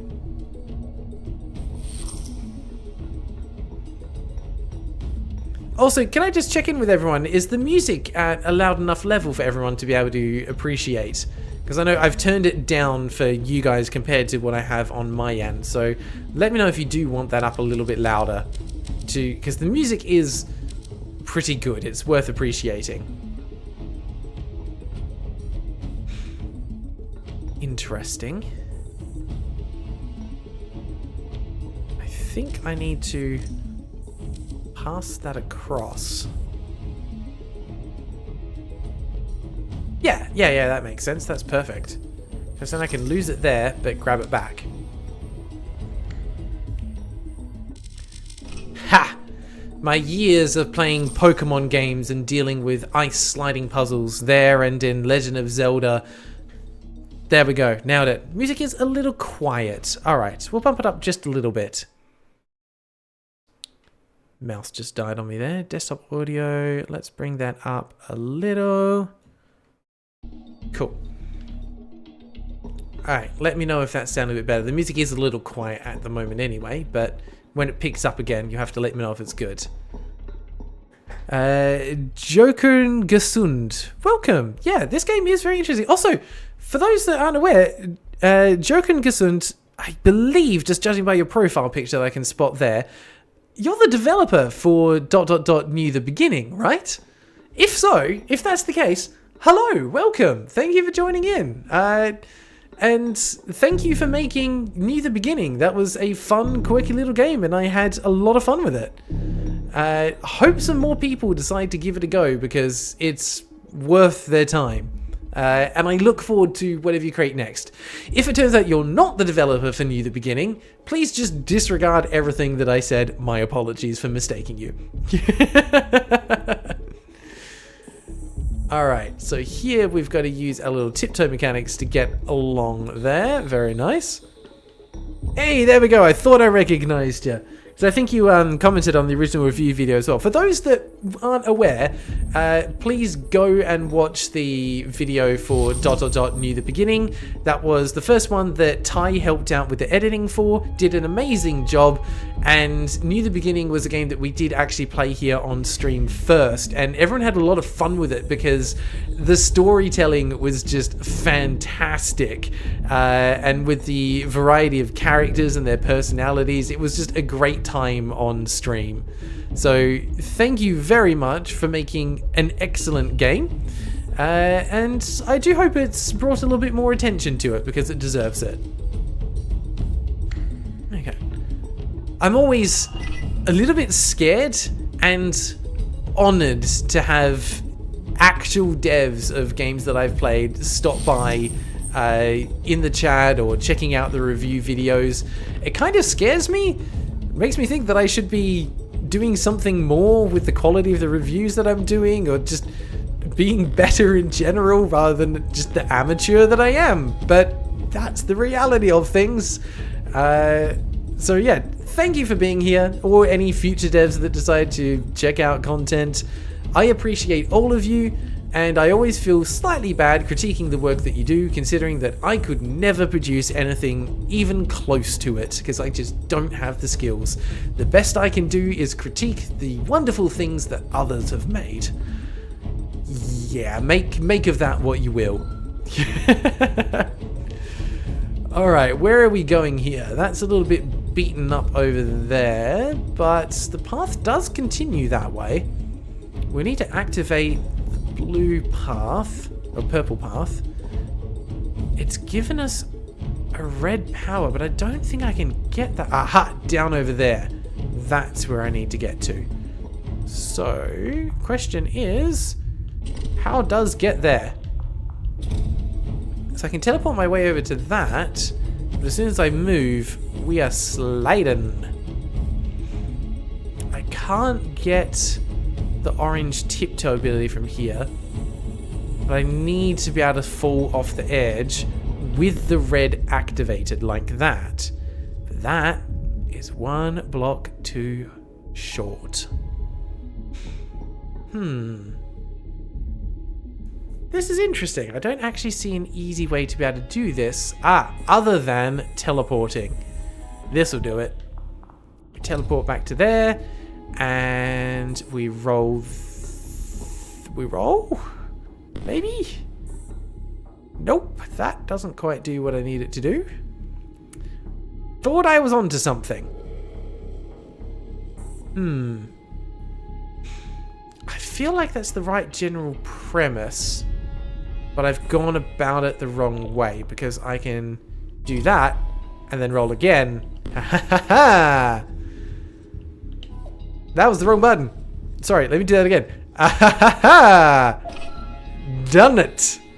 I am genius.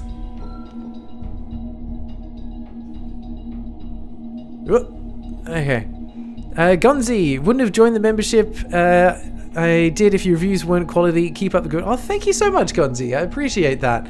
I'm always trying to improve what I can do with my reviews as well. So, from my perspective, for as much criticism as I give games that I feature on the channel in terms of the reviews, I want that criticism back myself in terms of how I can work to improve my reviewing and my editing, or now Ty's editing, and just the channel in general. So yeah, thank you so much for everyone that does contribute. And that's why, like, when I've had some of the more harsh critique come through in some of the comments, and I'm thinking there was a couple of things in, for example, the Member the Alamo video, even the Arcane Rays video, there were things that I could have done better. And I do my best to take that critique on board because I want to do better. The only way to do that is to be open and honest about your flaws. So yeah, it's quite important to me to do that. Alright, let's move that down in position there so we can use that to slide across and pick up the orange block there. Very nice. Can't strike through text on YouTube. Yeah, don't think so. Not sure if it will let you do it there. But yeah, that's why I agree with what Yeast was saying. If your flaws aren't pointed out, you're less likely to learn and improve. And that's what I'm saying. I think it applies to both the games that get critiqued, but also my ability to critique as well. At the end of the day, if I want to keep improving, then I'm pretty happy with that. And Tricky, when you're saying more talking head segments, want to see that face. Are you talking about for the main review videos? Is that what you mean by want to see that face? Oh, that little cube up. Hang on a second. What's going on here? This little cube just bouncing around up there. I don't think there's any way to get that. I think it's just set dressing, but we know through the lore of the game, for those that aren't aware, that these little glowing cubes you see are both energy sources for contraptions and mechanical things on the planet, but are also essentially the souls of the sentient cubes, and can be grown and developed into cubes like the one we play as. And in fact, that's what we're trying to do at the moment, is to find where these cubes are, uncover a source of them, so that we can actually rebuild the cube race. Told you there's a strange amount of lore going on here. Oh, hang on, sorry, I need to go activate this thing first. So yeah, it's kind of interesting to see one of those just kind of bouncing around, knowing that that's what it actually is. Ooh, okay, I see what I need to do here. You need to swap out. So let's move you there, you there. Actually, there's a better way to do this. Rather than going back through all of that again. That's not quite going to work, but that's fine. I think I can rotate it there. There we go. Now he's got this color I want on there. That's fine. I don't need the blue. What I do need is the orange to tiptoe across there and bring the blue over to here. Is there a band called the Talking Heads? Yes, there is a band called Talking Heads. I cannot remember one of the names off the top of my head, but absolutely there is a band called Talking Heads. Tricky saying about want to see the face. So this is something that I kind of decided from the outset is, at least for the reviews, I actually don't want to have my face appear in them. Maybe in the future I'll look at doing like cutaway segments to kind of like talk through things, but to be honest, I'm a little bit worried if I start doing stuff like that, it's going to be veering a little too close into the territory of someone like JoshStrifeHayes, and I don't want to step on his creative toes because there's enough similarities already between my channel and his. So yeah, I think I'm probably going to leave the reviews as a faceless series and just save it for the live streams. And absolutely great, Panda Cam will be coming in the future when I've got enough money to be able to purchase a tripod and another camera and the cabling and everything needed to get all of that set up. I think that's more important than anything else though, to be honest. Yeah, like Gonzi's saying, I don't think need to have the face shown on reviews. Think stream is fine, like a behind the scenes type of thing. Yeah, and to me that's the way I want it to be, because for me these streams are more about me having an opportunity to connect with all of you as the audience than it is about something specifically for video format or for content or something like that. It is, yeah, this is realistically just a way for me to be able to connect with all of you as the audience. This is an interesting one. But I do have extra cubes to use as platforms. Let's make sure we don't forget about those. Yeah, that'll work. One there, and then I can make my way across. In my review videos, I don't do cutaways with Talking Head, but JoshStrifeHayes does for a lot of his content. Seems to be less so on his JoshStrifePlays channel, but in his MMO ones, there are plenty of examples. He's famous for having his vest and a mug of some description. That's basically his branding in a way that he uses.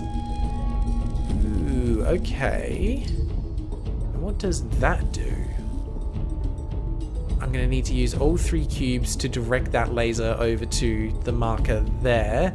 And I need to bring through at least 1 more cube to be able to activate that. The question is, how? I think if I move that across, yeah, this is getting somewhere.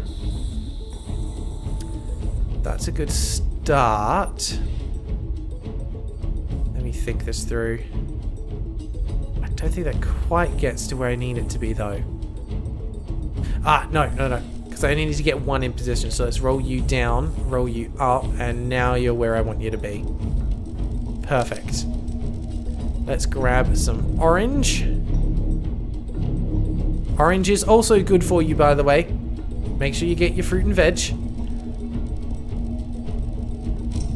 We can rotate it there. That'll put the right color on that one. So we also need to have the correct color on all of these cubes, which that won't work, but that will. Okay. So, I mean, that kind of works for a first step.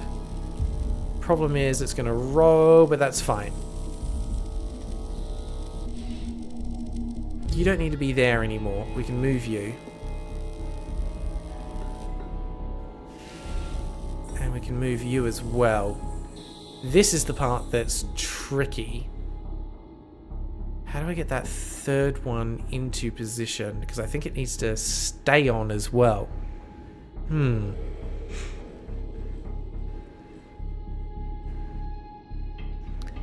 Yes, parasocial relationship. Yeah, I get it. It's 100% true, Flo. It's very difficult to avoid that kind of crossover, unfortunately. I have noticed that it actually is quite a lot of people in my audience who are familiar with JoshStrifeHayes, and that kind of doesn't surprise me because we do very similar style of content, but talking about very different types of games. And that's absolutely fine.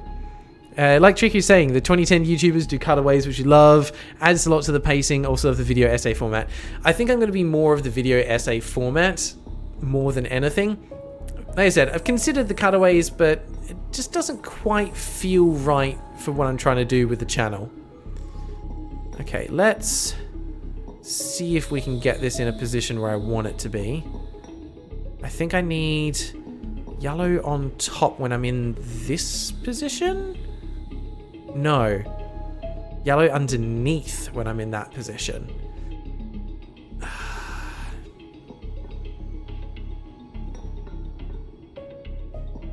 Cube maneuvering is trickier than you would expect. That's the opposite of what I want. As is that. But we could be getting somewhere. Nope, that's bang on top. Hang on. Almost. Hang on. Let's undo that. That is just repeating. If I go one more. Damn it! I knew I should have picked up extra orange stickers so I didn't have to deal with this nonsense. Damn it! I just want the orange sticker to be on the bottom, and I'm in this spot. Okay. No.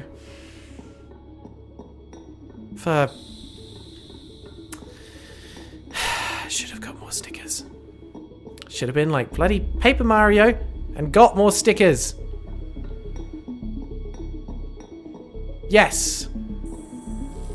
Yep, that's got to stay lit up. Well, bugger. That was a waste of time.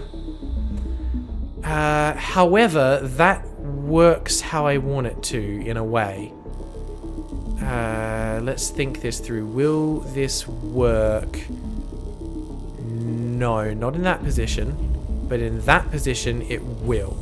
You roll there. You roll there. And I'm in the wrong spot. God damn it.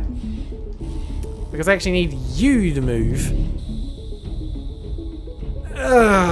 Okay, this is where I kind of wish I had an undo button, but that's fine. It's fine.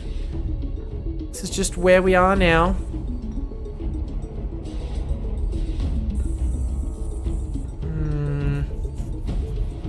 Okay.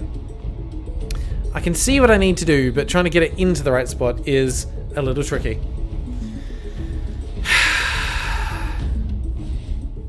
I think I might just need to do a bit of a reset for this.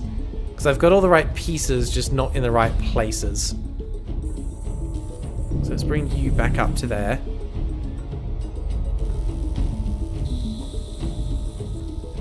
And we can use that to get these bits back out again. There we go. Now, you're going to need to go that way. Hopefully that works. Damn it. I need one on that side. Let's get you out of the way a little bit, just so you don't interfere. Right. That should... Oh, it's so close. If it weren't for that sticker. Can I still salvage this? That's the question. I think possibly. If I can apply... Damn it. This puzzle hurts my head, but in a good way, you know what I mean? Nope. No. Okay, that's not doing what I want. That's what I want. Yes! Oh, hallelujah! Boom! Goodbye, cubes. You were very helpful. You should be remembered for about 15 seconds before we just move on. Whew! Gonzi, thanks for stopping by. Appreciate you being here. Hopefully see you in the next stream, or I'll see you in the Discord. Alright, we are getting close to the end. No wonder the puzzles are starting to get a little bit more tricky. We have one more orange area to get through, and then I think we're into the final zone. I would love to be able to finish this game during the stream. I think you'll post your cube on Discord later. Nice, thank you, Gray. I always love seeing your artwork. We've got a lot of very talented people in the Discord. The Stoic Ridge. My goodness. Alright, yeah, like, Tricky, you have to admit this has Phendrana Drifts vibes. I mean, look at it.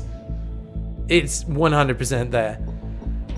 Alright, what can we do here? We have a yellow sticker down there, but if we grab it, we have to cross the reset one, so we lose it straight away. These are angled, which we haven't seen very often. Alright, so we can slide down here. Ah, but we cannot get out to get to that yet. That we have to do a slide from that side, possibly? Or we use the power of the teleport. This could work well. We can't teleport through there. We need the yellow dash to get through that bit. So, general plan is we need to use the pink teleport to get over and get the orange sticker. Orange sticker we use to get over and get the red sticker. And that somehow helps us get the yellow sticker? Maybe that order's not quite right. I can't teleport across there. Okay. But I can just navigate my way through here, and that's totally fine. Ooh, Ancestor Log 2. So this is all history about what happened to the cube world beforehand. It's tricky. If you're intelligent enough, you'd play this game. Nah, you're fine, mate. You're fine. It's just trial and error. That's all it is. The purple side was the first to go. We knew it was coming, and yet it felt so sudden. I felt the earthquake and heard as pieces of the planet were ripped apart. Green, red, blue, and yellow sides quickly followed. I'm writing this on the orange side. I might have an hour or a minute. Deep underground, there is a huge, ancient... Yeah, sorry, a thought just came into my head. How are they writing? Typing? They've got no hands? Transmitting probably would be closer. Deep underground, there is a huge, ancient machinery that held the planet sides intact in the first place. It is prophesied that one more citizen cube will be created by the cube factory after the rest of the world has perished, to give our world one last chance. If the last cube... That's us! That's us! The last cube!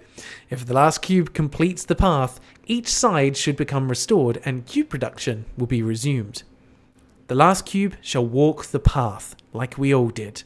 It will prove to the planet itself that the cube ways of life have not been forgotten by demonstrating complicated cube maneuvers and control over the 6 elements. However, the initiation test of the last cube will be more pure. The puzzle track will not be occupied by cubes who are working there and have completed the path themselves. The last cube will not have the luxury of receiving friendly tips or borrowing stickers from them. It will not be able to discuss solutions in the hub with other newborn cubes. It will have to do it all alone. Well, damn. Told you there's lore to this game. So interesting. Never would have thought a game about a colourful cube would have lore. And Jokengesund saying, who would you recommend this game to? Anyone that has a passion for puzzle games is absolutely going to love and adore this, I think, as it does so many things so well. And I am very surprised this game hasn't received more attention, if I'm being honest. It deserves it.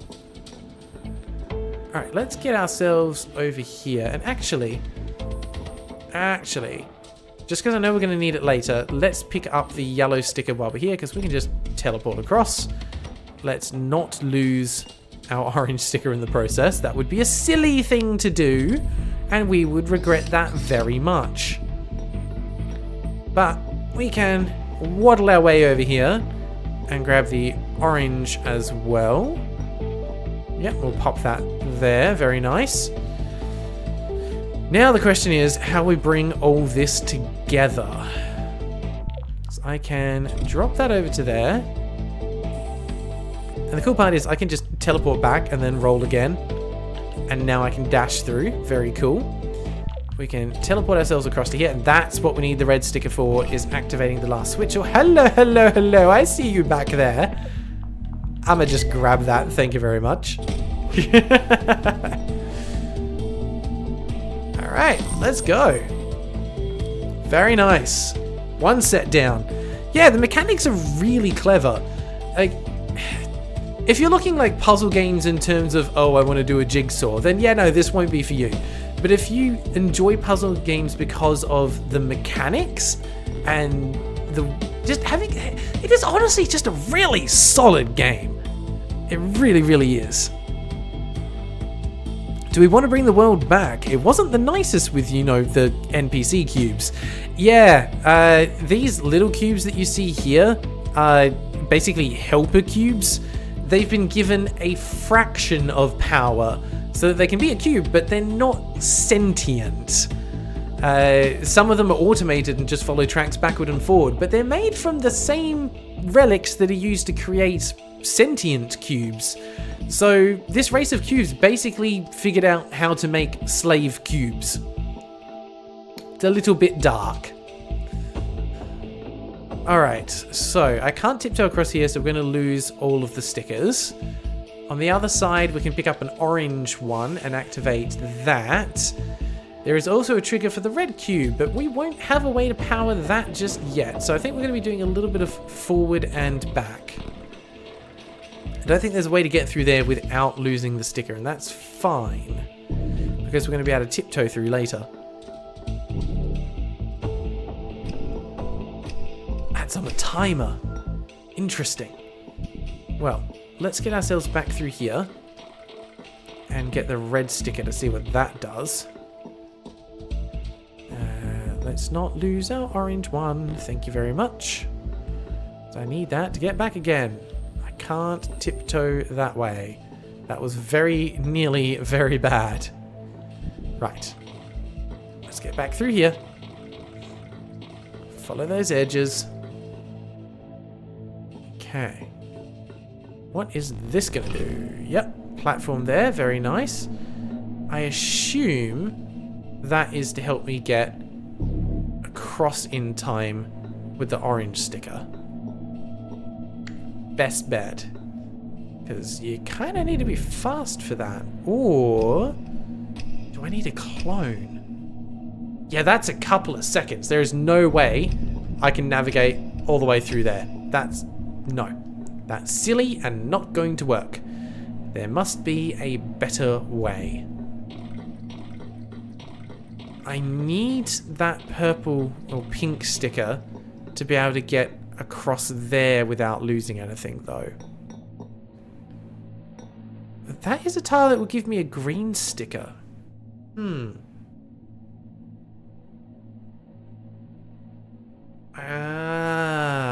I think I have an idea. But first of all, what does this do if I activate again? It turns it back into ice.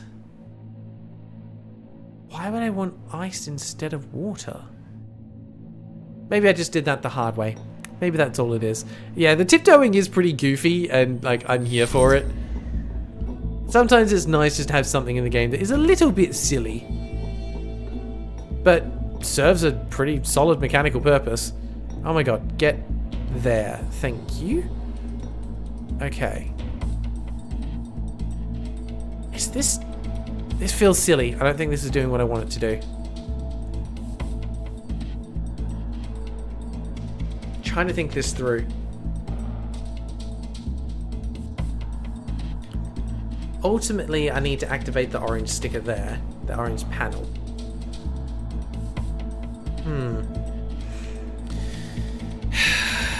Okay. I could drop down here. I can get the orange sticker again and I can activate it. But that doesn't really help because it's still in the wrong place. It's stays activated while I'm on it though, and that could be helpful. If I can get here with a green sticker. How would I do that? Yeah, that's possible. That's possible. So I've got the green sticker now. I can just pick up an orange one as well, and then I can easily make my way. But I can't use cube powers. Shit. Yeah, no, that still works. Get off the ice. Roll that way. This is why we need to change it back to ice. Got it. Okay, I've got red on both those sides, so I can afford to get rid of one of them. If I can rotate into the right place, there we go. That puts a green on that side. Wonderful. Destroy that cube. Head back over. Get the green. We'll pop ourselves... yeah... roundabouts here. Crap, I didn't just override that, did I? No. Okay, give the cube all the powers and position there. Activate that. I've missed one step. And that's that I need to turn this back to water again. Like that. This is so clever with how it's bringing everything all together. Come on, give me green. There. I've still got orange on it as well. But I can pick it up from there, that's fine. Come on, there we go. Oh, but just when I thought I had it. Just when I thought I had it, I remember that I can't activate powers when I am the fake cube.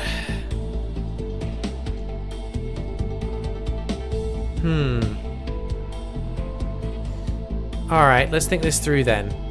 If I have the real cube over on the orange panel over there, but with a green sticker on top, I can still clone myself.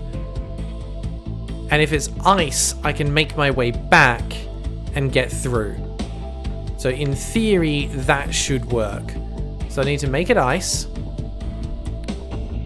Walk our way through from this side. Yeah. I have that in the correct spot, so that's good. We activate that. We clone. And we just slide on over. We get ourselves the pink sticker, and we can put the pink sticker on this cube. Kind of doesn't really matter where. There we go. Because that will allow us to teleport over there.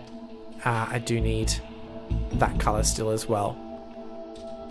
And in theory, that should work. I think I've got all the parts I need.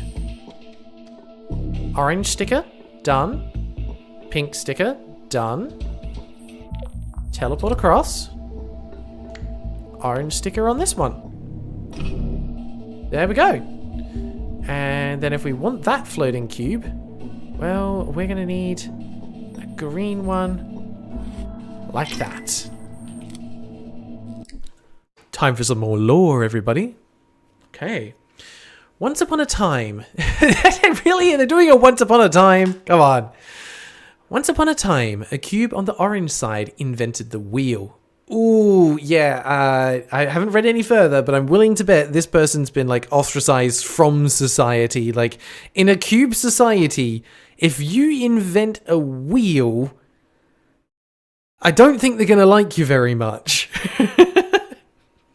Let's see. That pitch meeting did not go well. There we have it.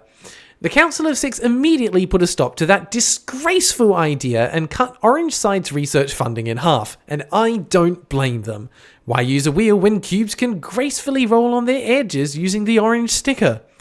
The orange power allows a cube to tiptoe across water, ice, and reset squares as long as no surroundings are blocking the movement. With such maneuvering, one can also reach diagonal grids. To put it into colloquial terms, the orange power lets one walk like a cube ninja. Oh god, cube ninjas are a thing now. Remember, if you ever get tired during your journey, you can always meditate while standing on your corner, calmly cursing the cube who invented the wheel. What a silly idea. Why would you need wheels? Oh my god. I love that they've come up with that. That is really creative. But I'm also curious now, if I pop myself onto the corner and just wait there, is there any special, like, idle animation? Kind of just sways back and forward. We'll give it a second.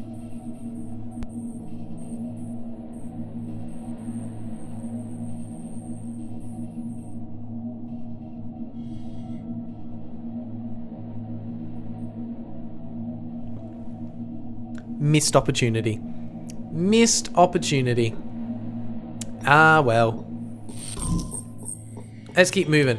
Are we heading... Oh, we are heading up to this little bulwark-looking area. Okay. Well, this looks very interesting. So, presumably, we will need the orange sticker to go over that way. That will give us a pink sticker. But it looks like we'll also be forced to lose the orange sticker there. We will. But we should be able to use the pink sticker to get back and activate that. We'll then progress, use the pink sticker to jump over, lose the power, up, slide down, and then we're into a whole nother puzzle over that side. Okay. I can work with this. Let's get started on our journey.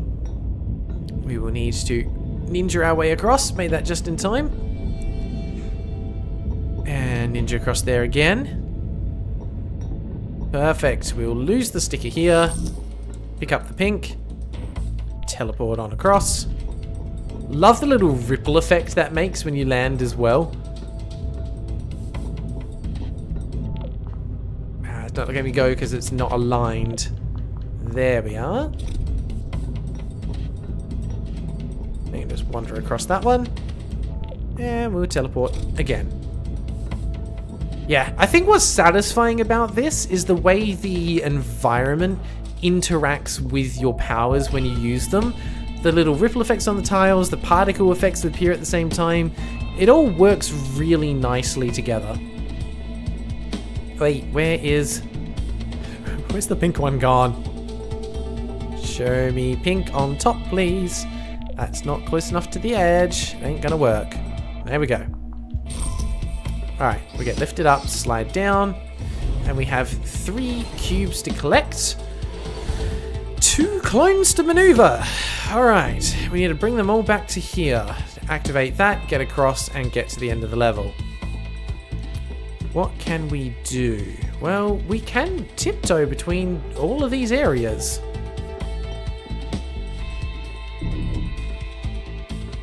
That is going to activate something over there. So let's go put a cube onto whatever that little platform is.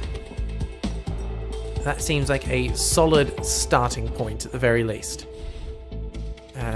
You've got a sticker, so you can walk on over. And how about we transfer that sticker to you as well? Make you feel a little bit more special. Okay, you're lifted up. That doesn't get me high enough.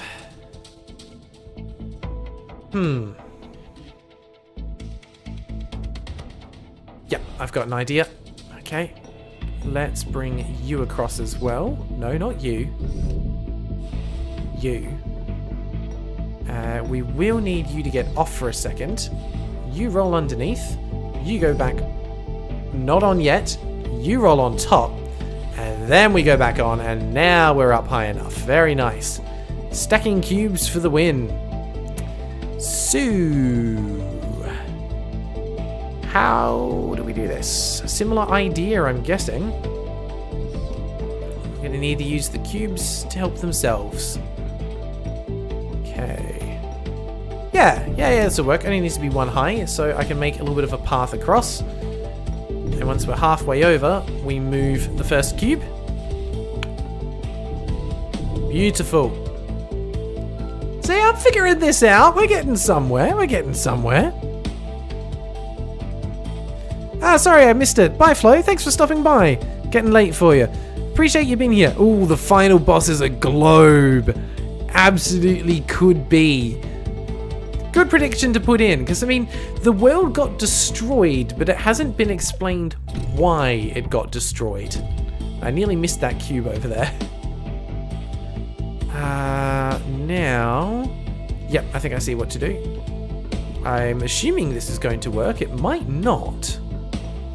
But if I put you there, and you're going to go across to the other side, I'm wondering if I can teleport from one to the other. Might not be how it works, but it's worth trying to get started. Where is there? Okay. No, I can't teleport across like that. Ah, but I can ninja my way over. Ha ha ha! Very good, very good. Activate. Wunderbar. Let us roll. But not like a sphere, because that would be blasphemy. We shall roll like a cube, as cubes should. Very good.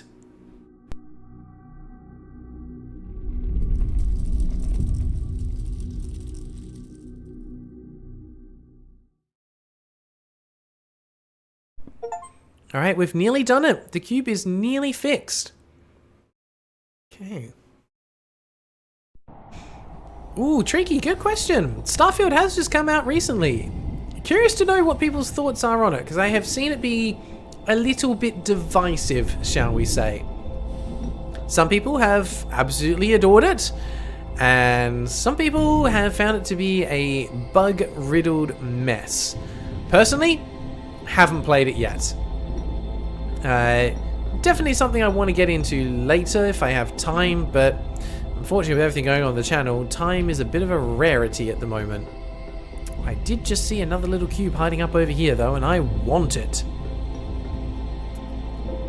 There we go. Hello, hello, hello. I'll take that one. Oh, we got all the no, we haven't got all the relics in the hub yet. We've got some of them. I do know where one more is though that I want to go and get. Brother says it's painfully mid. Yeah, that's what I've heard as well. And that's kind of disappointing, but it's a Bethesda game.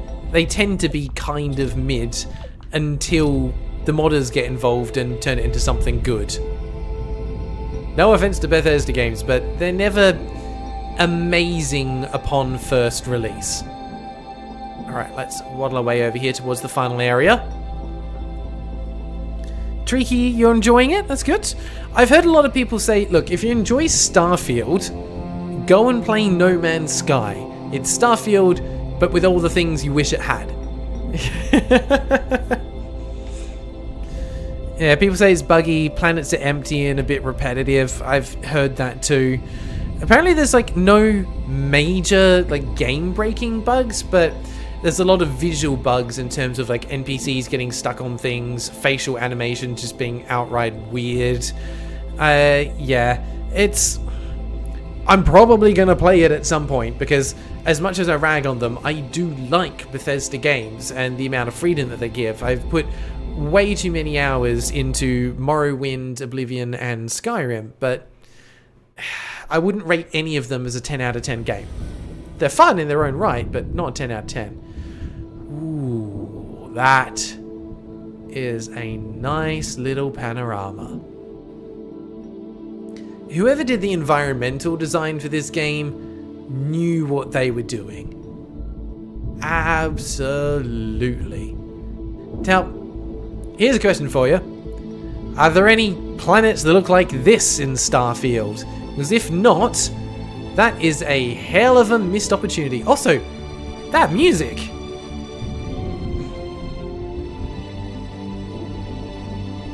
The palace. Oh, yeah, I'm here for this. Let's get into it. What do we got? Okay, we need that pink sticker. Thank you. And we're just going to pop it over there. But that lifts it up and down. We need to be able to do both.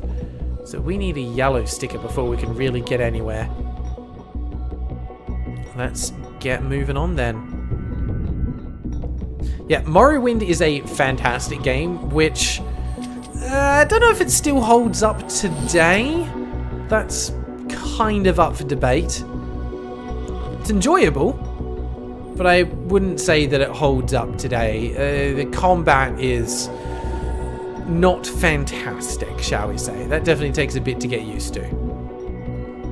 Okay, can I lift this guy up? I want to pass a red sticker to you, although I'm not sure why.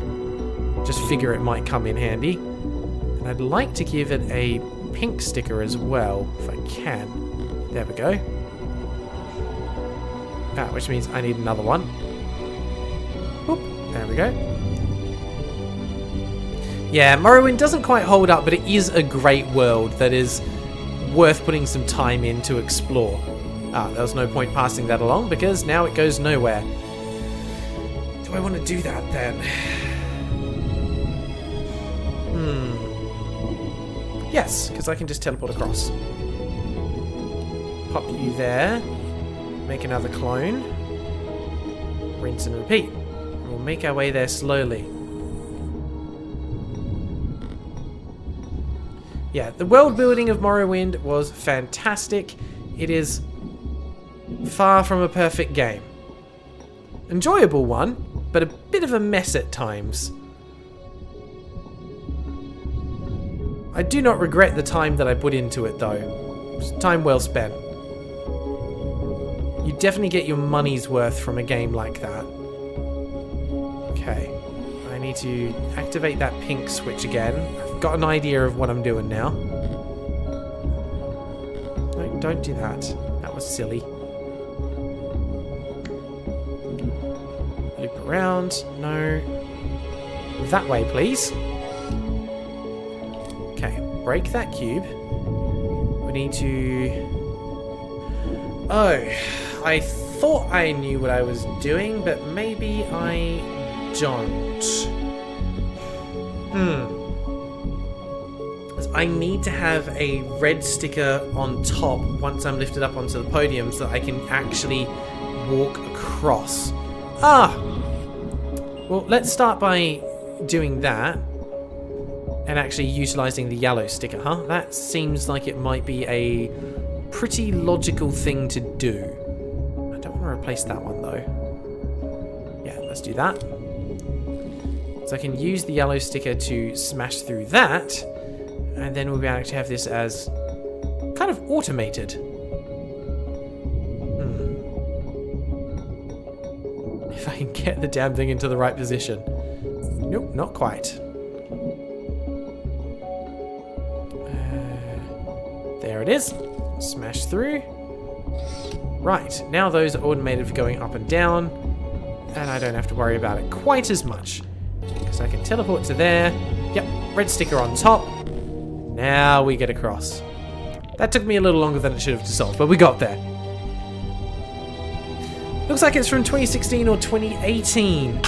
I'm not sure what the release date was for this one. I've got a feeling it might have been 2020 as the release for it. But it really depends on what you're basing that on. If it's just purely from the graphics, then maybe? Kind of agree. But I think it doesn't need a higher graphical fidelity than it's already got. Alright. Puzzle part 2, let's go. That's only active for as long as the cube is on it. So I need to get into here.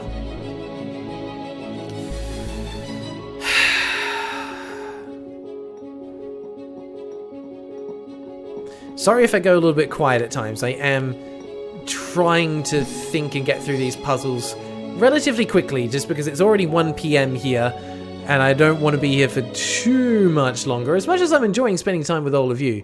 But once again, I do have some additional games that I need to be playing for the main review channel to keep things moving there. So we'll see how we go. I'm hoping we'll be able to finish this up in the next hour.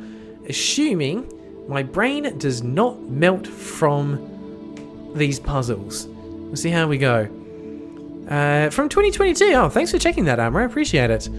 So it's only been out for a little over a year. It's kind of surprising. At the end of the day, though, in terms of how the game's constructed, I think it is using fairly modern ideas in terms of the puzzle mechanics. Graphically, there's an argument to be made that it is a little simplistic with its textures, but it gets the job done, and it's not here to be amazing in that.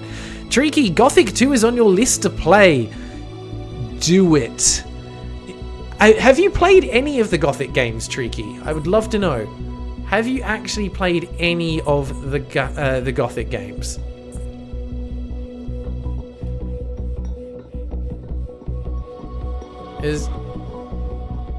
Gothic 1 and Gothic 2, I would say, are probably worth your time.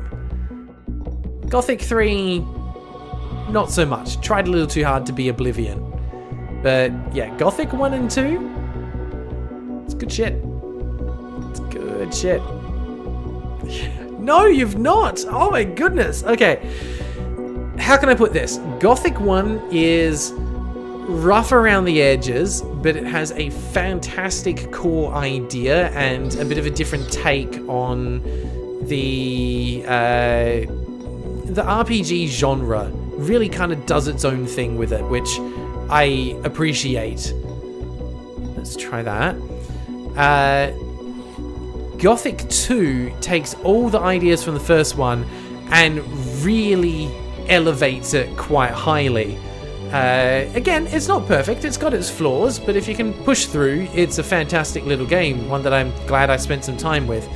Gothic 3 loses the plot a little bit, it's quite buggy, quite a few problems. But yeah, 1 and 2 are fabulous. Now, I'm getting a little bit confused by this puzzle because I've got an idea of what I need to do, but the implementation is a bit rough. Actually, that should work now. If I activate this, it'll push it over. Yep, triggers that panel, and I can walk on over this way to pick up the pink sticker. And if I get in the right position, I can pass that pink sticker across to this little wandering cube, like so. Boop. There we go. And that will allow me to destroy that one. I need to get yellow on the top surface when I'm over here. And I can dash back through to there. And let's not replace that. That'll do. I will take that. Damn. That's not quite what was supposed to happen. Okay, but I think I can work with it. Let's get into the right spot here and see if I can... Yeah, there we go. No! Give that back! Give that back! That was mine! Thank you! You little thief! Taking my stickers away from me. Alright, and that's how we get the yellow over there. Is that door gonna open? Ooh. Oh, the music stopped.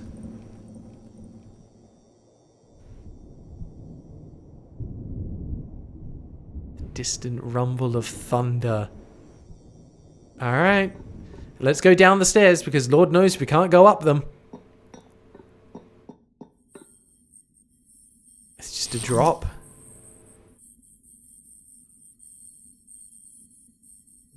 Down we go. To the ruins of the palace. Ah, once again, beautiful framing. Very ominous music.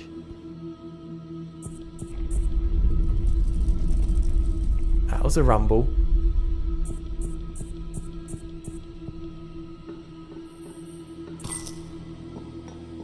Ooh, a little bit of tension. I like that. Tricky, excited to play Gothic now. Excellent, that's what I like to hear. Like I said, fantastic game series. Definitely worth a bit of a look. I don't know what's out there in the way of reviews or critique on the Gothic series in general, so that'd definitely be one worth talking about. And if you're okay with flawed RPG games, you'll definitely enjoy your time there. It's yeah, really good sense of progression throughout those games and what it lets you do. Luna, welcome. Hello, hello. We are in the final area, at least what we assume is the final area. They could do a surprise one afterwards once we've restored Cube Planets, but for now, it's the final area. Right, where can I go from here? What am I doing? Who am I? What is this world? This reality? Maybe those are questions we shouldn't be asking right now.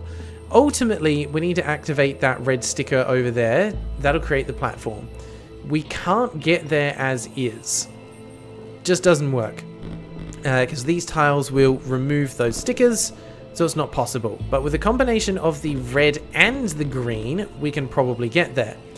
We have a green laser over there, so we do need to pass some green stickers to this cube eventually to activate this. And it looks like we start over here with the green. I was not expecting the music in a game about cubes to be this good. But they've done some fantastic design here. Okay, that lets me get back across to here, and I can theoretically put a... Ooh, yep, nope. Still nope. Getting closer. Getting further. That's still wrong. Yep, there we go. Green sticker on that side. And we want a green sticker on this side as well. That's the right color sticker in the wrong spot. Huh. Oh, hang on. Yeast, you have my cat's name. Who's got the cat's name? Luna? If so, that's pretty cool. I always love coincidences like that. Wish you could have watched the rest. Need someone to inform you on cube lore. Well, good news. The first stream is already up on my VOD channel, and this one will be going up afterwards as well. So yeah, you'll be able to watch the VOD and pick up on there. We don't have all of the lore because I have missed some of the relics along the way, but there's enough there that you can get a sense of what's going on in this world. But essentially, we are about one step away from restoring the cube planet back to its former glory. We're getting there. We are very, very close to the end. And Sophie Squid, hello, hello. Just wanted to say your Steam Sequence series has me the most invested in a YouTube series in a long time. Been having a blast. Keep it up. I am honored to hear that. Thank you so much for the kind words, Sophie, because there are a lot of very good YouTube series out there that you could invest your time in. So for me to even be considered is a huge, huge honor. So thank you very much. Ooh, there we go. At the end of the day, if people are enjoying my content, I can't really ask for much more than that. That makes me very, very happy to hear. Okay, that puts us into the right spot now so that we can get lifted up. So we are going to just block that. Can I block it and move quickly? No, I can't. I need to actually replace the sticker that was there. That's alright, we can do that. We'll just grab a couple of red ones and we'll override the green sticker and then we'll lift back up again. Boop. There we go, that's got us where we want to be. Slide down here and grab ourselves a yellow sticker. That will let us slide on through. And... Right, yeah, I see what we need to do. Let's put you there. That works, sure. Yeah, now we can just slide across and we've activated it. Perfect! Onwards into holy moly! Oh, they had some fun with this design.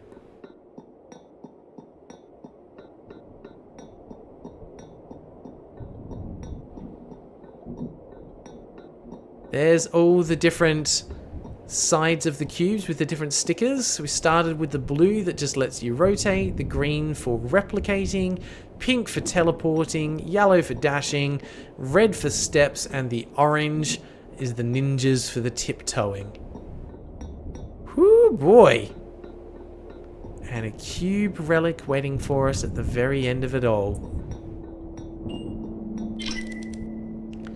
Ooh, the Council of 6. For as long as we can remember, there has been a council of 6 giant cubes whom we followed through good and bad times. Each of these giants wears the sticker of their own element. The royal sticker distinguishes the yellow member of the council, making them worthy to be the head.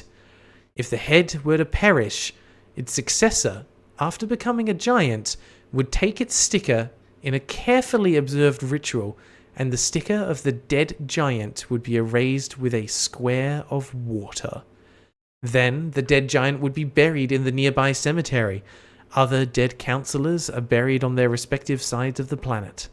This means that by tradition, there should only be one royal sticker in existence at any time. It was illegal to replicate it by sharing it with other cubes, but we are sure that some of the early members of the council did it anyway. Over time, the rarity and holiness of the royal sticker plummeted. Today, it is simply known as the yellow sticker. The head still wears it though, mostly for ceremonial purposes. As a newborn cube, this place is the highlight of your path. This is your chance to greet the Council of 6. If they are in a deep slumber, please do so in silence. Be respectful of the cubes, you get. The Council of Sinks. Sounds like they need to be paired up with Mr. Fridge.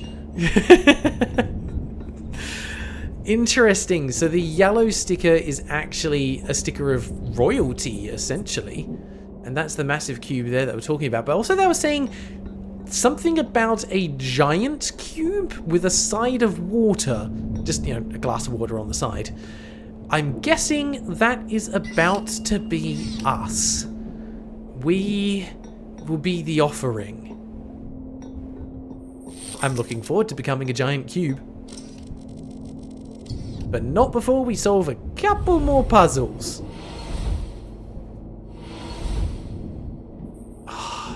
I'm still not getting over this world design. It is impeccable. Now, I don't have a yellow sticker to be able to get through there, which is a bit of a problem. We need a yellow sticker on here to get through. We have 2 additional cubes to work with. So, I can get a blue sticker from there. But the question is, how does that help? Considering that I can't do anything with that cube.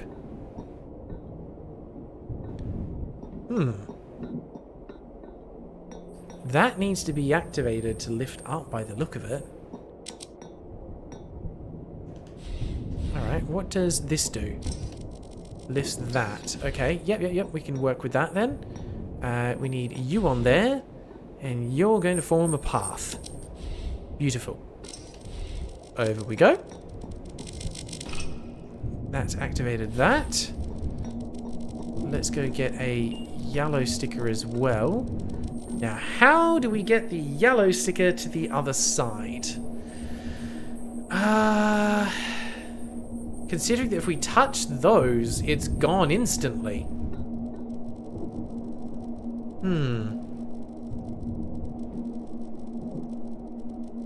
I have an idea. We're going to get all 3 cubes to the other side, and we're going to make a safe pathway over the top of it. I think that's going to work. Because now I can get you through to that side. You can come on down. You're going to be my sacrificial cube. There's a flaw in the plan, guys. There's a flaw. But I think it's going to be okay. You're going to sit here. You need... Crap, I don't have a blue... No, I do have a blue sticker. I thought so. That lifts you up. Yeah. You walk across and you're safe. You don't lose your sticker. And you are sacrificial number 2. And we use them as stepping stones. Haha. Clever. Alright. We've made it over. Goodbye, sacrificial cubes. You have served your purpose. We salute you and thank you for your service to the Cube Society. Mission done. We're almost at the end. I think there's 3 levels in this final section. That was the first one. We have 2 to go. So we are getting very, very close. Bonus level now available. We're not going to worry about that though. You unlock those by getting enough relics. They're extra challenge levels, which I don't want to deal with at the moment. So I think we've got about 2 left to go for as well. Yeast is close enough. Letting me. Oh, we're forming a council? The Council of Sinks. Oh no. We've built some more lore into our universe. We have the Council of Sinks. Mars, the red planet, thank you very much for everything that you do. Appreciate you being here. Without you, our entire universe would fall into disarray. So I'm very grateful to know that we have Mars, the red planet, with us. If the fridge doesn't make it into the Cube Council, we will riot. Oh dear. Well, here's what we need to decide. Before we can decide who is in the council, we need to decide what the council does. What is the council's purpose? What service do they provide to society? Come on, get on it. Let's figure this out.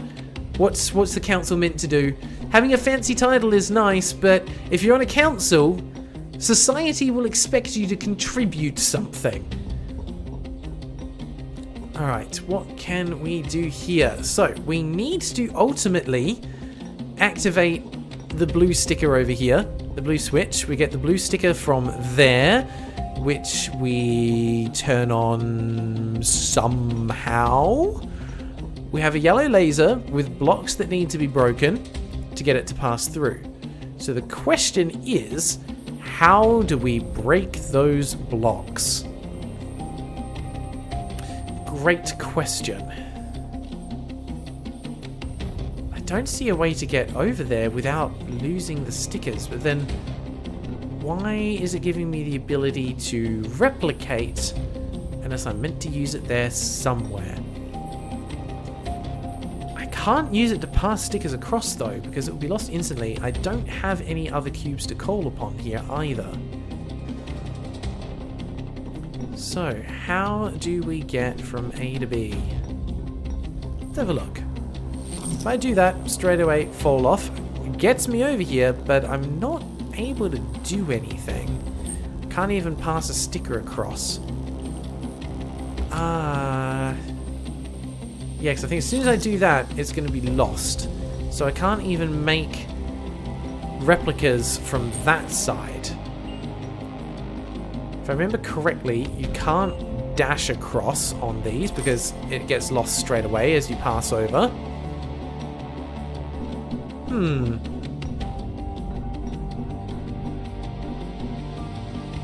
Well, I did know I'd need to think, but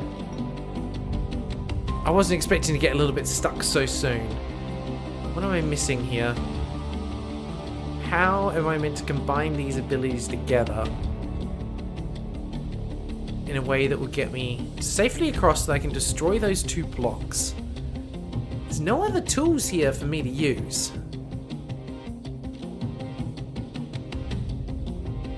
Interesting.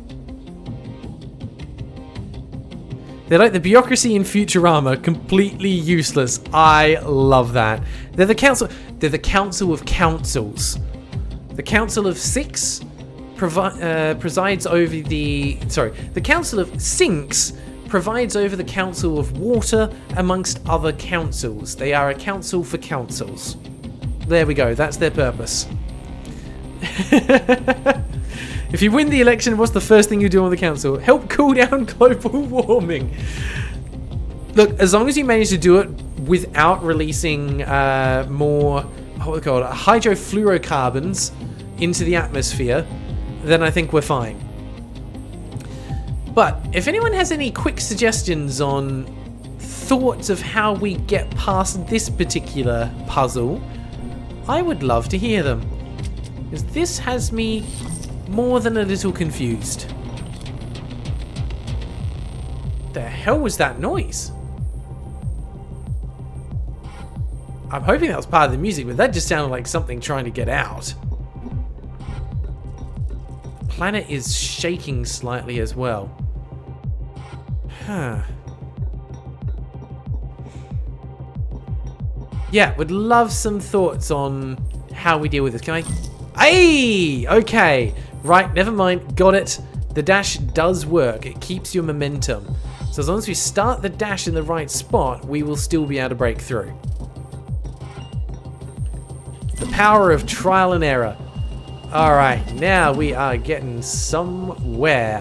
Where are we getting? Great question. Does it matter? Probably. We'll figure that out later. Alright, we can pop you over here. You definitely need to have a yellow sticker on you to redirect the laser. So let's do something clever. Can we pre-position here? Is that a thing we can do? Probably, if you're good at the game. I just want the yellow facing that way and a green on top. Can I actually do that? Where's my yellow? So yes, I can if I get it onto the correct face. See, I need that, but one spot to the side.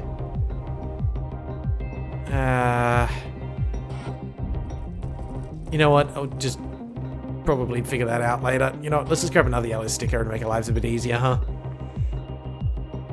Just need to make sure that we've got it on the right side, which is what I'm trying to think about now.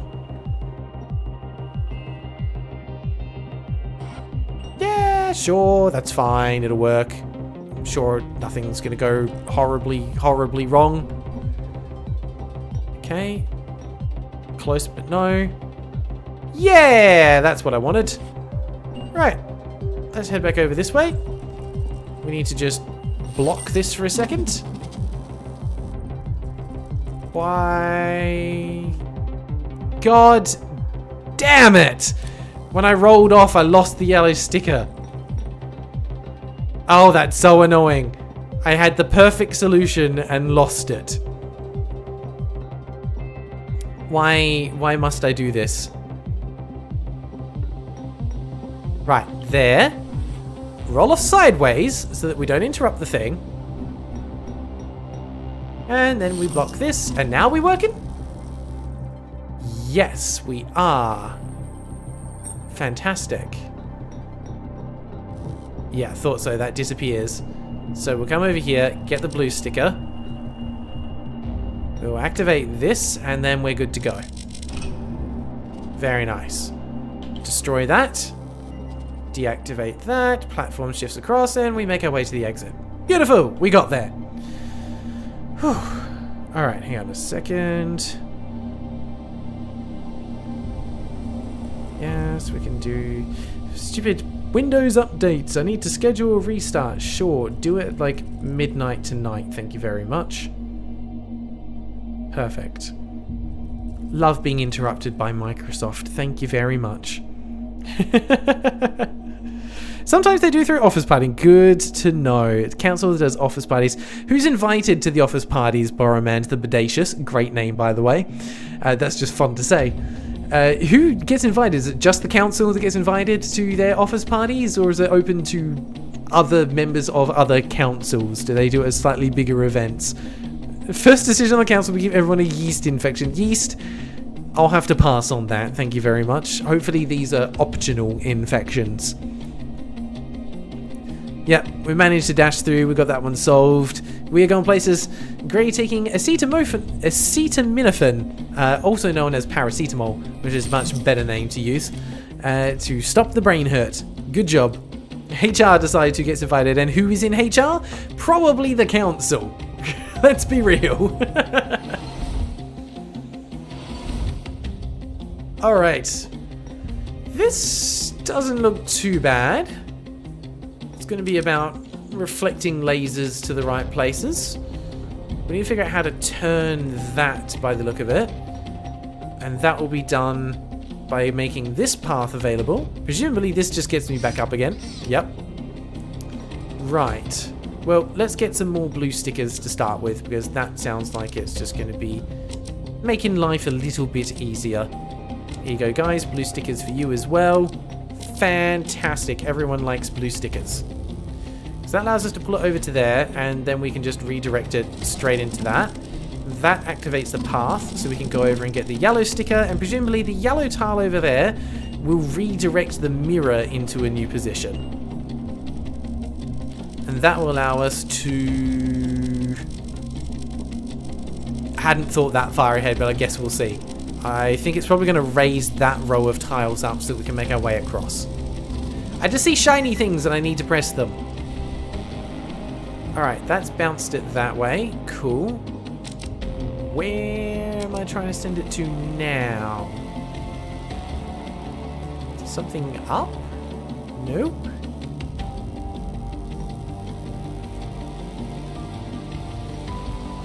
Ah, no, it's so that I can do it with one cube less. Yes. Yep. This guy falls down, and this one wanders across. Not like that. That is a pit. Cube. Stop going in the pits. We need to wander across. Wonderful. That one wasn't so bad. Goodbye, helper cubes. Once again, I salute you for your services. Thank you very much. Yeah, aka Tylenol, very true. But people like the fancy names. Yeah, every puzzle in this part's using the yellow sticker, which is the royal sticker. Nice catch. They're definitely sticking to the thematic nature of this area. Alright, so we have red laser, yellow laser, red sticker, green sticker, yellow sticker all the way over there. And why is there a teleport tile down there? What is that for? There's one down there as well. Okay, I mean, the only way I can think of for getting down there is by using this. I don't think it's going to reach from here, though. Let's try it. Nah, one too short. It's got to go from the other side there. But again, you have to question why. Now, I do have an extra cube over here and here. I can't pass any stickers to them, though, because of this little glass divider. Ah, but there is a different way that I can pass stickers across. Like this. Or maybe not. I thought I would have the red sticker, but I don't. Never mind then. That would allow me to pass the green sticker over, but what purpose would that serve? And also, is there anything hiding behind here? Yes, there is. Lore entry for the yellow side. Here we go. Need a little bit more lore. Sticking to the theme. Damn it. Puns just happen even when I don't think about it. Puns are the best form of humor. Alright, yellow side. Welcome to the elite side of the cube world. Ooh, elitism in cube society. Lovely. The yellow side symbolizes tradition, history, and importance. Ah, so these are the upper class. It's also home to the leaders of our world. To maintain this area's elegance and cleanliness, dead cubes are often carried away rather than pushed off the sides from the path. Most of the yellow side is covered in desert. Here, one can find ancient temples, cemeteries, museums, and even ancient machines whose purpose is still unknown. It is not a far stretch to believe that the archaeological efforts here might uncover the origin of our species. The drones here take extra care of the most important artifacts and temples, guarding and polishing them to maintain their shininess and value. We hope these preserved wonders can withstand the calamity that some prophesize. I mean, they kind of did, but kind of didn't. Sorry. But also, holy cow, we found the bourgeoisie. Very interesting that this is where they've decided to introduce a bit of classism into cube society. Wasn't expecting that. Alright, how are we dealing with this, and why is there a water surface there? I understand the theory of what needs to happen here, but actually making it happen is hurting my head. I need to get a red sticker, at least one, across to the other side. How can I do that? Because although I've got the green sticker, the only thing that comes across with me is the green sticker. I don't keep the red. If I pass a green sticker over to these guys, they'll be able to replicate as well. What purpose does that serve? Not sure yet, but it's a good starting point. Ah, yes, I see what to do. I can then position the red sticker there, have this one clone. We can grab the red sticker and bring it over. That's how we get it. Okay. That's on the wrong side now. Still on the wrong side. That's perfect. Right, red sticker acquired. Let's see how we want to do this. It's going to need to be in 2 steps. That kind of works. I can move it later if I need to. And then we will need one pointing that way. Right, that is activated. But it disappears as soon as I move. So we will use this one to create a clone and actually wander over the bridge. That should get us to where we need to go and get the yellow sticker. The royal sticker. Let's pass that along to these cubes again. A lot of to and fro with like the sticker mechanics, but I appreciate that. Make the brain hurt, but in the good way. You know? Ooh, need to be careful on these. I just want to give him the yellow... Oh dear, that was the yellow sticker gone. That's fine, that's fine. I'll just grab another one from there. Ah, I can't roll any further that way. Should have seen that coming. There we go. Now you've got the yellow as well. Right. But I do need to get a yellow sticker over to this side. Which means repeating this kind of mechanic. I can bring this cube over to make life a little bit easier. Yep. Clone that. Roll onto there. And we'll pass it over to this cube. Look at us all. Getting all stickers, like tattoos all over the place. Yeah, maybe we shouldn't bring Cube Society back. What's the odds that we finally bring back Cube Society and then we're just immediately sacrificed? Thank you very much for your services and get the hell out of here. We don't want you in this society anymore. What value do you offer? Huh, do I actually need you there? I don't think I do. You're going to have to roll over the bridge. So I just need to position these correctly. That works there. You need almost that. Looks like rotations there won't work, but that will. Very nice. I do have a red sticker, so we can activate this. Cool. And now before I forget, what's this? Give me a red sticker on top, please. No? Okay, that's fine. Yes, there we go. Wrong button. Hello, hello, hello. Very nice. Another relic acquired. No lore with that one, though. That's a shame. Alright, let's jump back over to our cube here. And slide down. Goodbye, cubes. We salute you. And onwards. Alright, I think we're almost at the end of this area, so stage 2 is nearly done. Hope the developer of Last Cube will come to our chat one day too. Maybe. Never know. I actually don't know off the top of my head who the devs of this game are. Can someone check for me, please? What were the devs' names for this game? Because I would love to actually see if I can reach out to them to say thank you for making a great game. Alright, we've got a lot going on here. Hi, Acor. Welcome back. That was just convenient timing after I said, hey, I want to get the devs for the game in here. I'm like, no, I don't think Acor is one of the devs. You're an awesome person, but I don't think you're a dev for this game. Alright, what are we trying to achieve here? We need to get... Oh, hello. Okay, we need to fall off that platform to get the cube. Nice use of 3D space there, actually. Where is the green sticker that we need? No, that is a green sticker. Why do we need a green sticker? Probably because we need to activate at least 3 of these at once to get over there.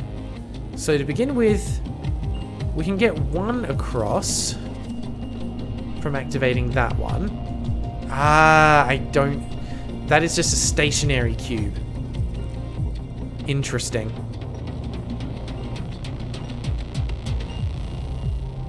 Right. Let's at least get that covered. That rotates it that way. Not helpful. Also not particularly helpful. But these aren't just an activate and deactivate. This is a step at a time. There we go. That's very pretty with the lasers going everywhere. That gets us across over to here. Wonderful. We've got our green sticker. This is the confusing part. I assume I need to activate that one. That would mean that this needs to be pointing that direction. I just need to work backwards. We can do this. This one's pointing the wrong way, so let's switch that. Nice.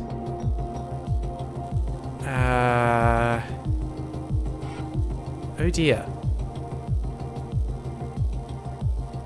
Right.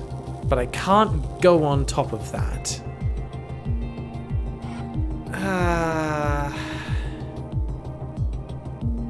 Let me think.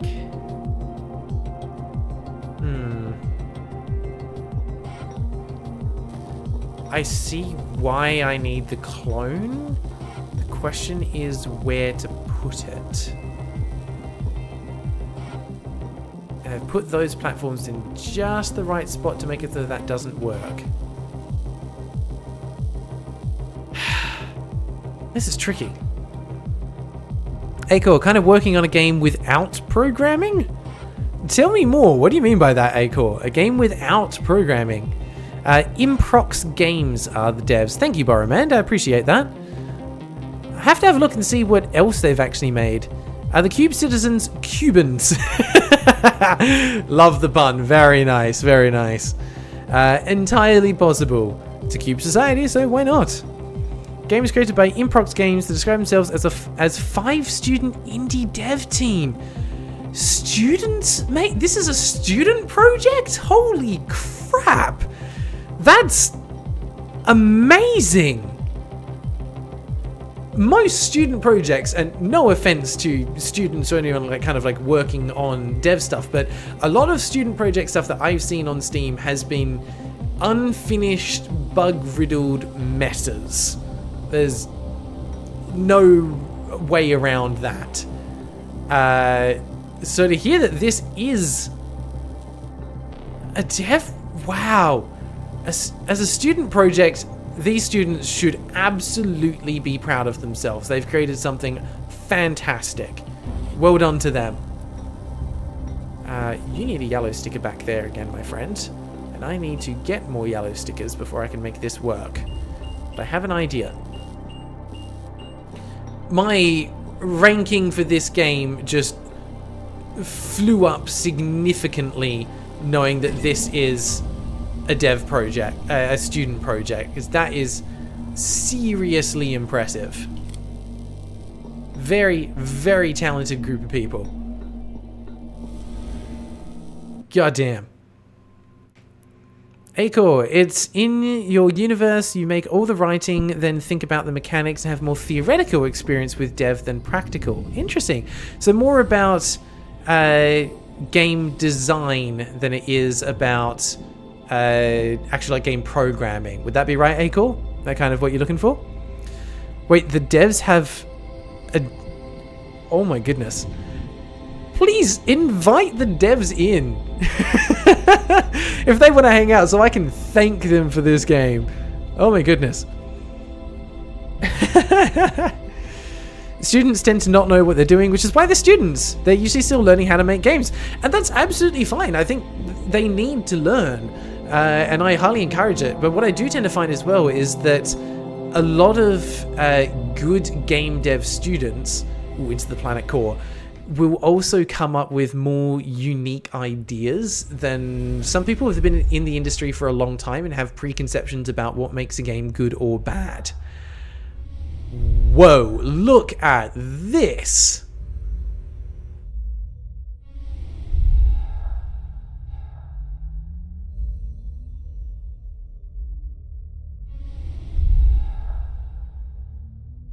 Can we just take a moment and give these devs a round of applause, because that looks freaking amazing. Jeez. They've done a stellar job with this. The disco server was roller skating and pop music. Nice reference there, Samsung Fridge. I appreciate that. But yeah, who was it saying they popped into the... Yeah, Guys Does Things. Join the devs Discord. They immediately messaged you. Yeah, please. I'd like you to do one of two things. Either just send the message to say that we appreciate everything they've created with the last cube. Or if you really want to, please invite them in for the last few minutes of the stream, because I would love to have them here so they can see someone just really appreciating what they've created. They might not join, that's totally fine, but at least we can put it out there. Matthias, he says, the rotating squares are biblically accurate cube angels. Oh my god. If people don't know what Matthias is talking about, honestly, if you Google biblically accurate angels, they are slightly terrifying. And I was mentioning Bayonetta earlier in the stream. Bayonetta is a game that relies on those depictions and really plays them up. I'm sorry, I just enjoy doing these slow pan cameras. Like, oh, it's beautiful and I love it so much. The contrast between the light and the dark side, the particle effects of the lighting, the cubes dropping by in the background, the towering pillars. This game does a wonderful job of making you feel small and insignificant. Zoltan, you think the biblically accurate angels are cute? Look, I don't want to tell you that you're wrong, but you might want to reconsider that. Akos saying, guess what slogan also has along with demons and gore and stuff? Yeah, like biblically accurate stuff from the Bible, like those tales are actually kind of terrifying. All right, that has activated the laser here. Interesting. Got a path we can get across. We have a helper cube on the far end, which I'm guessing we can... need to figure out how to activate that one. And to do that... Okay, we need to figure out what all these different things do for lasers. I need... Nope, that was close, but not quite. I need a blue on that, so let's just get some more stickers. Always helps. Having more stickers has never let me down with trying to solve one of these puzzles. Look at that. Alright, that makes the end platform. Good. So, presumably the one over here is going to release that cube. There we go. That brings it back up again. Then, yep, that's activated. Through you go. Rotate. Hey, we're getting there, we're getting there. Come on over, little cube. Welcome to this side. Now, I'm going to need to... No, come back, come back. There we go. Yeah, you stay over here. This is where you belong now. This is your new home. We hit that as a switch, he'll jump over and then get stuck there. Excellent. Right. More stickers, please. Thank you very much. And boom, that is now active and we can make our way across. So this, if I am predicting correctly what they've done with the game design, this is going to take us through each of the sticker worlds, the different sides, one more time, as kind of like a glory lap, a victory lap, you could say. Yeah, that sounds much better than a glory lap. Don't quote me on that. Yep, here we go, back into the red cube this time. Okay.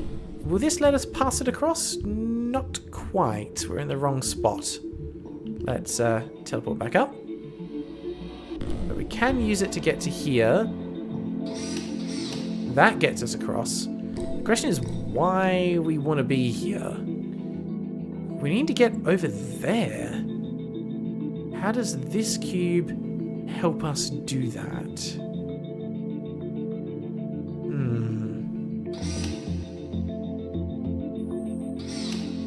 Interesting. Oh, they said they're sleeping, but they want to join for a minute. Nice. Oh, I'm excited. Devs might be coming in just to have some fun. Ah, appreciate that. Improx Games, hello, welcome. Yo, that's awesome.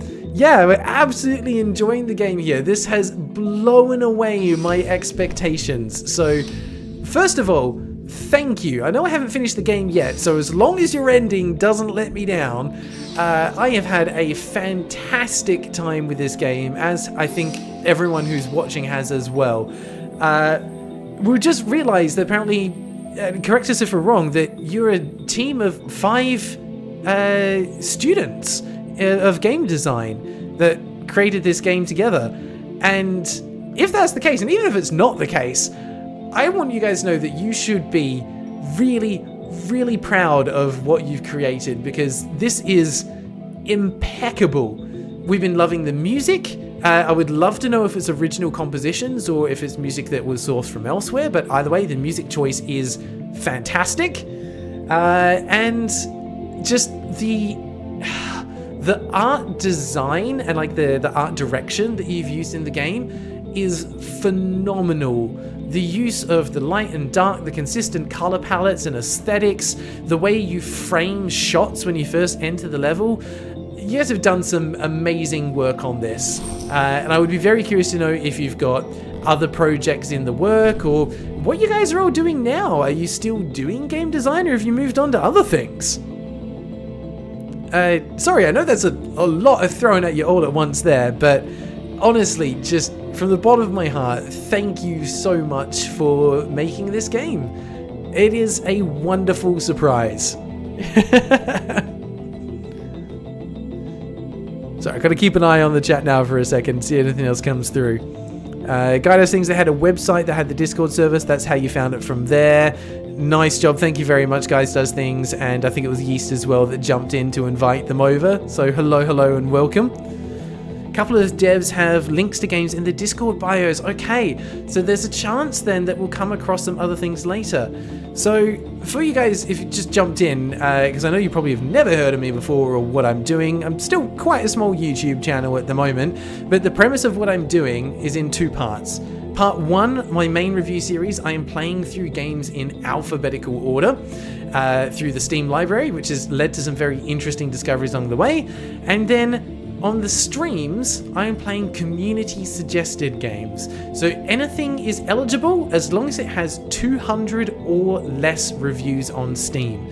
So if you have any other games by you or the original team that worked on this one, you would absolutely be more than welcome to have them as future community games, and would love to be able to feature them on the channel, especially if they are anything at all similar in terms of quality to this one.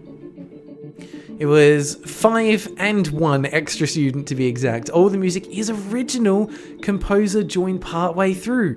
That's amazing! The music is phenomenal. It fits the aesthetic perfectly. And now the follow-up question that I really want to know, considering that the music is all original compositions, is it available as a downloadable soundtrack anywhere? Because I would love to have some of this music for study purposes. I think it would work perfectly for that kind of stuff when like you're needing to concentrate but you don't want the music to distract. Hope that kind of makes sense what I'm talking about. But yeah, holy cow. I've just been blown away with this. Yeah, and as the soupy ferret named Fart says, love what you did with the world building as well. For a game that is just about a cube traversing a destroyed planet, was not expecting it to have such in-depth lore and world building. That was definitely a pleasant surprise.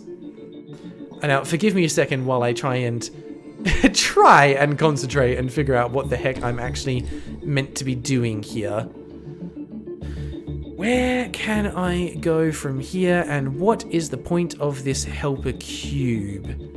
I think I see what needs to be done. I need to put a circle on this side of the cube, which is what I was trying to do before and failing terribly. There we go.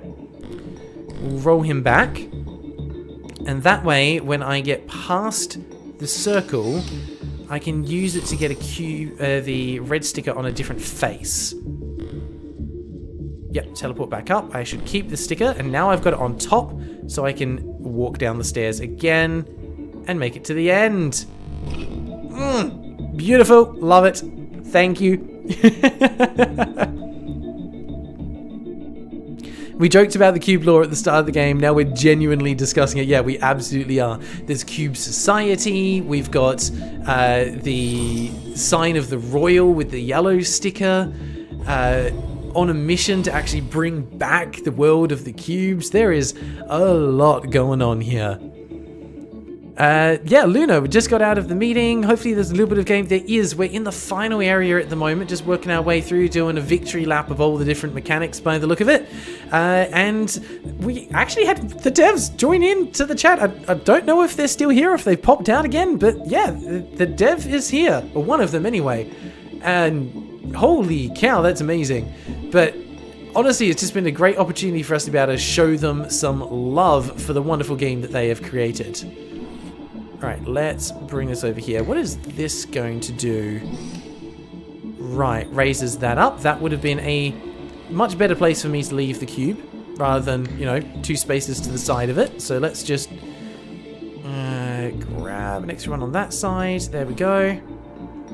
Activate that to lift it up. We'll pop a sticker on that one for later, because I assume we're going to need it. We need to lift back up to there. Interesting. Okay. I think I know what to do. Maybe, but I need another sticker to do it properly. And I need it to not be on that surface. That... yeah, that might work. Not quite. Why not? Yep, okay. Because I need to activate it and then still be able to clone. So we'll pop you down. Clone. Jump over. Nope, that's not going to work. Wrong cube, wrong spot. This cube on top. Then activate that. Then disappear. Clone again. There we go. Very nice level design. Loving it. And now we can leave. Goodbye, cube. Once again, we salute. Thank you for your contribution. Onwards. Back into the purple.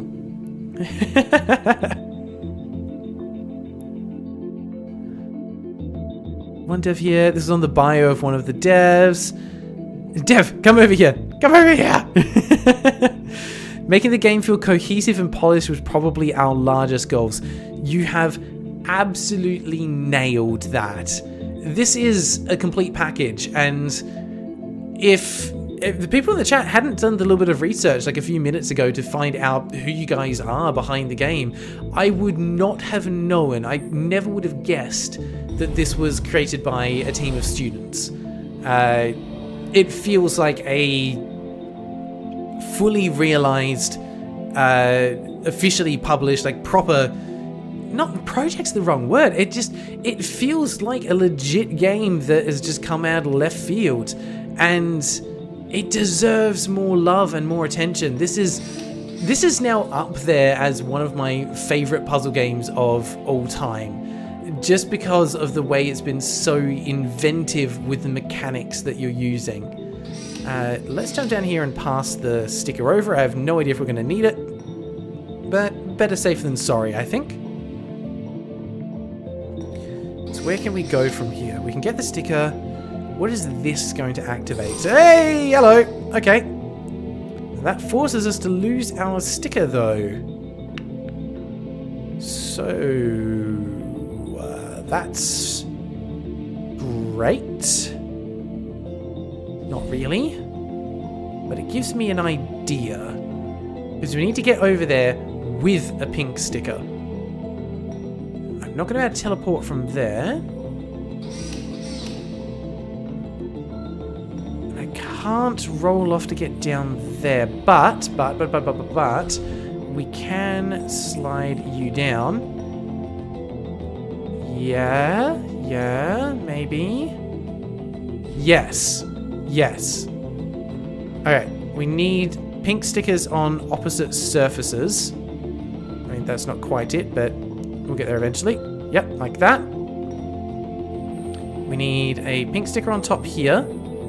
We teleport over, and that puts a pink sticker on the top surface. So when we get pushed, we lose it and pick it back up again. Excellent. Mission accomplished. Let's just get a pink sticker up there. Teleport over. Boom. Very, very nice. Soupy said, I don't know if this has been said, but the slow motion of when you press a button on the end of a level is absolute 10 out of 10 feature. It makes completing the level so satisfying. I 100% agree. That was one of the first things that I commented when I start playing is my two favorite little touches that didn't need to be here, but I'm so glad they are. The slow-mo of triggering the button and the little particle effect and the ripple of the tiles that it creates, and also the convenience of being able to press a button when you're close to the tile and it shows you the path to navigate to actually get it to line up. That would have been one of my biggest frustrations with this game, is just trying to get the bloody stickers to line up with the buttons all the time. But the fact you put in a mechanic that simplifies that process, it makes the game, it just removes the pain point from the game entirely and makes it so much more enjoyable to play through. So whoever's decision or idea it was to implement that, give them a massive pat on the back, because that's a game changer for this kind of puzzle design. It was such a good thing to include. And Luna's saying they don't normally love puzzle games because they feel overkill, but this you love. I agree. Puzzle games... Oh, salute the cube. Goodbye, cube. Puzzle games are not normally my forte, but there's just something about this one that intrigues me and makes me want to keep pressing on. And I think it's because they've nailed the difficulty curve. It's the right level of difficulty that makes you feel smart when you figure it out, without being frustrating to get to the conclusion in the first place. I can only imagine that there was a lot of playtesting that went into getting the balance just right for the puzzles. Alright, a little bit of lore about the drones. We did learn a little bit about the drones before, and we knew that they were citizens, but kind of not. So let's see what we've got to say. These flying buzzing cubes were once regular citizen cubes and became drones through a process known as ascension. Sounds a lot like death with extra steps. By accepting the honor of wings, drones become more agile and able to reach places that regular cubes cannot. Thus, they voluntarily accept additional responsibility such as watering plants, construction, mining in the depths, guarding artifacts, or maintaining the path. That sounds like slave labor.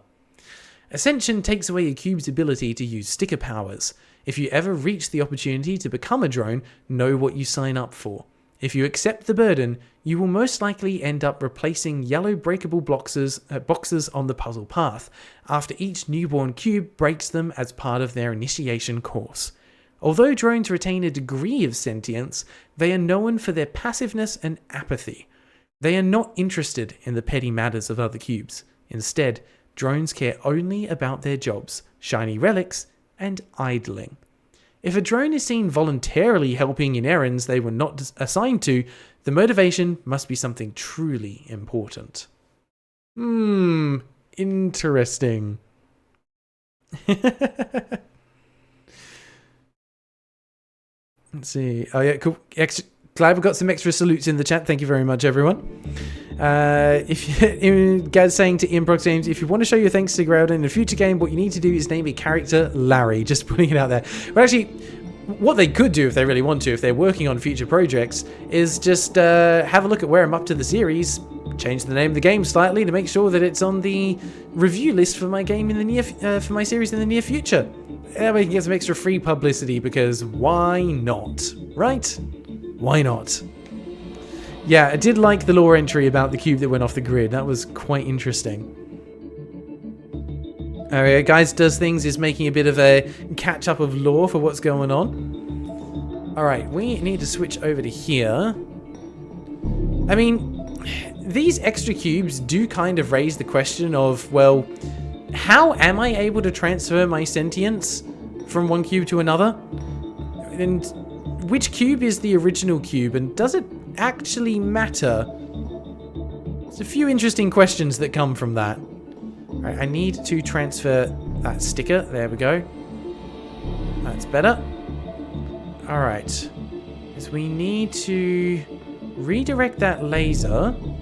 Can I squeeze past you there? Nope. We're going to just tiptoe on around over this side. Do a little shuffle shuffle. We need to activate that to be able to get up.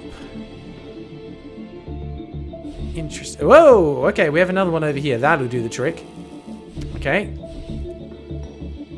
Why did I want to be up here again? Thought I was going somewhere with that. Ah, because we need to bounce it back to activate that. Okay, so that will mean... I think I need both cubes over there to get that to work properly. Lift you up. Move you off. Okay. Because we need to bounce it to the side, which means that's in the wrong spot. There we go. Okay, that's worked, and yeah, because this cube now escapes. We were the one over there before, or one of those ones over there before, but now we're this cube. So yeah, there's something special about sentience for a cube. Give them a salute. Thank you for your services. Goodbye. Okay.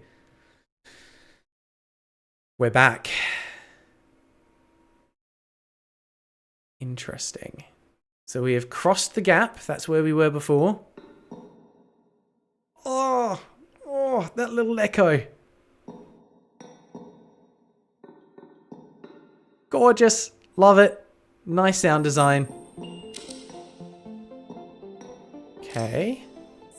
Let's think this through. That way. Dash through that one. We've lost our stickers, but that's fine. Oh!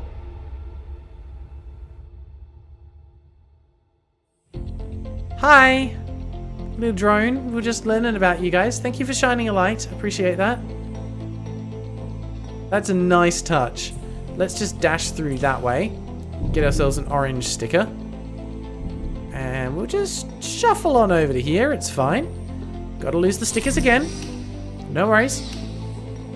Damn. With the drones coming in, it does feel now like they're cheering us on, and that's a nice little touch. Now, we're going to need to do some trickiness here, potentially. Because we need to make sure we don't lose... Huh. Interesting. I feel like I'm missing something here. Can't rotate when I'm on that side. I'm always going to lose it if I do a cycle like that. There's not really a way for me to get more than one sticker. So how am I supposed to get through this without losing it? Okay. Yeah, add A1111 at the beginning of the game. You'll definitely be able to get it onto the top of the list if you do that. Alright, I am missing something simple here. Because that's just going to make me lose it every single time. I can't get in a position over here that puts the cross on top, so I can't rotate. The only spot I can rotate is here. That doesn't help me. Because I need to almost have the X on the side, otherwise I can't get through. What am I doing wrong here? Ah, hang on. No, but I can't spin when I'm in that position, so that doesn't help me either.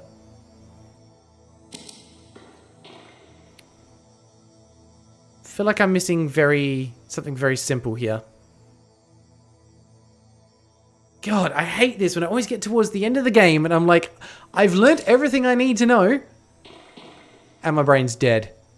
What am I doing? Hang on. What's happening here? Why am I missing something so simple? I can't rotate that. Alright, throwing this over to you guys. What am I missing that should be making this much easier than it is? Can't rotate there. There we go. That's what I was doing wrong. Right. Maybe not. I need it on a side. So I'm close to where I want it.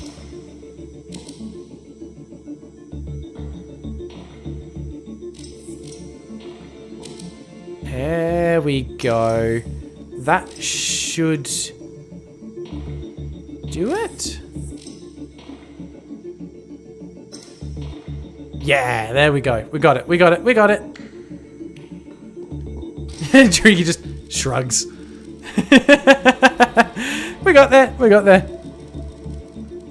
Just had to rotate it around in the right way to make sure we had more than one face. All right, onto the green. Right, I can make a clone there. That passes that along. That's fine. I might also want to pass it on that side. We're going to do the same again here. Close.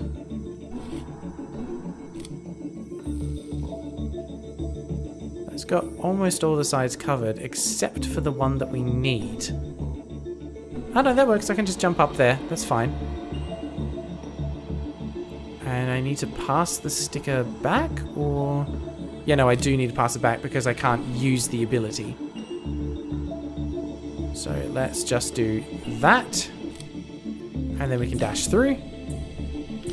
Very nice. Get our royal sticker back again. You are going to need to have a yellow sticker on this side. Yeah, so when you roll over, that's wrong.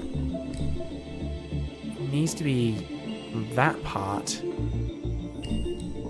There we go. Yellow sticker on top. We raise up, lose ours, jump across. And that was supposed to work, but it didn't. And I know why. It's because I need to dash across. I need to get onto that with a yellow sticker on the top. Yep. Dash over. Now we've got it. Learning. Ooh, oh, the yellows. Alright. Oop.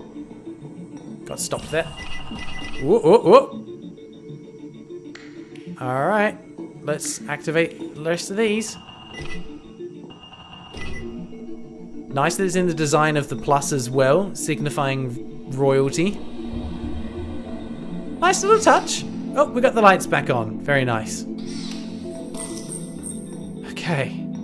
We've got to be getting so close to the end.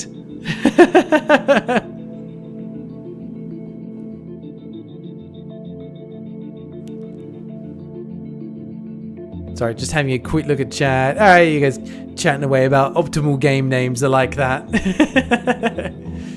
Figure out how to cheat the system. Okay, what can we do here? We are going to need that yellow one again. That looks like the end over there. We have mirrors for lasers. I do not have an execute. We have every single color sticker over here. What does that activate? Platform over there. That's in orange. Okay. Let's start with blue. Let's see what you do, Mr. Blue. Acts as a toggle, raises them up or down. So I am going to need green to help with this. And I need to get myself up here.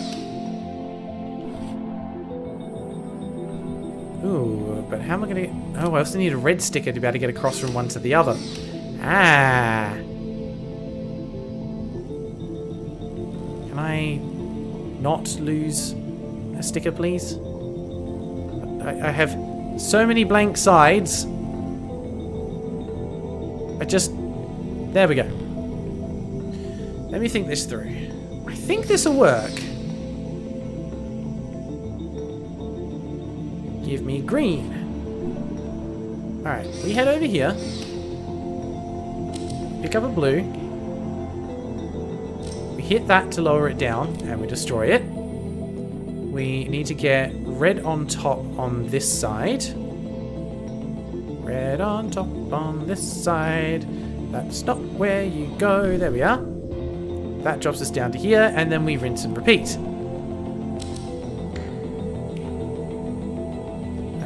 Yep, that way. Yeah, there is a game called VVVVVVVVVVVV. Actually heard good things about that. Apparently it's a pretty good precision platformer. Would be curious to know if anyone here has actually played it before and what their thoughts on it are. The problem is there are so many games out there that it is literally impossible to play all of them in a single lifetime. And now we have a problem. Frick! I am so close, but I don't have the pink. I don't think there's a way for me to get it there either. Damn it, I have to do all that again. Because I didn't realize I needed the pink sticker as well. I should have figured it's getting us to use all the powers together, so of course that's what it's going to need. Fine, we'll do it again. Where is red? I somehow lost red. This is not going great for me. I think I am starting to get a little bit tired. But you know what? It's fine. We'll press on. We'll make it work. Through sheer force and stop changing colours. Oh, god damn it. Because now I can't... Okay, I don't think I need the yellow one for this particular puzzle. So you go back on there. Right. That's probably what happened to me before when I lost it. That's done. Close, but no. There it is. Right. Got over that one. Fall onto the green side. Don't fall onto one of the others, otherwise you lose the sticker. Okay. Cross to that one. Rinse and repeat. God, there's 8 of these things that I need to find. Hopefully they'll take slightly less time than this one did. Right.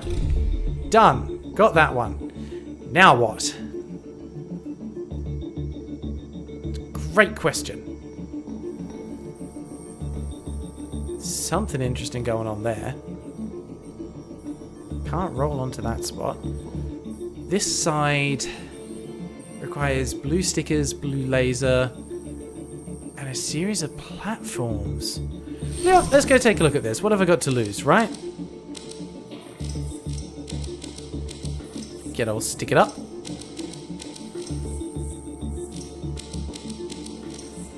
There'll be one side that I think... Yeah, there we go. That's got all of them. Because we're going to lose them as we trek over this way.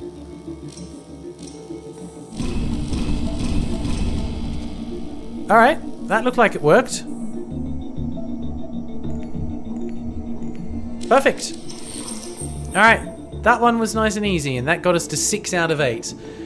Significant difference. So, I can use the green to get up to here, pass it over to there to activate the thing. Okay, yeah. What else might I need while I'm up there?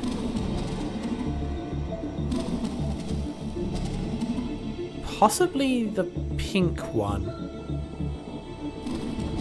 Okay. That gets us up. Ooh, I need the green sticker. I can pass it onto that. On the correct side. Hang on. You need to be there. That'll now raise it up or down. Good. hit the thing. There we go.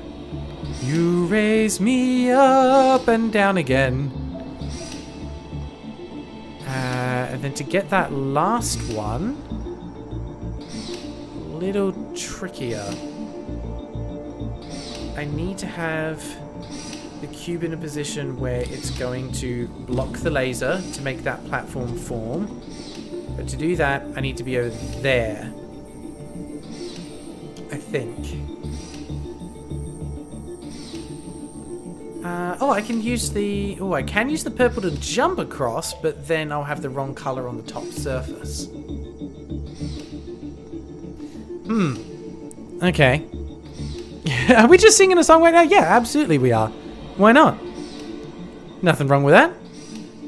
Karaoke channel on the Discord. Maybe that's what we'll do for the fun and games tomorrow. Have a little bit of karaoke. Why not, eh? Okay. I can bring that down to block it, but that doesn't help because the cube's in the wrong spot. I feel like I've done a puzzle similar to this before, and I did manage to figure that one out, so surely I can do this one too. How can I get to the other side and get either myself or a clone up to the top while blocking this? There's no orange sticker to be able to go across corners.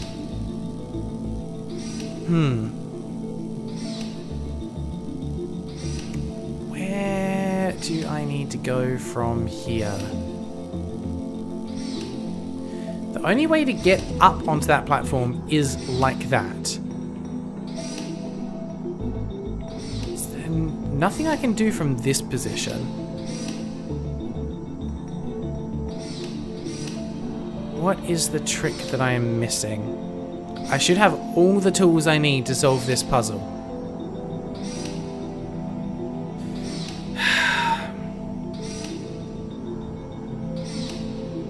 If I had a way to be able to pass it back to the top when I got there, that would work. But I don't. Because I have to get into that position first and then use the ability to get lifted up. Right? Yeah, because I need to position myself here. Ah, but he's going to pass it across to me. Of course he is. We set that one up earlier. Easy. All I had to do was think about it. Alright, that has opened the path over here to the orange sticker. Where am I going with you? Great question. I need to use it over there with a yellow sticker to break through. That makes sense. I'll be able to break those blocks. It'll form the path. I don't think I need any other color sticker for this. We'll find out shortly. I think this is all I need. Let's get a yellow on top, please. There. There we go. It's open. All right. We're going towards the light. Can only be good, right? Can only be good. We're reforming the final surface of the planet. It looks strangely barren in this state, though. Where's the life? Tradition and knowledge is the achievement we got for that. All right. Found the little cube there. That's it. Credits are rolling. The cubes! Sorry, that was probably a bit loud. The cubes! They're back! You did it. You walked the path alone until the end. You restored the planet, and the production of citizen cubes has now been resumed. Say hello to your new friends. Enjoy playing bonus levels, replaying old levels with challenges, and finding missed secrets. How you doing, little guy? Nice to see you. Let's just mosey on over here. That looks more like what I was expecting. The little statue with the stickers all around it. Cubes coming and going, teleporting. And even the atmosphere has been restored. The planet is back to its former glory. Holy cow, we did it. Just walked back in to see me with a sad look upon the face.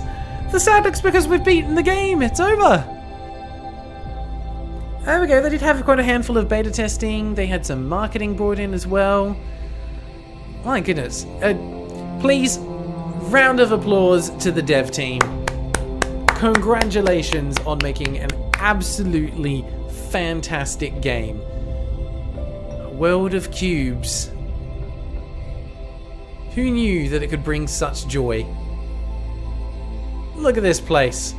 With light brought back to it, it feels so different. It's warm, it's welcoming, it's friendly. There's still dead cubes over here. That's a little bit concerning, but that's fine. That's a part of cube society. If you fall off, too bad. You're not coming back.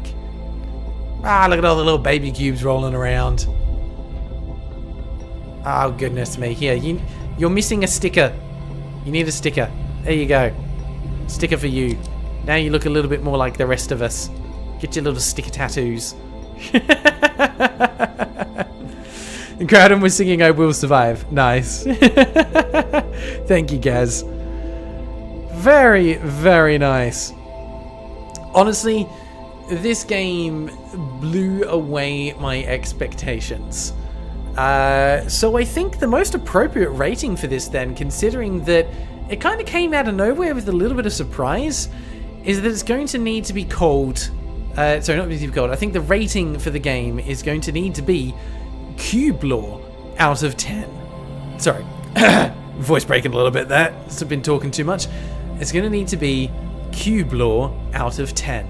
It's something we never expected to actually be there, but we're all grateful that it is. Holy cow. Society has risen, billions will be born. Oh my goodness. That was such good fun, and I hope you all enjoyed coming along with me on that adventure. We are going to have to kill the music there, unfortunately. We're going to head back to desktop. There we go. Mission accomplished. Game has been beaten. That was one hell of an adventure, and I'm so glad that I was there to be able to share it with all of you. That was fantastic. And I need to double check, because I think the person that suggested that game was Azazel. Let me double check that one on my list. Is it who I think it was? The last cube, yes, was Azazel. So we'll probably need to put a little thank you to them. $6.35 to the Crusade. Yes, thank you very much. I will survive.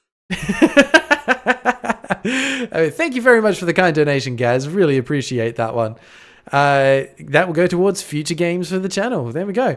But yeah, we need to make sure we say a big thank you to Azazel in the Discord for suggesting what turned out to be an amazing undiscovered gem of a game. Let me double check how many reviews that one has on Steam. Let's take a little peek. 101, currently sitting on a very positive rating. Well, I think we're going to need to change that a little bit. And you know what? I've enjoyed this one so much that I think we're going to need to do a giveaway for a few copies of The Last Cube as well. So keep an eye out. I'm going to start something up on the Discord after this.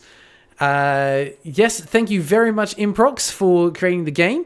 But yeah, I would love to do a bit of a giveaway over on our Discord to hand out a few copies of this, because it's worth more people experiencing. So I'll get something set up, figure out how many copies we want to give away. Not to... what's the word? Not to sound dismissive of their efforts or anything like that, but I would be curious to know, Improx Games, if you've got any Steam keys that you are willing to part with. I would love to be able to share them with the community here as well. If not, totally fine. I'm happy to pay out of my own pocket to shout some copies for the people here. Hunter is, thank you very much for the kind donation. Barely saw the stream, but seems like people enjoyed it. Absolutely, it seems like they did, and it was definitely a hidden gem of a game. Oh, there we go. The prompts finally come up. Huntles donated $5 to the crusade. I barely saw the stream, but it seems like people enjoyed it. And I have to apologize. That just reminded me that it is Hunter Elves, or Hunterals, not Hunter Is. I keep misreading that because it looks like a capital I. I'm so sorry about that one. Hunterals. I think... Was there a different way that you wanted your name pronounced? I honestly am struggling to remember at the moment, but I am kind of tired and my brain has been a little bit melted by working through those puzzles. Amra saying, get me the game. Well, you just have to get lucky in the giveaway then.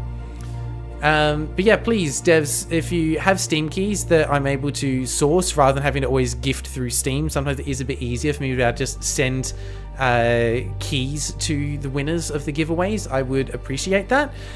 Feel free to flick me a message on the Discord or on Steam. Add me as a friend there and we can chat forward and back on there about what we want to do.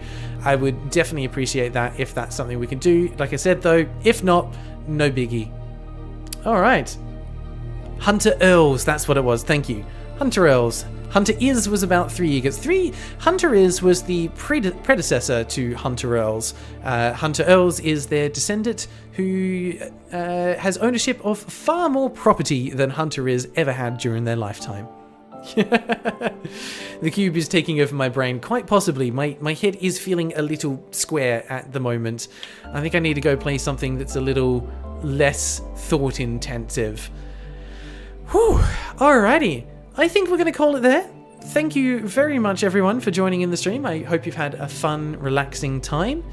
I'll still be hanging around here and there. You'll probably see on Discord I'm going to be jumping back into .hack for the rest of the afternoon. I've only finished the first game in the trilogy and a bit, so still got a lot of time to invest into that to keep going through and pulling together footage and everything that we need for the next review video. Hope you guys are looking forward to the first of the .hack reviews coming next Saturday. It's going to be massive. I hope you all are going to enjoy it. I am looking forward to being able to share it with all of you. I think it's a video that I'm going to be quite proud of, and I hope you're going to like it. If not, totally fine. I'll just make a better one next time. That's all it comes down to. But yeah, let's leave it there for now. Thank you very much, everyone, for hanging out with me as we played through the remainder of The Last Cube. Please keep an eye out for the giveaways and for some polls deciding how we want to treat full playthroughs of games in the future, or if we want to have just first looks. I really want to hear from all of you so that the content that's on these streams is entertaining as possible, and it's what you want to see. Not just what I want to do, it's what you want to see. That's what matters. Alright, once again, thank you very much, everyone. Let's call it there. Hope you have a wonderful rest of the day, no matter where your time is. And make sure you look after yourselves. Take care till next time. See you, everyone.